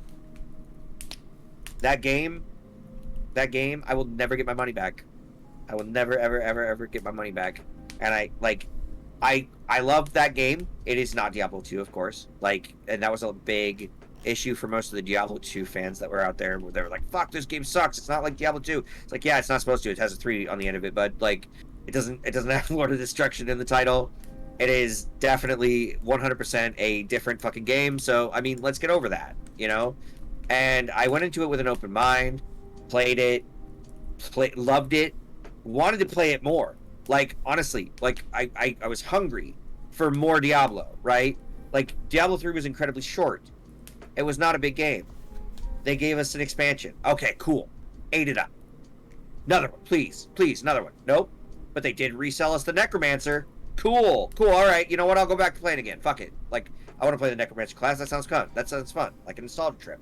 It's nothing like the original Necromancer, by the way. But it is still fun. Still had a blast. Loved it. And then the boredom kicked in. Because after the Necromancer patch, nothing. And there has still been nothing. The only thing that they do is they update seasons, right? Like they go into this thing, oh yeah, new season, blah, blah, blah. And basically what they do is it's a way for them to get you to come back to see the other versions of the armor that you weren't going to get by playing a character 7 different fucking times. Because the odds of that dropping are nil. Or pretty close to it. And you'd have to run thousands upon thousands upon thousands upon thousands upon thousands upon thousands upon thousands of greater rifts in order for you to even see the light of these items that, you know, would be like top tier fucking rift gear. And the problem that I had with that is it never got spicier. It stayed the same the entire fucking time. And that is a big fucking issue for a game like that. Because that game is... The player base will only stick around as long as it seems fresh. As long as it seems fun. Because that game gets incredibly repetitive incredibly quickly. And when they didn't give us any more content, it bled players. Okay, well. Come on, that one was funny. Nope. No, it was not.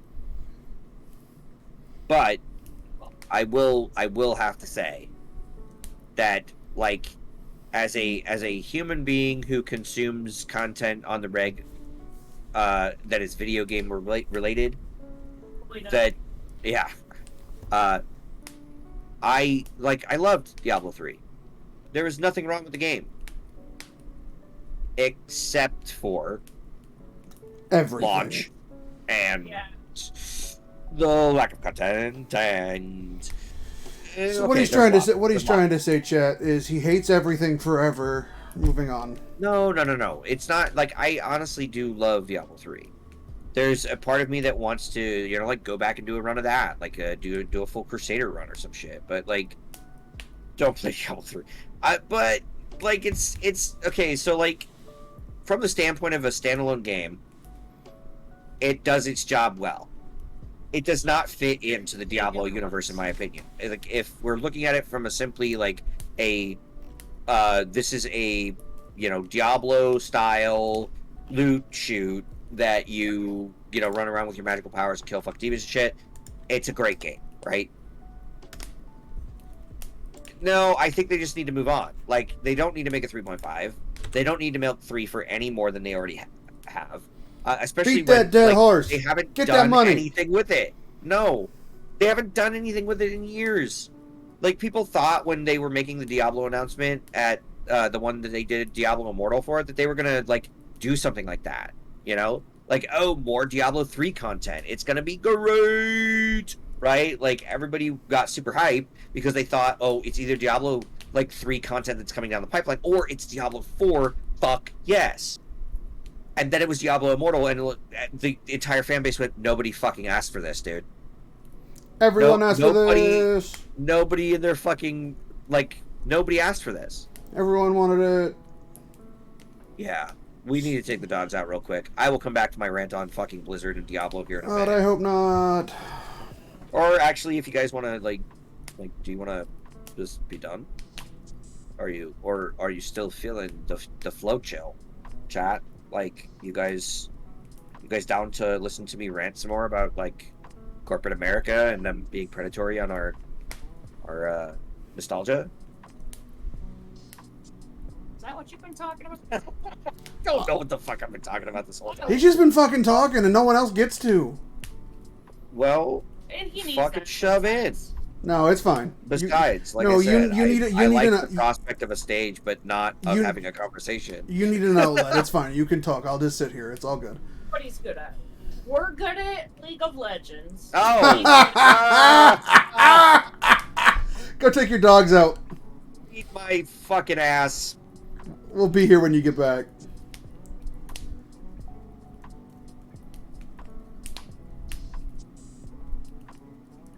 Oh yeah, I mean that's definitely true too, bud. Like it's all the time. They just keep recycling shit over and over. I mean, I felt like the PS4 and the Xbox One were they were the generation of remakes. Like it didn't feel like anything new came out of it.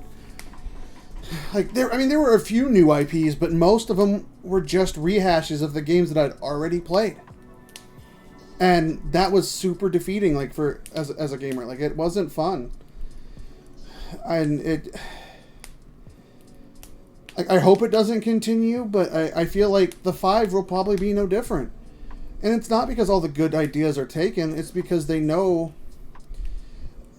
I feel like it's because they know what sells, so they're trying to stick to that just to make money. They don't want to take risks because, oh no, what if it doesn't sell? What if it fails? Well, I mean, at this point, even if it's hot garbage, I think people are so just thirsty for good... Not even good, just for new stuff that they'll buy it, even if it's terrible.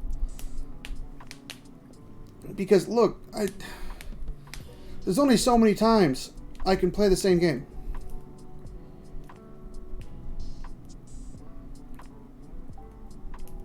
I mean, at this point, man, I'd give it a shot.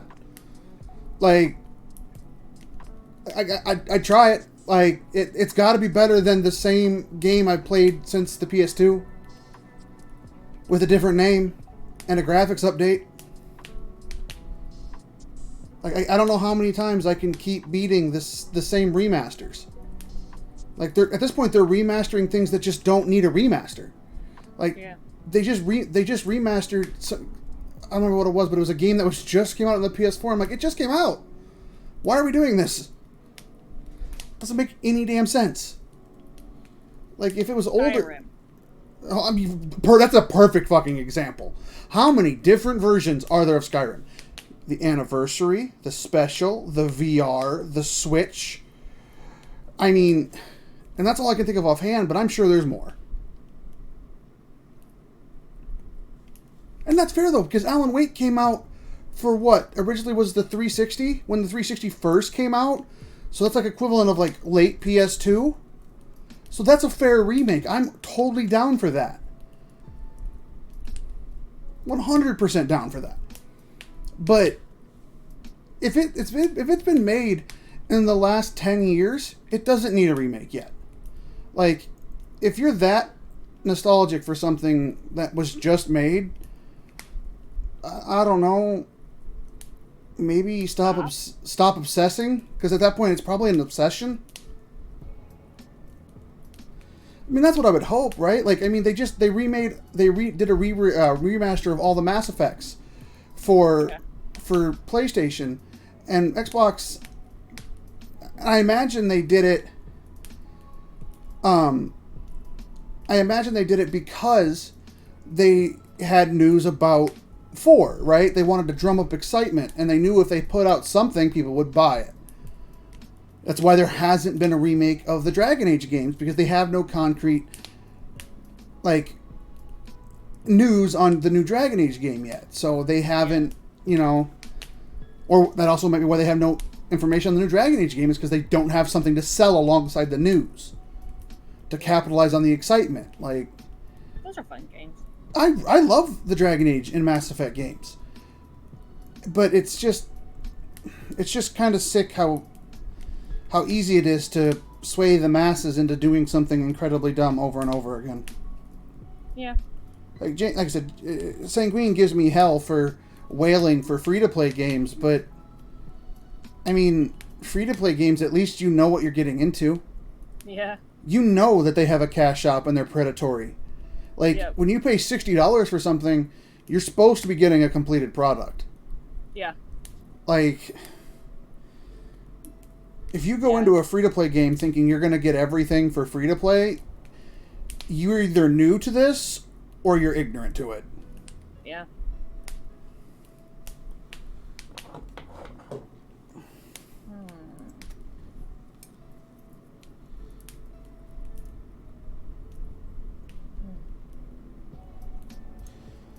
See, this is why he does all the talking. He's a lot better at it. All right, we ran out of stuff to talk about so quickly.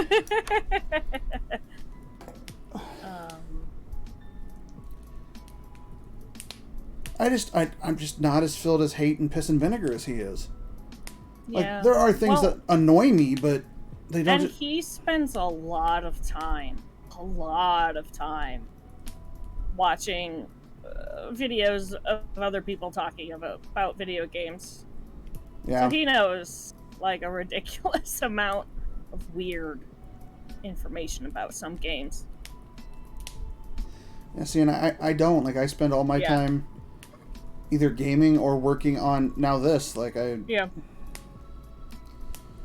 go to bed late and I wake up relatively early and I listen to music or YouTube or watch streamers on Twitch and bury my face in my computer because it's what's enjoyable to me. Yeah. Same.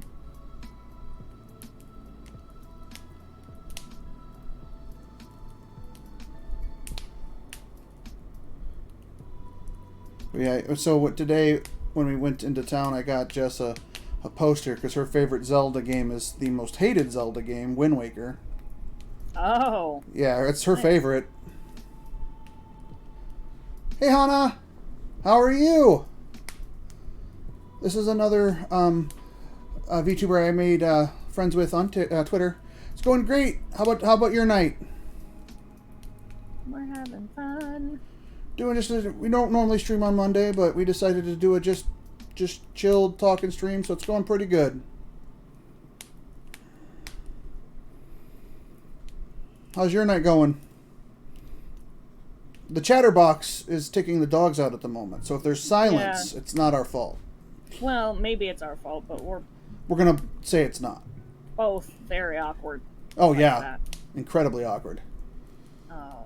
And if I don't have stimuli to prompt my brain, right now I'm distracted by the crackling of the fire. Anyway. Yeah. I drew a really nice picture the first 2 hours of this thing, so.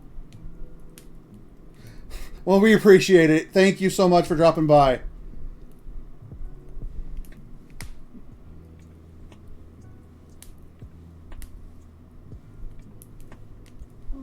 I know what to do. Yeah. But yeah, like I'm excited. I can talk about this now because he's not here. I'm excited for the new Harry Potter game that's coming out. That looks fucking great. It does look good. And I like Harry Potter. I like the books, the movies. I haven't seen all of them, which makes me feel like a bad Harry Potter fan. I've seen them all. I read all of the books multiple times. But, Same here. But the game looks awesome. You create your own Witcher wizard. In the 5th year, you can explore all of Hogwarts, Hogsmeade. Like, it looks fucking fantastic. Good. And I'm gonna play the shit out of it. Oh fuck yeah! And the last Harry Potter game I played was Lego Harry Potter, like a million years ago. Fair enough. We actually have them because Jess loves the Lego games. It's okay. You don't have to be into Harry Potter. I love the Lego games. Oh yeah, they're so much fun. They're so great. But then I'm also excited Alright, for the he's new. back. We have to stop. Oh yeah, nope. Definitely not looking forward to any games. They're all trash. How dare I? Yep, definitely not. Oh talking my about god. That's not what I say. That's not what I say. No, no, no. I'm just not excited for any games ever. Nope. Mm-mm. He's excited for the new Harry Potter game. And the new Pokemon games. So my Here we go, trashing my fun. Let's do it. no. I'm actually just going to chastise you a little bit. See, I fucking knew it. You should see the look Well- on his face. Hunter, my dear friend, likes to take part in the predatory concept known as pre-ordering. I am heavily against pre-ordering. Why? Because you're paying for something that you do not know what you are going to get at full price, right? Like, so here's the thing. I changed your mind about that because we had pre-order No. games before. What changed my mind about that is the level of degradation that's happened to the gaming community over time. Like the predatory monetary practices that have come about as a result of knowing that they can get a certain number of people to pre-order every fucking time has taken place, and it is objectively bad for gaming industry as a whole when setting arbitrary dates that they set themselves to complete the game by. Look, Borderlands 3. if I get happiness out of buying the Harry Potter game in a broken state and playing it, that's my business, not yours. I guess it is, but the thing for me, and the reason why I disagree with the reasoning behind why you do it is because you could still just buy a day of. If they have a copy, a lot of Most times of the time they do. a lot of times they don't. I've went into GameStop plenty of times. That is not true. There's very That is true. not true. That is not true. Most of the time when I go in to buy any type of Japanese RPG, if That it's is a not pre-ordered, FOMO. they don't have it. Nope, that is a FOMO. That is you being Yes. afraid that they're not going to It's have FOMO anything. from And the guy who fucked worked up there part of for it is you 7 can just years. walk over to Walmart What would if I it's not know? at GameStop. What would I know? I No, only worked there you for 7 can years. find a game.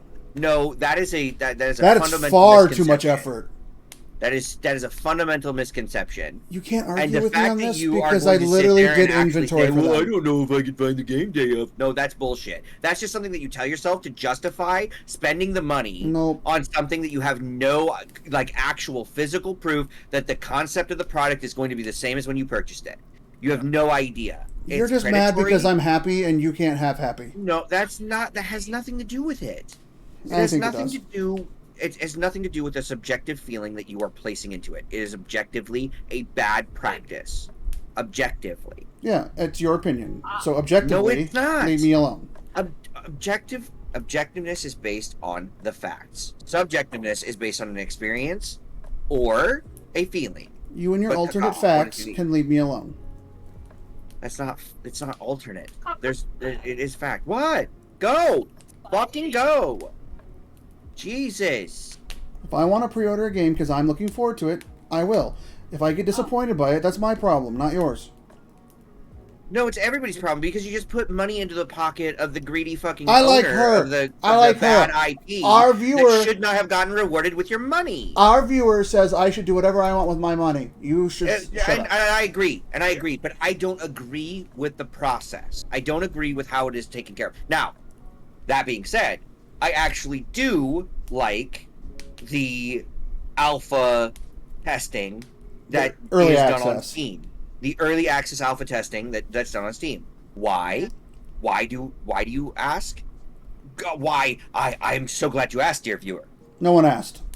I'm so glad you asked. No dear one viewer. cares. The reason why I am actually behind this practice is you get to glimpse the product. You actually get to play the product. You actually get to see if this product is going to be something that you like at time of launch. It is something that you actually get access to, and thus is worth your time and your Yes. money if you so choose to actually purchase it. Pre-purchasing, however, does not give you any So- access to the game. so- It simply allows you to pick the game up at an earlier time, and if it's a shit game, it's still a shit game. So You let's, just spent let's, $60 rewarding a company let's that do it made a this- shell let's do it this way. of a game. Let's do it this way. Even if it's a shit game, I get to be a wizard and use magic. I'll have fun. I don't care. That you're. Oh my god! Whatever. You know what? I don't give a shit what you do. Yes, you do. I don't care what you specifically do. Yes, you do. You It's gonna bother don't you. matter in the grand scheme of things. Yes, you do, and it's gonna bother 100%. you to the end of time. No, it doesn't. If you want to take practice, Beaver. no. God. Little beaver god. And you made the beavers and they did the work. No. No, you should. No. It's adorable. No. Why? Because I don't like that style of game. And I'm not going to waste my time or money or effort on trying to play it. It's just like Wrath. I already had it because the kids wanted it and because it's attached to my Steam. But that's still like, at least I didn't waste my money on that. I don't feel bad. If I bought a game and then I was like, oh, this is just shit, I would not personally So do you be happy with my purchase, right? So- I would want a refund, right? So my entire time. You like to play bad games, that's fine. You can pre-order all the fucking terrible games that you want. Fallout 4. You can get disappointed So- all you, and I don't give a shit. So that being said, actually on that topic, just to expand a little bit, there's actually only been 2 times that I have purchased a game and was actually disappointed, and like I shouldn't have bought this, like that I can honestly remember. Yeah, there's been games that I'm like, wow, this isn't what they said it was, but you know what, I'm still having fun. Whatever, it's fine. But the biggest one that sticks out in my mind is a game called Brink, which was hailed as the next level of co-op shooter, and oh my god, that game was so bad. Yeah. It was so fucking bad, Yup. and I was so disappointed. I know. It looked good. It looked so great. Like the parkour would look great. The gunplay looked great. The character customization, it was so bad. Yeah. It was one of the only games I've ever returned day of purchase. Like I bought it because we didn't do a midnight release. I came back to GameStop when I was working there. I was like, here, take it back. What's only $30 trade in? I don't care. Take it back. I don't want it. It was so bad. And then, the other one was a game called Murdered Soul Suspect. That one wasn't that it was bad, because it was fun, and you solved like a Salem witch trial, like murder mystery, like ghost story kind of thing. I had a lot of fun in the hour and 15 minutes it took me to beat the $60 game Oh. and platinum it. Oh, jeez. That's Yeah. not good. Like, the story was great. It had a very great story. It told a good, well-connected story, but it was so short. I'm like, how can you justify charging me $60 frickin' dollars? That's ridiculous. I'm like, this isn't even indie level things. Like, I can get indie level games for free that are longer than this. Yeah. For sure. Like, and don't get me wrong, it looked great and it played well and it had a great story, but I'm not paying $60 for an hour and 15 minutes. Right. Those were the only 2 times that I've ever been actually disappointed in a purchase. Like, there are games that didn't live up to my expectations, like No Man's Sky, for instance. Like, it was nothing like they promised when it first came out, but it did what I wanted it to, which was let me get in a spaceship, buy other spaceships, and fly to cool planets. And Which it's is, gotten better, I've heard. oh, it's amazing now. It's what it should have been at launch. But when it launched, all I wanted to do was go explore space. And it gave me that. So I didn't care that it was missing all the other features, because the other shit was just gravy. I just wanted to get in space and go explore. Yeah. So I was fine. Was it what they promised? No, not at all. But did I care? No, not at all. Like, but there's a lot of things like that, like where things come out. Like, I never bought Fallout 76, but if I had, that would have been one of the games that I was disappointed in. Oh, no kidding. Like that game was so terrible at launch. I didn't even buy it, and I was pissed that it was bad. Like I just like I get what you're saying, and maybe if I had more disappointment in games over the years, or I didn't have fun with my purchases, I would. I mean, Fallout 76 is fun now. Like, it's great now, but I'm talking about at launch. At launch, it was a hot mess. Yeah, like, but I just haven't. Like, but I'm also not. I'm not as critical as things as Sanguine is. Like, Yeah. if it gives me the serotonin and the happies, I'll let it go. I just don't care. We pre-ordered Fallout 4, right? We got that pre-order. Or at least got it day of. I don't remember. And Oh, yeah, that's very true. he played it for like character creation and then fell asleep. And I started playing it and didn't stop for like 6 months until I got plat. I love Fallout 4. It And was a great then- game. He has never played it because I ruined it. Because Okay, I but- would watch it but here's the hours on end. here's the difference between like here's the difference between what you're talking about though, Adrian, and like what they're talking about and what I'm talking about is that ESO is a pre-established game Yeah. that has a good track record of like making better content every single time that they bring something out. So like every single like ESO expansion, as far as I'm aware, has been better and better and better and better to date. It's just like Final Fantasy 14. Like if you were to tell me that you were doing the same thing in Final Fantasy 14, I would believe you because every single expansion pack has gotten better and better and better and better. And I'm not necessarily saying like the content itself is the good part, but their story is. I don't know what this one is. If I'm being perfectly honest, It's for the you, I haven't it's the heard one much we were about go- it. it's the one we were gonna play. High Rock. It's got the Brentons in it. Yeah, but that doesn't tell me anything. I don't Right. know anything about the actual I don't story. either. But So like I couldn't be a judge of that in particular. But I will say that like the vampire one was dope, the werewolf one was dope, the one that had the dragons in it was pretty dope. Like they have some Sheogora stuff in there. I don't know like if been like a Sheogorath themed expansion. That would Not be fun. really. I don't think there has been anyway. But yeah, they've done like Morrowind and like this is all way before Skyrim. And like even before Morrowind, like when when the volcano still hadn't exploded. But Sheogorath was still a chaos. Yeah, and like I like I said, I don't know what the newest one is, but I would trust ESO yeah, and and that's pre-order. what he's explaining. Adrian is he agrees that pre-ordering should only be used for things that are pre-established. Right. Like if you're buying a game and it's like the brand new version of the game, it's a new franchise or it's a new IP that's coming out that somebody and you know nothing about the game and you just pre-order it because of the name, like it's like Dragon Phase Blast 5 or whatever the fuck, and you're like, oh yeah, no, that sounds dope. I'll just go ahead and pre-order it. That is what, in my personal opinion, is conceived as an ill-conceived pre-order. Like you would know nothing about the game, the series, anything, like you've never heard of it before. You're just like, fuck it, I'll just pre-order it. And that is what Hunter does a lot.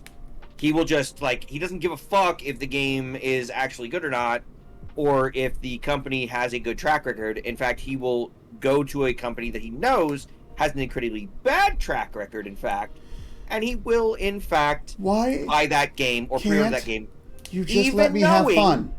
even knowing that it's going to be a bad game from the fucking start. Like, he has the knowledge that when the game comes out, it is probably going to be absolute ass. Like, he knows because the last few games that he's played that have been from this fucking series or this particular developer have been ass. And yet, he continues to pre-order the ass game. Why can't Why? Because he claims that he has fun with them. I don't And claim the anything? problem I that have fun. I with do that have fun. is that there are a lot of those titles that are just basically like clickbait titles where it's like, oh yeah, just click on this and we, like whatever. Like it's a shit game and they're just preying on the people that like the title, and they make the game under the pretense that people are going to buy the title because of the title rather than because of the actual game and the content, like Hunter here. Wait. Do you actually like him and want him to make good choices with his life. No, I'm That's just like saying. getting out of- No. See, here's the I'm problem. getting out of What this does. No, I don't like. He's a drop in the fucking like puddle, right? Like he's there's a big fucking problem. There's a big pothole in the middle of the road, and it's filled with water. And he's just one drop of that fucking water. The problem is the fucking pothole itself. It's the fact that people keep filling the pothole with water and buying a shitty game and rewarding the company that's selling the shitty game. I'm looking at you, Call of Duty. Yeah. I mean, that's fair. I haven't bought a Call of Duty in That's fair. years. But you did. But 2 years ago. You kept buying them. 2 years ago. And you kept buying, and they were bad. And they would be bad every fucking time. And you would still go, you know what, I'm pre-ordering the next one. And I'm pre-ordering the next one. And I'm playing. And it took you like, what, fucking 7 times of that before you were like, you know what, this game is fucking garbage. And I was like, yeah, I told you that like 4 fucking iterations of this game ago. Yeah, and you, but you kept buying. because I had fun. I enjoyed myself. So that's all that matters. If I can turn that money... not. If I can It's turn not that fun, money... though, because, how much actual fun did you have in that game? A lot, because I'm super competitive and I like shooting people. And it stops me from doing it in real life. Sure, the glitches and the fucking the haters and the fucking Well, constant fucking you know I like haters. Come on now. That ain't even the, a thing for the, me.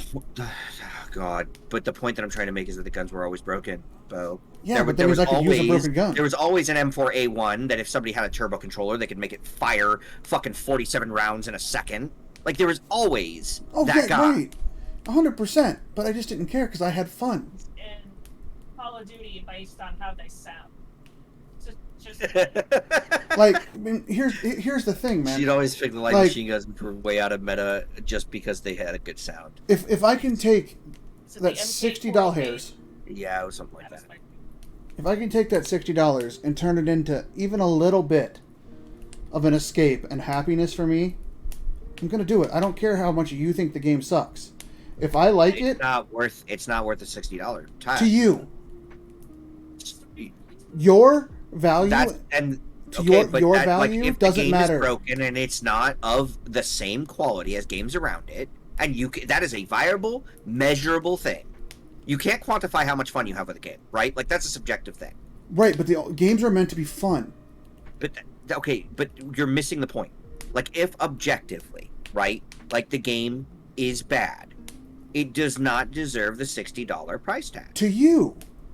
If I have fun, That which is the should be only way I measure a game. quality standard for anyone because it has nothing to do with the fun of the game. It has something to do with the quality and the standards that the people that play the games should actually have and accept. There's a social contract between us and companies, right? Like they set a price, we either do or don't buy it, right? And then they're like, oh, okay, so they accept that. And then they move the price up $2. And they say, well, they buy it at that. And we say, yeah, okay, it's $2 more. Why not? I'll still pay the money. And then they move it up $10 more. And this has been happening in the gaming industry for an incredibly long amount of time. It has not cost them any more money to produce the games. In fact, if anything, It's gotten it has cheaper. gotten cheaper for them because you can now just instantly download it. They don't have to waste time on materials, packaging, or shipping. They don't have to do any of that shit. It just goes straight to your computer. So then there should be absolutely zero fucking reason why companies ship a game half finished, especially AAA titles. Yeah. And I don't give a fuck what you're saying about having fun with the game because that's irrelevant. The quality of the game is substandard, 100% and thus they should be be cheaper. charged less for if that's what you're going to do. If you're going to sell a shitty half-finished game, then charge $40 from it, not $60. That's not how fair market That's works. my point. Yes, it is, and it should, because the determination of the market should be by the people who are buying the game. If the game is shit, it should be charged at such. But we also have access to Baldur's Gate, is my point. We have access to watching the development of the game as it goes. We have the ability to play it now. Whereas a game that is released by most of these AAA companies, when you pre-order it, you do not have that fucking luxury until launch day. Either way, You're saying fun is irrelevant. Unfortunately, fun is not irrelevant. Like a It headset. 100% Fun is the and you're only just driving factor. Simply going by the metric standard that a game's quality should meet a specific thing, and if it's less than that, it should not be charged at full price. Right. You should not pay $69 for a $39 game. Right. The problem is you're looking at it from a metrical standpoint, and the thing Like is, Barbarian yet. you can't look at something that is meant for entertainment to be that'd be okay. Yes, you So can. hang on. I have the perfect analogy now that we're streamers. That'd be like saying that one streamer gets to charge $3.99 for their subscriptions, while one gets to charge $9.99 because the one's funnier. Is he doing They- the thing again? They do. They don't. They do get to charge. Yes, they do. No, they don't. are Your more subscription- entertaining, and your they are subscription better at the prices- oh my god! Your you know what? I'm not subscription even- prices I'm are not having this set by argument with you. set by Twitch. No, I'm done. I'm done already. You I'm done don't already. get a choice. I'm done. You don't get a choice. The prices are set by Twitch. Okay. And what you're arguing is that somebody cannot tip that other person the other $6.99. We're not talking about tips. That's We're what you're talking about the saying. flat No, price. No. We're talking about price, right? We're talking about the price of a game. We were Right. actually. We talking- are not fixed by that. Twitch is fixing that. The industry is not setting the standard. The standard is being set by the website. Actually, the standard is set by the industry because YouTube does That the is same not thing. the industry. The industry is people. Okay, you know what? We're done because this argument is going absolutely fucking zero. This is going nowhere. You have a subjective mindset when it comes to buying things, and I don't. I look at things objectively and I say, this is either worth my money or it's not. End of story. And so This do is I, but I either use the a different quality set of that I criteria. expect or it's not. No, it's not, because if you're saying that like an objectively bad game, a game that was shipped in poor quality should still be sold at $69 instead of at $39. That's what you're saying. Because it is a AAA title and because it predicates itself on the fact that it has the name Call of Duty stamped on there, that you should pay the full amount even if it is an unfinished hunk of shit. You should pay the $69 because it's fun. Because it's fun. I'm not saying you should pay the That's what you're $69. saying. I'm saying you're going to pay the $69. Well, not No, $69. $59. and that's what I'm saying is that mindset needs to change. Right, but the only people that People don't that- charge $69 are indie titles, and even then, That's fundamentally untrue. If you stop spending $69 on shit games, they will stop charging $69 for shit games. in an idealistic That's world, the yes, way. that's how that would work. The way that the market works, and the way that actual, like, if you guys would stop fucking pre-ordering, and you would stop rewarding the market with those $69 sales when they do not fucking deserve them. That's what I'm saying. Okay, Is and I you're would like creating the market by being ignorant the way you are. Name and saying, one- oh, well, it was fun, so like, And it's Name like, okay, one- but objectively, it's a bad game. Like, Name you can't one section of the free market in our current state of capitalism that works that way. look at literally Hey, guys. anything that has like is stepped out of social boundaries. Look at anything that has stepped outside of social boundaries in the last couple of years. When do sales tank? When someone does something outside of the social norm, right? When someone like does something that is objectively abhorrent in public, that is when stocks, money, and things tank for that. And you know what they do? They come out with a fucking apology statement immediately. Why? Because they don't want people pissed at them and they want people to buy their product. Point to literally any fucking major company in the history of the world that has fucked up, and I will show you a company that has lost money because someone said something stupid or did something stupid. Right, and I agree with So you. the I agree with fact you that 100%. But like- what I'm saying is, the way it currently works is people are so desensitized to that shitty treatment that getting a poor quality game isn't abhorrent anymore when it should be. Getting poor quality anything should be abhorrent. Right, but it's not. It is. It's like okay. So the fundamental moral of that doesn't change. I mean, it shouldn't, but it does. Like, people are willing to accept lesser things because they don't think they have a choice. And that's why the market... That's bullshit. That's And the whole that point of a fucking free market. It's how Like, most marriages happen. Right, like... Because they don't think they have a choice. I mean, that's also very Yeah. true. But I mean, that's the truth of the matter. Is the reason why the market is the way it is nowadays is because people don't feel like they have a choice. Like That's you bullshit, though. That's you just go an to excuse. Walmart because you don't feel like you have a choice because Hy-Vee's That's too an expensive. excuse. That's a fucking excuse. Is it though? Because That's an Hy-Vee's like excuse. $100 Oh my more than goodness. Oh my goodness. It is a 100% excuse Hey, to excuse the behavior of we're actually having- having to we're go having out of a- to find we're having a civil and be conversation. responsible. Sanguine, we're having a civil conversation. Bring the energy level down a little bit. Chill stream. Tell your wife to Go chill fuck you. out. No. I am being chill. Go fuck yourself. You are not. You are getting heated, man. Like No, you're- now you're- I'm getting heated because Oh you're my telling God, me that children. I'm getting heated. you're like the He fire was fine. in the Yeah, background. I was was fine. fine. He's just talking loud because he's excited. Oh, okay. I'm sorry. I apologize. But you keep pushing him, and it's gonna get mad. I'm not trying to Well, push him. I'm just as trying to have a evil conversation. As Walmart may be, Atrian. They are a necessity. The problem is that people can go someplace else, and they will if fundamentally forced to.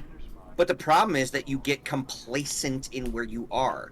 You are okay with the abuse, Right, and that's so you what I just mean. keep taking it. That's not the same thing as knowing that you can go somewhere else and doing it. You're being ignorant to the fact that there's someplace else. You're just going, Walmart's that's more not true. convenient. That's not true. Yes, it is. There is no It's other. ignorant. There's okay. Hang on. There is no other place I can go to get an open world, or Egypt, like a game set in Egypt, where I get to roam around Egypt and do whatever I want. Nobody else has done that. Why? I don't know. I'd love it if they would. I would rather play their game, but they haven't done it. Like, you say I have these choices, but the truth of the matter is my choice is don't buy Ubisoft's game and don't get to do what I want to do. Or, sorry, buy their game and get to do what I want to do, or just don't because no one else has done it. Because as much as I'd love to, I would give all of my money to indie games if I could convince them to make the games I want to play.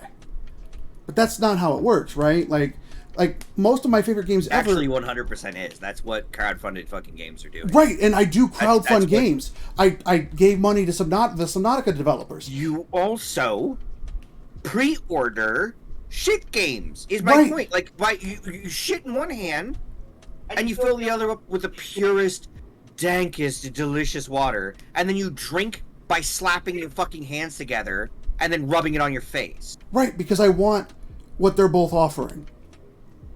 No. You want what one of them is offering, and you're willing to accept what the other is offering. Right, because That's not the same thing. You're lowering fair. your That's expectations fair. and your standards. And that is fair. But I'm also not able to get what the other one's offering. Like, I've stopped buying a lot of AAA titles. Like, over the last year and a half, like, okay, let's not count the last year because I've been sick, but previous to that, I stopped buying a lot of AAA titles. Most of the games I purchased were indie games because they were just better. But there were certain games that I wanted to play because of mainly the setting, to be completely honest. And so I still bought them. Like, that's why I that's why I bought the previous Assassin's Creed games. I really wanted to be in Egypt, my favorite period of history. Like, so I didn't even care that it was Assassin's Creed. They could have just called it Murderer Egypt, and I would have bought and played it because it was in Egypt. I was super excited for the people who did Firewatch to make an Egypt game, and then it got canceled. I was like, motherfuckers. Like, I get what you're saying. But the games I play, I buy because a lot of people, like, they've cornered the market. They've created monopolies. And when it really boils down to it, that's the problem. There is no real competition. Though. It There's is no true. real competition because there's no other developer that's out there that's creating an Egypt game. But that's No, not to say that that's- there that's- couldn't that's be a- a development. There's a lot of of good an Viking games out there, though. But that's a very that was a generalization. I was just using it because I knew it was a good sticking point. But Got 2 Viking games that I really enjoy. there are quite a few good Viking games. Tribes of Midgard, Valheim, Northgard. yeah, like there's quite a few good Viking games. But what I'm saying is it's not just Egypt. Like we were talking the other day, a lot of times they use buzzwords, right? Like massive open world and your choices matter. And you see those things and you can go, great, it's an open world full of bandit camps that mean nothing. and your choices matter to the end, where it's the cookie cutter ending. They're preparing us for the very near future, though. Right, right. Well, and here's the thing that I have a problem with. When you decide that that's the only place I can go to get that, and you pay for that garbage, right? It makes the rest of the market get saturated by just that game. There's no other place that we can go. We're not even going to bother looking. I do look all the time. I'm on Kickstarter all the time. Okay. My uncle is a graphic artist, and he is working on a Kickstarter game, and they got funded. That's awesome. He's pretty excited about that. That's awesome. I hope it works He's been out. working on it for like a year and a half. It's I can't remember what it's about. A mine, maybe? It's like a board game, but is like a mine. So it's almost like Monopoly, but mining stuff. Well, that's cool. He doesn't even understand it. He's like, they send me words that they want me to draw, and I draw them. I draw the things. I don't really understand how the game works. I'm Fair just enough. an artist. But yeah, no, I love supporting Kickstarters. That's actually one of my favorite things to do. I wish there was more of them, but unfortunately, a lot of people got burned by what's that game? That space game. Oh shit. Star Citizen. Yeah. Where they raised like $10 million some dollars, and then the only thing you can do after all that money and years of development is sit in the cockpit of a dummy ship. Oh my god. Really? That's it. That's all you can do. Jeez. That's so good. And I mean that game single-handedly damn near bankrupt Kickstarter because so many people wanted refunds. Yeah. And you got to be careful with Kickstarter because sometimes that shit happens. Sometimes people just take the money and run. Yep. But I've again, not really Sanguine's type of games, but I put money towards Slime Rancher, Subnautica, Yeah. Raft when it was on Kickstarter. Yep. We bought Slime Rancher after it was already funded, though. I bought whatever. I think when I got Slime Rancher, it was because Braxton came to me and told me that he wanted it. Yeah, I love Slime Rancher. It's so much fun. Yeah, It's such a I didn't cutesy know game. anything about the fucking game, and it doesn't really seem like it is. You would not like it at all. It's not your bag, but it's very well done by an indie group. Cute, though. It's super cute, and it's a lot of fun if you're into those style of games. And it's very well done. I was there during, like I said, I was part of the Kickstarter. I've done a lot of Kickstarters for games like that, and I have a lot of fun. That's actually where I have the most fun in my gaming, and that's over the last two and a half years. That's where I get most of my games from. There are certain titles that I still look forward to. Like I said, the Harry Potter games. I'll always be a Pokemon fanboy. You'll never convince me that the new games are bad, because as long as I can go out and catch monsters, I'm happy. I could give two shits less about the rest of it. I remember those fly as fuck Pokemon sweatsuits you used to get beat up over. Yeah. Those were so cool. I was so fucking jealous of those. I was like, man, I wish my parents would let me buy stuff like that. They were worried I was gay, so they only bought me super girly stuff. I mean, my dad still thinks I'm gay. It's fine. You're not? Maybe a little. I like no. Men are gross. Penises are worse. Yeah. If anything, I'm a lesbian trapped in a man's body. And I mean that in the most literal sense. Men are gross. But that's really it. Don't get me wrong, I will buy the new Elder Scrolls game. I'm super looking forward to the new Starfield game because I love space. The idea of customizing my own ships and visiting planets, that's my thing. You telling me I can go visit 1,000 planets that are fully developed with alien races and alien creatures? Sign me the fuck up. Deal. How much do I owe you? $60? Fuck, here you go. As long as I can play for a few thousand hours, I don't care. It's worth it to me. You see, and that's how I used to justify it in my mind, is if I pay $10 or $12 to go to a movie, and the movie's 2 hours long, then if a game is at least 10 hours long, I've gotten my money's worth. As long as I can sink 10 hours in the game, I've gotten my money worth out of it, right? Because, math and whatnot. And then I realized that doesn't quite equate, but you can also go to bad movies. I mean, for God's sakes, that time when you guys went to Snakes on a Plane. No, Snakes on a Plane was a fucking joy. No, hang on. No, I did not go to Snakes on a No, Plane. you didn't. It was Nikki and Sanguine. But by Shyla, I was dragged to that Hilary Buff movie that night, where you guys were going to Snakes on a Plane. I wasn't saying Snakes on a Plane was bad. I'm saying I was dragged to the Hilary Duff movie. Like, I paid $40 that night for time I'll never fucking get back. Like, I remember there have been very few movies that I've gone to that I've had a incredibly bad experience at. Oh, same here.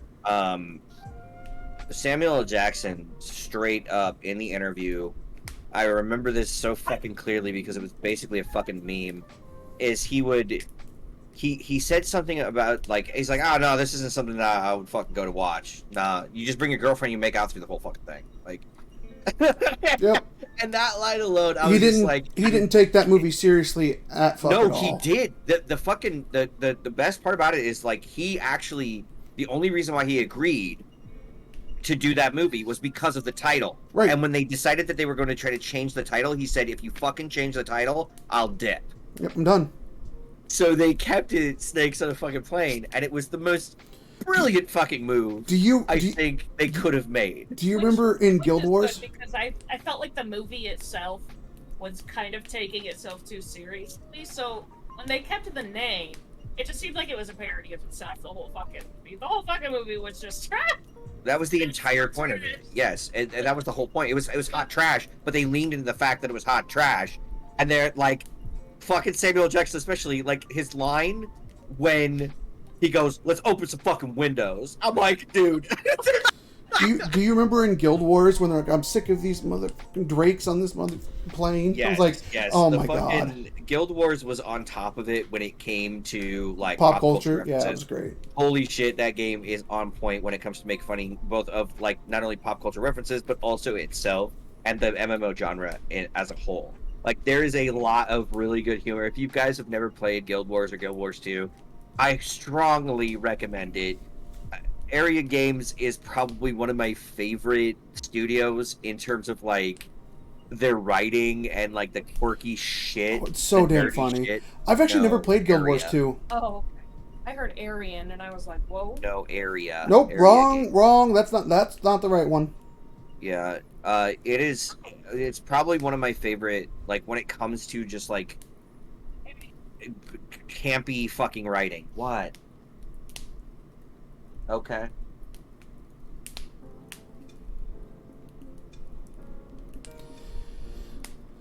Alright.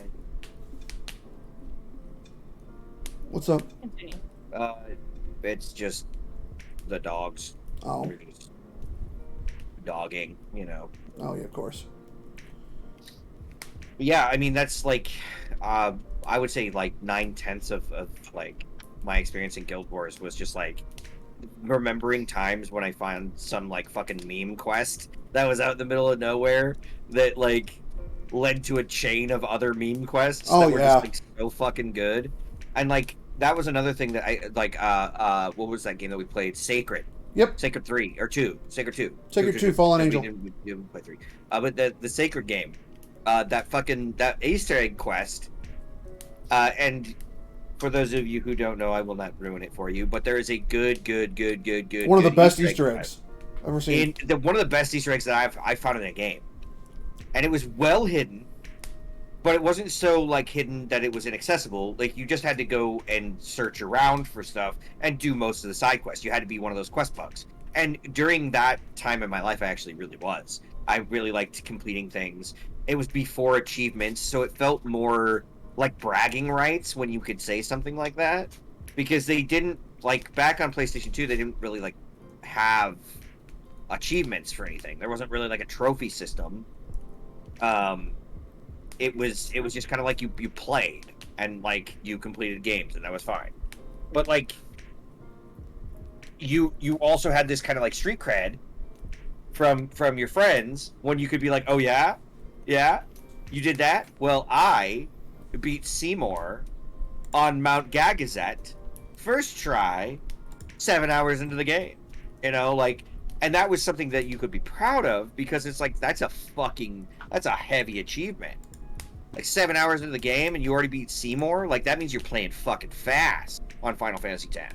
You know, like you're cooking at that point. Like you've leveled up quite a bit. You've done some shit. You know, and like games like that were a lot less RNG heavy, and there was a lot less like randomness to it. But like there was also like this level of like excitement that you had, and this like this achievement that wasn't actually there.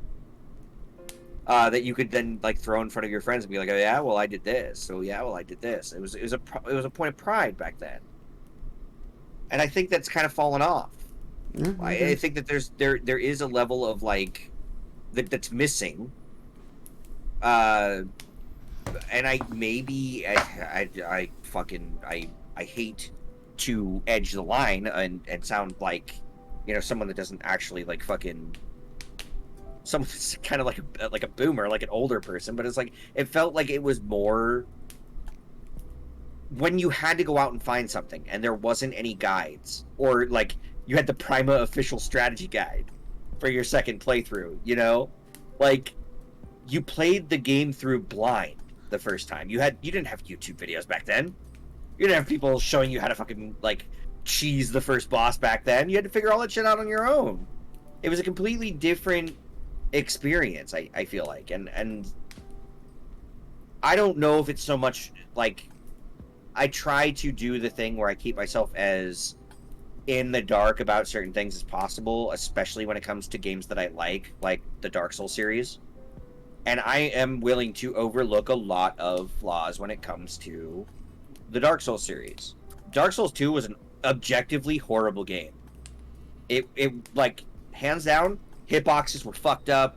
The AI pathing was just absolutely dog shit and would run around in circles sometimes. There was a lot of problems. Movement in the game was like really floaty and was terrible. But the game as a whole was playable only because the story and the things that went into it were so fucking good. And people that love Dark Souls 2 defend it vehemently. Like, it is definitely, like, Dark Souls 2, you either fucking absolutely hated it or you absolutely love it with an almost hated passion for it. Like, you love to hate this fucking game. And I'm one of the latter, you know, like I'm definitely one of the people that's like, yeah, definitely sign me up for more Dark Souls 2. I haven't been punished enough yet. Thank you, Smelter Daddy. You know, there's a lot of games that can do that, and that people are willing to overlook like certain flaws, right? In those games. And I'm not saying that you're wrong for being a fan of those games, right? Like, I might not like those games. But if those games were consistently bad, I would stop giving those people my money. Is just what I'm saying. And how did we get back to this topic? We managed to get away from it, and now you're back to it. Well, it's the only way that you can correct a company's behavior in my eyes, is that you tell them with your wallet, hey, I don't like the choice that you made here. I find that pitchforks and fire work well. They really don't actually. Historically, it doesn't work. Yeah, it almost never works. That is it makes me feel better. That doesn't make it. You always know what? Always raining on my parade. I can't launch people into the sun. Can't light people on fire. Yeah, no, you're not allowed to do any of those things. Why is it that the guy with the vampire persona is the one that's trying to talk you out of, like... Because I'm the homicidal maniac, hint the hunter, with the scythe. Whatever, man. Astral Hunter. I hunt through the cosmos for things to murder. Mainly evil things. Mainly. Sometimes a chicken gets across the wrong path. Hey, chicken's delicious. Exactly. We had this conversation the other day. Chicken is absolutely 100% delicious, and I would eat it. I don't know if I could survive without chicken. Oh, 100%.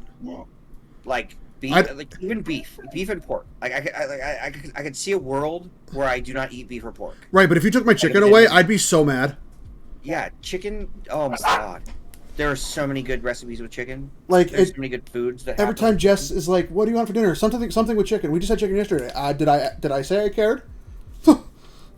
Like I know what we ate yesterday. I just want chicken. I'm not a huge pork fan, which is blasphemous, living in the place that we live. Right. In the Midwest, yeah. I do love pork, but chicken it still holds nothing to chicken. There's just something delicious about chicken and the way that it goes with so many other foods that it's like it's a fucking staple. And it's got its own slogan. Away from me, I would die. I would shrivel up and die. It's just got its own slogan too. It tastes like chicken. I mean, it's got. Come on now. Yeah, I'm sorry. I cannot like. I know that vegan teacher would probably be mad at me. It doesn't matter. She's in jail. Vegan teacher would probably be very upset with me saying that I enjoy chickens. Again, she's in jail. It doesn't really matter what she wants. But yeah, I mean, she actually managed to get arrested in Canada, so it's fine. Who the what? How do you get arrested in Canada? By impersonating a teacher, which evidently is illegal there. Wait, was she just pretending to be a teacher the whole fucking time? Yes. Does she live in Canada? Yes. Holy shit! So she broke the law and she knew it? Yeah. She just didn't care because she was fucking crazy. Didn't you gather that from the videos? Yeah, that's the same thing that I was wondering, Adrian. Like, she's in jail? Yeah, what she's. Fuck? I don't know if okay. How about I don't know if she still is, but like 6 months ago she was in jail. I don't know what. Okay. She went to jail. Correct. I don't know what the prison sentence was, but she did go to jail. Impersonating a teacher. I can't imagine they can't. No, fucking 10 years in prison. 10 years in a hardcore prison for impersonating a fucking teacher. It's Canadian. You never know. No, teachers are not. I'm sorry, but it's Canada. You never know. It's Canada. Canada. And you're saying it wrong. If there are any Canadians that do watch this and that are currently in our audience and are offended by this asshole's inability to say the word Canada correctly. Canada. I can say Canada. For his ignorance and his stupidity. We apologize on his behalf. I can say Canada. Canada is just cooler. For his dumassery. We sincerely apologize. We love you, Canada. We love you, Canada. Yeah, Canada's the best place. Hey, Trudeau, we should hang out sometime. Just saying. I mean, I wouldn't say that out loud because they're having some issues at the moment. Trudeau, I'm just saying. Like we could How dare you? Justin, Jason. It's all not the same person. It's all Canada to me, baby. I mean, yeah, that might have had something to do with it. I really don't know. I mean, only thing I know is there was a big push to get her in trouble and off TikTok, and then it came out. Well, yeah, she's been like literally fucking dissecting people's videos, and then there was a big thing that came out that she was going to be arrested, and then somebody had filmed it and put it on TikTok, and that's hilarious. Yeah, and then that was the last I ever saw of it and or her. So. I don't know anything about it because I don't. Yeah, no, she's a menace, and she's not in the hood, and she's not drinking juice. So her mentality is dangerous, right? Like her. Okay. I don't think it's so much like what she's telling people because like some of the shit she was necessarily okay, but like let's lay it out here. Vegan is not necessarily like an unhealthy. Oh right, no, there's nothing wrong with being a vegan. There's nothing wrong with being vegan. There's nothing wrong, but like the things that she was saying and suggesting. Yeah, some of the things she was peddling were downright dangerous. Like she was insane. I guess I haven't watched that many. Every day and it'll cure your cancer type of crazy. Yeah. Or like that's not how that works. Is being run by lizard people. No, like switch to veganism and you'll be free of your diseases. Like God'll heal you type of crazy. No. That's not how anything works. Like, of course, like there's a trick. Everything in moderation. Right, like she said, she was giving bad health advice in the guise of it being a vegan solution. She was one of those wellness gurus. Oh yeah, like what's her name? The actress that Gwyneth Paltrow, who should not be allowed near any fucking type of health magazine or child ever. Yeah, some of her shit's dangerous. And then there was the vagina scented candle. That was weird. Yep, that was not even the weirdest thing she's done, but yeah. I guess I'm like, I stick to the. So this comes back to like what we were discussing earlier. I stick to the side of the internet that does not engage with that sort of tomfoolery, negativity. I guess like. I don't really know how else to put it. Like, the part of the internet that I try to engage with as much as possible is more along the lines of the like Yahoo chat community. It is. I would rather go into an MMO and like maybe it's a bad MMO or maybe it's a good MMO. It doesn't really matter. But like engage with the community there and have fun in that area of the internet land than to go to a website that makes me absolutely fucking miserable every second of my life. Like, some people just enjoy getting on Facebook and then like using Facebook to fuel a rage inside of them that to normal human beings makes no sense. Or Twitter. Like, it's the same thing in Twitter. Like, a bunch of people that are just like way too angry for their own fucking good. And don't get me wrong, like, I will rant about certain things, and I have strong opinions about certain things. Uh-huh. But I also don't, like, throw in my entire bag of stupid out there for everyone to see. Like, I keep my self under wraps. Yeah, you don't go full conspiracy theory on people. Engage with people that are going to be malicious towards me. And there are people that go out of their way to do it. Well, right, there's a big difference between having an intelligent conversation, right? Versus just being assholes and malicious back and forth to each other, right? There's a big difference. Like when you're just trying to be a dick versus like actually having an educated conversation versus two viewpoints. And a lot of the internet is the latter. They're trying to just hurt the other person and sling insults. They're not trying to have an intelligent conversation. And unfortunately, the loudest people are normally the ones that are the least intelligent.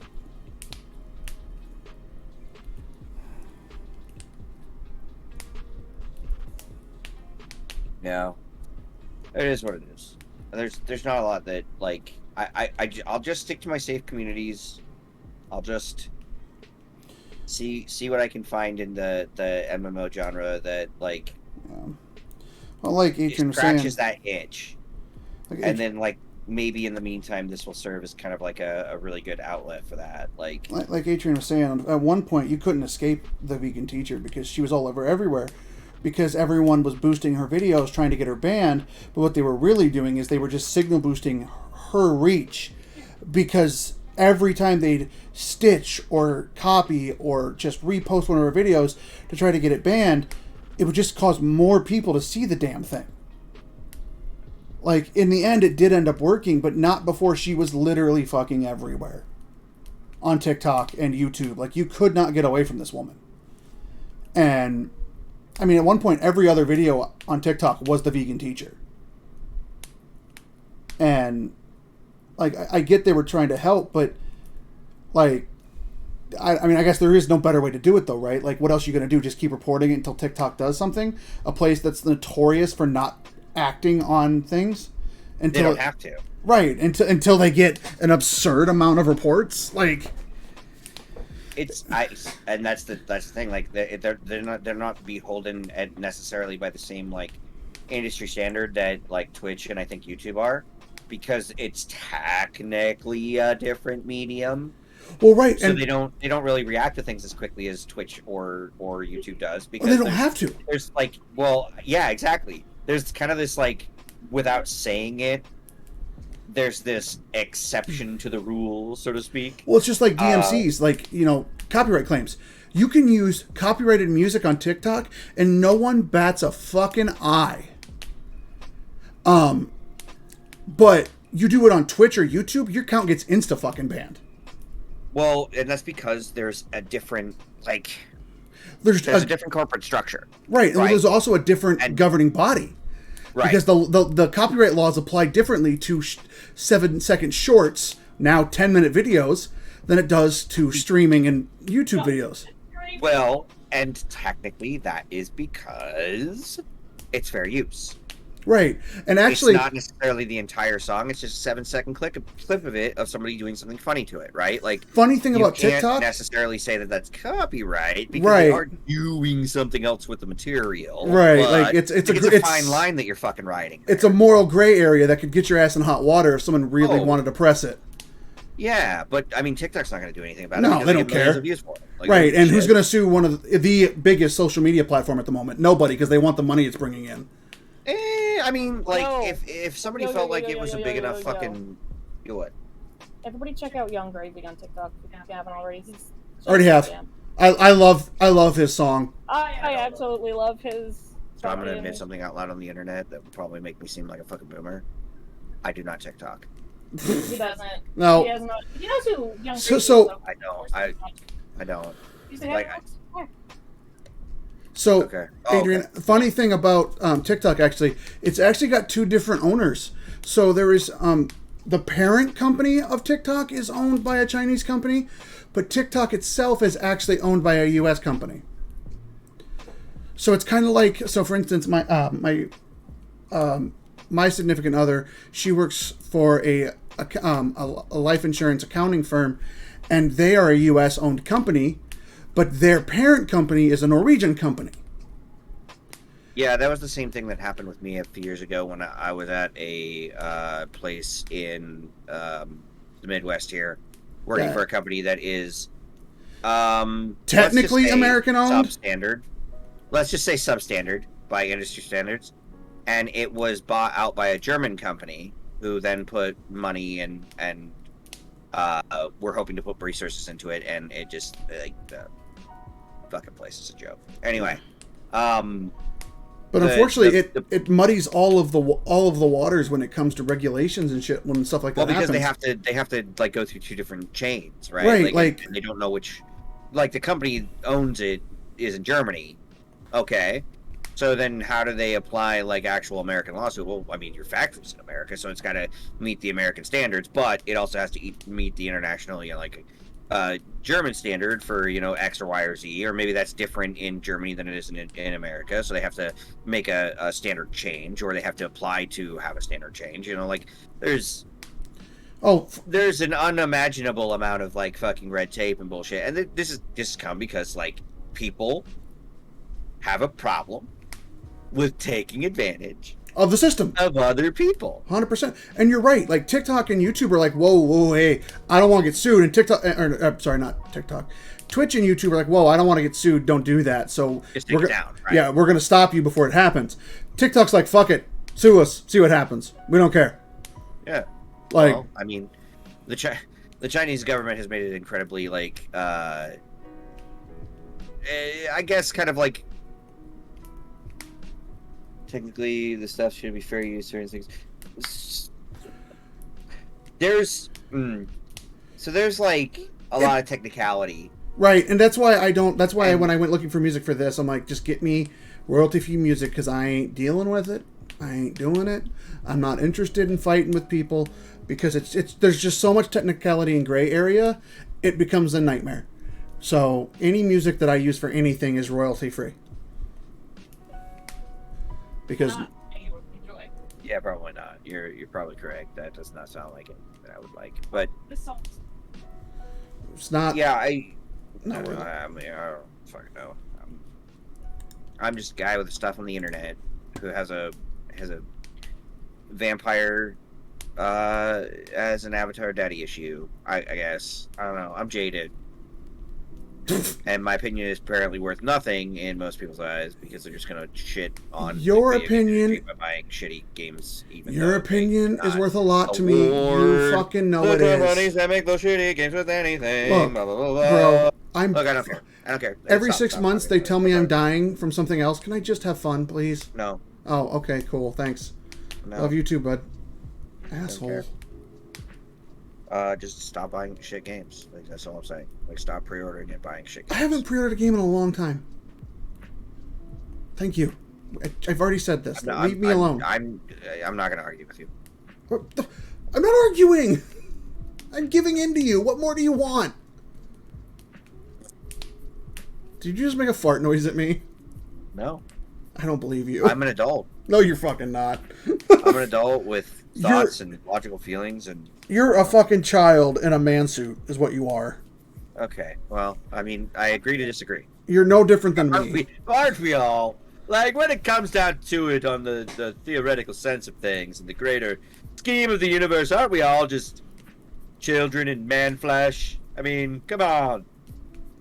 I mean, I right, already said people? earlier I was a tentacle beast in a meat suit, so. Tentacle beast in a meat suit. Yep, that's.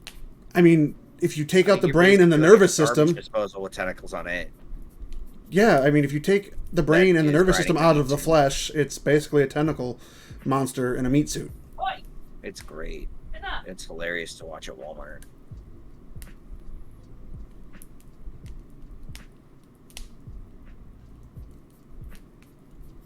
What? Spent a lot of That's time fair. for use digital design. The easier just to ban it for everyone. Trying to have the rules. Yeah, I will say that rather than trying to like make certain rules about it, they just ban it to make it so that it's like, okay, across the board, we just don't accept it. Bam, and then it's easy. Yeah, it's Then just, they don't it's have just to deal with easier. it. Whereas I mean, TikTok less is a little more ballsy though. Like Yeah, they're they just like, don't care. "Oh, go ahead, do it, fucker," and you're like, "What?" They're like, "Do it, fucker! Like sue us, go, do it." What are you waiting See for? what the fuck happens. And you're like, Okay, you called my bluff. Okay. Sorry, Jesus, leave me Okay. alone. Why are you still calling me? They're like the abusive ex that calls you 10,000 times in the morning. Like, leave me alone. I mean, getting paid music covers, otherwise your school project will be safe. Yeah. I don't really know. Okay, so I don't personally know anyone that's ever like used music for like a school project or something, and then gotten sued by like Blink-182 for like royalties for using their fucking music or whatever. But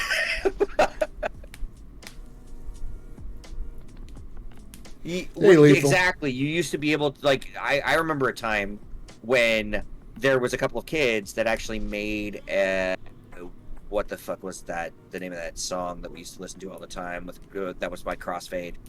Colors. There's a bunch of Colors. them. I think it was called Colors. Colors is the But it angry was one. Crossfade, and it was like a bunch of high school kids that did a fucking music video using it, and it was incredibly well made for it being a few high school kids that did it.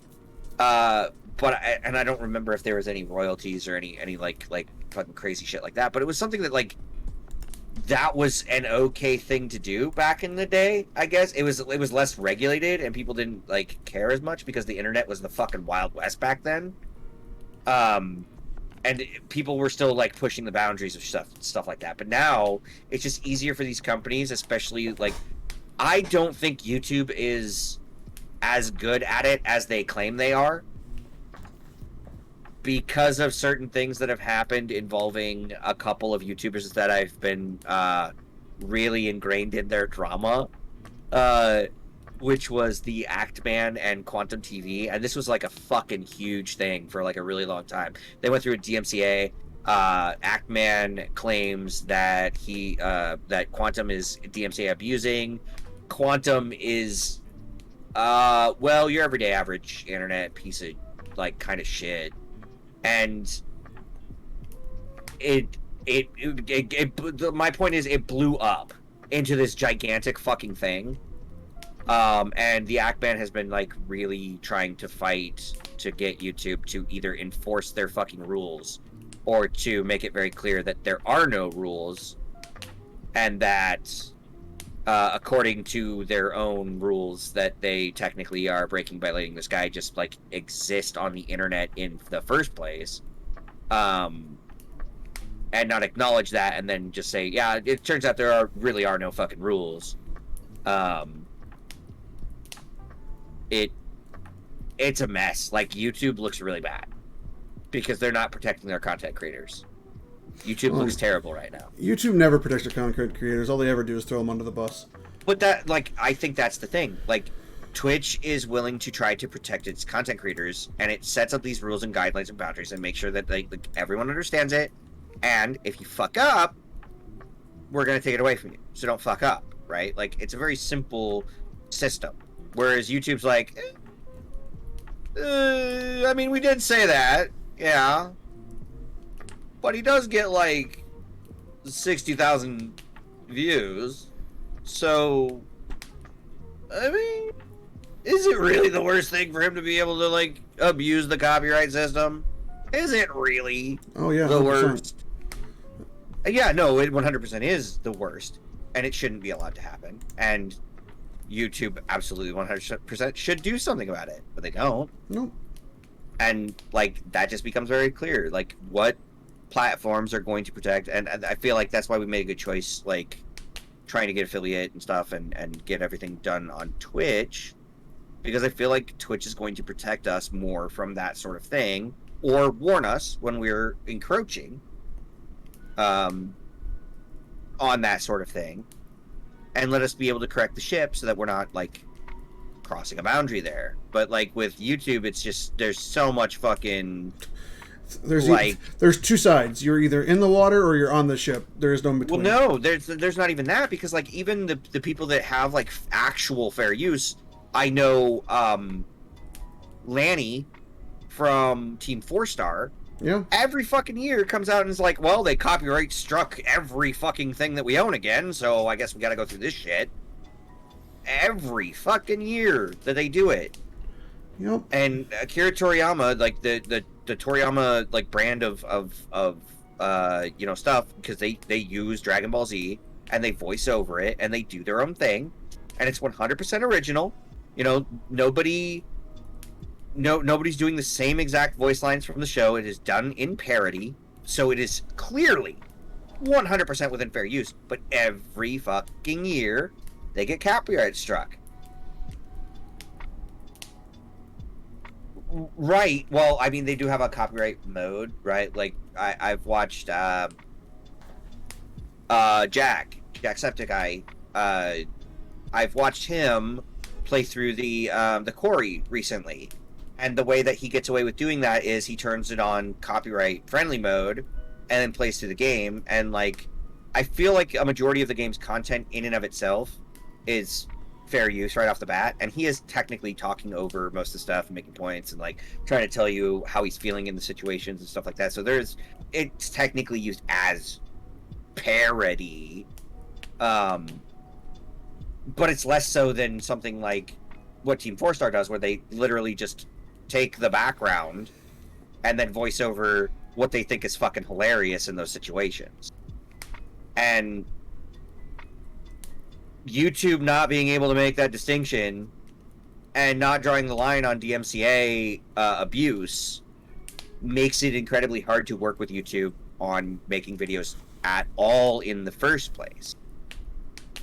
And I think that's why it's so easy to just be like, you know what, let's just don't, like, if we have, like, we can put a few videos here and there on YouTube, but for the most part, we're just using that as a backup channel for people that don't want to watch the, you know, 3, 4, 5, 6, 7, 8 hour streams and would rather just have bite-sized chunks of us saying funny shit. You know, like, not everything that you're going to do in a stream is going to be absolute 100% gold. There's no guarantee of that.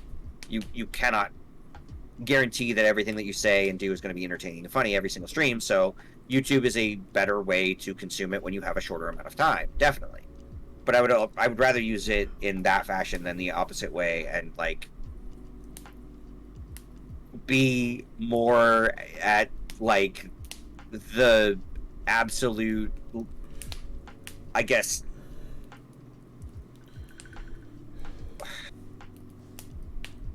at the like just completely hung out by YouTube. Yeah. When it comes to like the actual line and where they draw it and what they actually punish and what they don't, I'd rather know up front what it is that I'm getting into than to find out halfway through, oh shit, yeah, no, all this stuff, it doesn't count as fair use, so you're gonna have to take all of it down.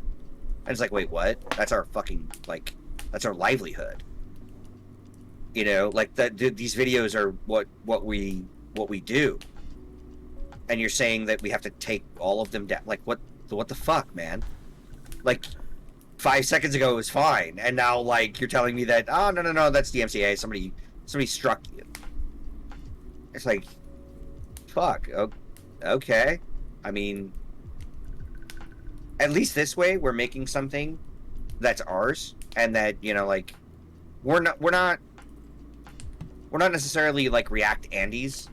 I don't know that our content is ever gonna like go to that level of stuff. Like if we're ever going to be a reaction channel, and I hope that we never run out of content and that we have to do that. But if it does ever come down to that, and we have to be careful what channels we react to, I guess, because there are a lot out there that will not appreciate being reacted to, and they will DMCA strike you. And if it's a YouTube, you know, account, then there's a good chance that you get, you know, sucked into a fucking legal battle. Whereas with Twitch, I feel like it's just going to be so much easier for us to like operate on this particular platform than it will be on YouTube. It's just like two completely separate fucking entities that handle the DMCA issue completely differently. And I, like, to an extent it makes sense, but I wish that it was more clear on YouTube. I wish that they would clarify where it is that they actually stand, rather than just playing the juggle. Well, I mean, sometimes it does, and sometimes it doesn't, and sometimes it is, and sometimes it isn't, and, you know, like, we don't really know. Like, draw a fucking line. Stop playing games with people because this is the way that they make a living, you know, trying to be entertaining and putting their videos on the internet, and you are fucking... You being wishy-washy is not helping. Like, we have to have a solid answer as to where the stuff is going to go. It has to be in one bin or the other, and we know that, and we're more than willing to put it either in one bin or the other, and either stop the content altogether or continue it, but understand that we're like kind of writing a line. Again? I just took them out. I don't know. Hyperventilating, like I have to go fight. Yeah, but anyway, that's like, to me it's crazy that YouTube wouldn't stand up for their people as much, and they won't clarify where it is that they actually like stand in terms of like content creation, and where they're going to actually protect their content creators, and where they're going to try to protect a copyright suit. Like, it's a very confusing line in the YouTube like arena, and I feel like Twitch just does a better job of drawing the line in the sand and saying, okay, just don't fuck around with anything copyrighted. Or we have to take you down. It's very clear. It's very clear cut. Just don't fuck with anything, and then you don't have to worry about it. And there's a lot of games that do the service of like actually providing copyright friendly music and, you know, stuff like that, so that you're not getting struck every 5 seconds because, you know, somebody's band goes off in the background by accident, and you're like, oh fuck. Like, you know, like, oh, guess I'm gonna cut that part out, you know, fuck. I don't know. I guess, like, that just goes back to, like, what it is that we're choosing and why we're doing it. And I want to say, like, I want to do more stuff like this, where we just sit around and talk. So far, the channel has been nothing but, like, us playing games. And, like, while I do appreciate, like, that sort of content, because it is kind of fun to play games together, I don't necessarily think that needs to be all of it. We could do variety, and I think that one of those variety things that we do could be just this, like, kind of like free form. We just talk about whatever the fuck comes to mind and whatever's cool. I actually like this as a format, and, you know, like, involving chat. It allows us to sit back and just kind of like flow with whatever chat's saying as well. And I really appreciate that you've been so active tonight in the chat. It's been really fun, like, replying to you guys and talking about, like, all the stuff that we've talked about. It's been a really long, weird road that we kind of went down, and I didn't expect to be talking about it for almost 5 hours now. But yeah, I mean, I guess, like, when it comes down to it, full circle, back to the original idea. I want what we build as a community here to be more like the Yahoo chat community, where we build a little oasis, and that oasis is filled with people that we actually like enjoy to be around, and we're very accepting, and we try to help each other, and that's the kind of community that I'm looking for. I'm looking for a community that's gonna be willing to like have fun and come with us on an adventure, and that's going to be, you know, down to do the same things that we're wanting to do in our life, whether that be like, you know, pretending to be wizards and shit on the internet, or whether it's, you know, playing a 5v5 game of League of Legends and like getting shit on. Because let's be real, like that's 90% of our games. My point, I guess, is that I want to build a community that is much like one that I harbor from my childhood, and that is that Yahoo chat community. It's I really appreciate that, Adrian. You just participate and lurk as much as you can, because that's the kind of people that we're looking for, you know? Like, it's the kind of people that are just willing to like kind of come and hang out and give their opinion and talk about some fun stuff and just embrace each other. And we'll be more than willing to come and dump raids in your stream and just come hang out with you when you're there. 7 days. Yeah. 7 days to die, and like we just really appreciate that you were so welcoming in your stream. Like it really meant a lot to us to, you know, make friends and have somebody that's like doesn't just come and follow, but, you know, also comes and participates in the community. And I hope that we can be that for you too. You know, like that's something that I really eventually, that's the dream, right? Like everybody comes together as a big community and is fun and helpful and watches each other's stuff and does all sorts of cool stuff together. Like I want to bring people up with me. I don't want to just yeah. I mean, not the crazy weird dark places on Yahoo, but the, you know, the more meta kind of like safer areas that involve the creepy like ERP, or the like just the cybering, because that was a big thing. Woof. Yeah, we'll stay on the sunshine side of Yahoo, the adventure side of Yahoo. Yeah, not the dark underbelly where people did things that we don't ever talk about. And it's probably part of the reason why the fucking chat rooms got closed down in the first place. Yeah. But hey, guys, it is almost 2 o'clock. I need to get to bed because we have Jess's important doctor's appointment tomorrow morning. So I am going to call it here. We are going to raid somebody. So give me a few seconds. Stick around. Yep. You can keep talking while I do that. Absolutely. Let me give me you guys a couple of like digits to reach us if you have not already. You can reach us at the TikToks. You can reach us at the Yahoos. Most of our videos on TikTok and Yahoo are much smaller. Thank you so much for coming, Adrian. Really appreciate it. Thanks to our first and currently only sponsor, W Energy, WDUBBY.GG. Awesome to have like a sponsor. It's as weird as it like seems. Like it's cool that we have someone that was willing to take a chance on us. Promo code Mystical Machinations at checkout will get you 30% off of any of their current products. Mystical Machinations spelled just like in the Twitter, the Twitch, the YouTube, all of that, which you can find us on all of those platforms as well. And one last thing, special shout out to my wife for drawing our logo. She just came up with it. We actually do have merch in the store now with that logo on.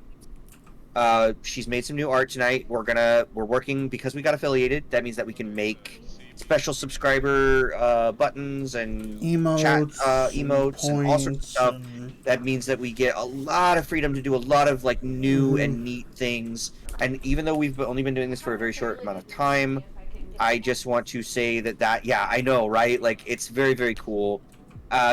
Give Atrian some love if you have not and you are one of our followers. Get her to affiliate so that she can do the same cool stuff and control, you know, more of her Twitch platform. We're really rooting for her to visit her at her Twitch channel. And special thanks to the person who made our first our very, very first art of me and Hunter together. I don't know where do you still have it on like Twitter? Yeah, of course I do. Yeah, so Molly Pukes. the picture that I'm talking about is still on Twitter. It was done by a artist by the name of Molly Pukes. Check her out. Also at the Twitters and probably some other places that we should probably put up on the. It's on website, Twitch on too. TikTok, on Twitch. It's on Twitch. Yeah. I can't put it on TikTok because there's not enough room in the bio, but it's on Twitch. Okay. I only get 60 characters for my bio on TikTok. And you are very welcome for the shout out. She's an amazing content creator. We rated her a few nights ago. Please go check her out. Give her a follow. Let's get her to affiliate. And thank you to everyone that shows up. Starting the raid now. Atrian, very, very, very fun working with you and seeing you tonight. And then the rest of you that show up every night, thank you so much. We love you. Alright, got me too. That was very unpleasant to watch from around. You're a gusher. Always, always. Hello, thank you for the raid. Thank you for the follow. How are you?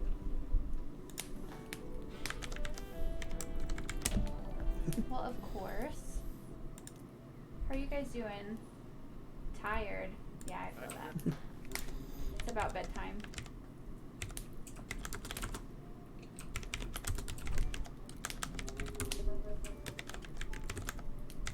Thank you, Atrian. I need to take this out.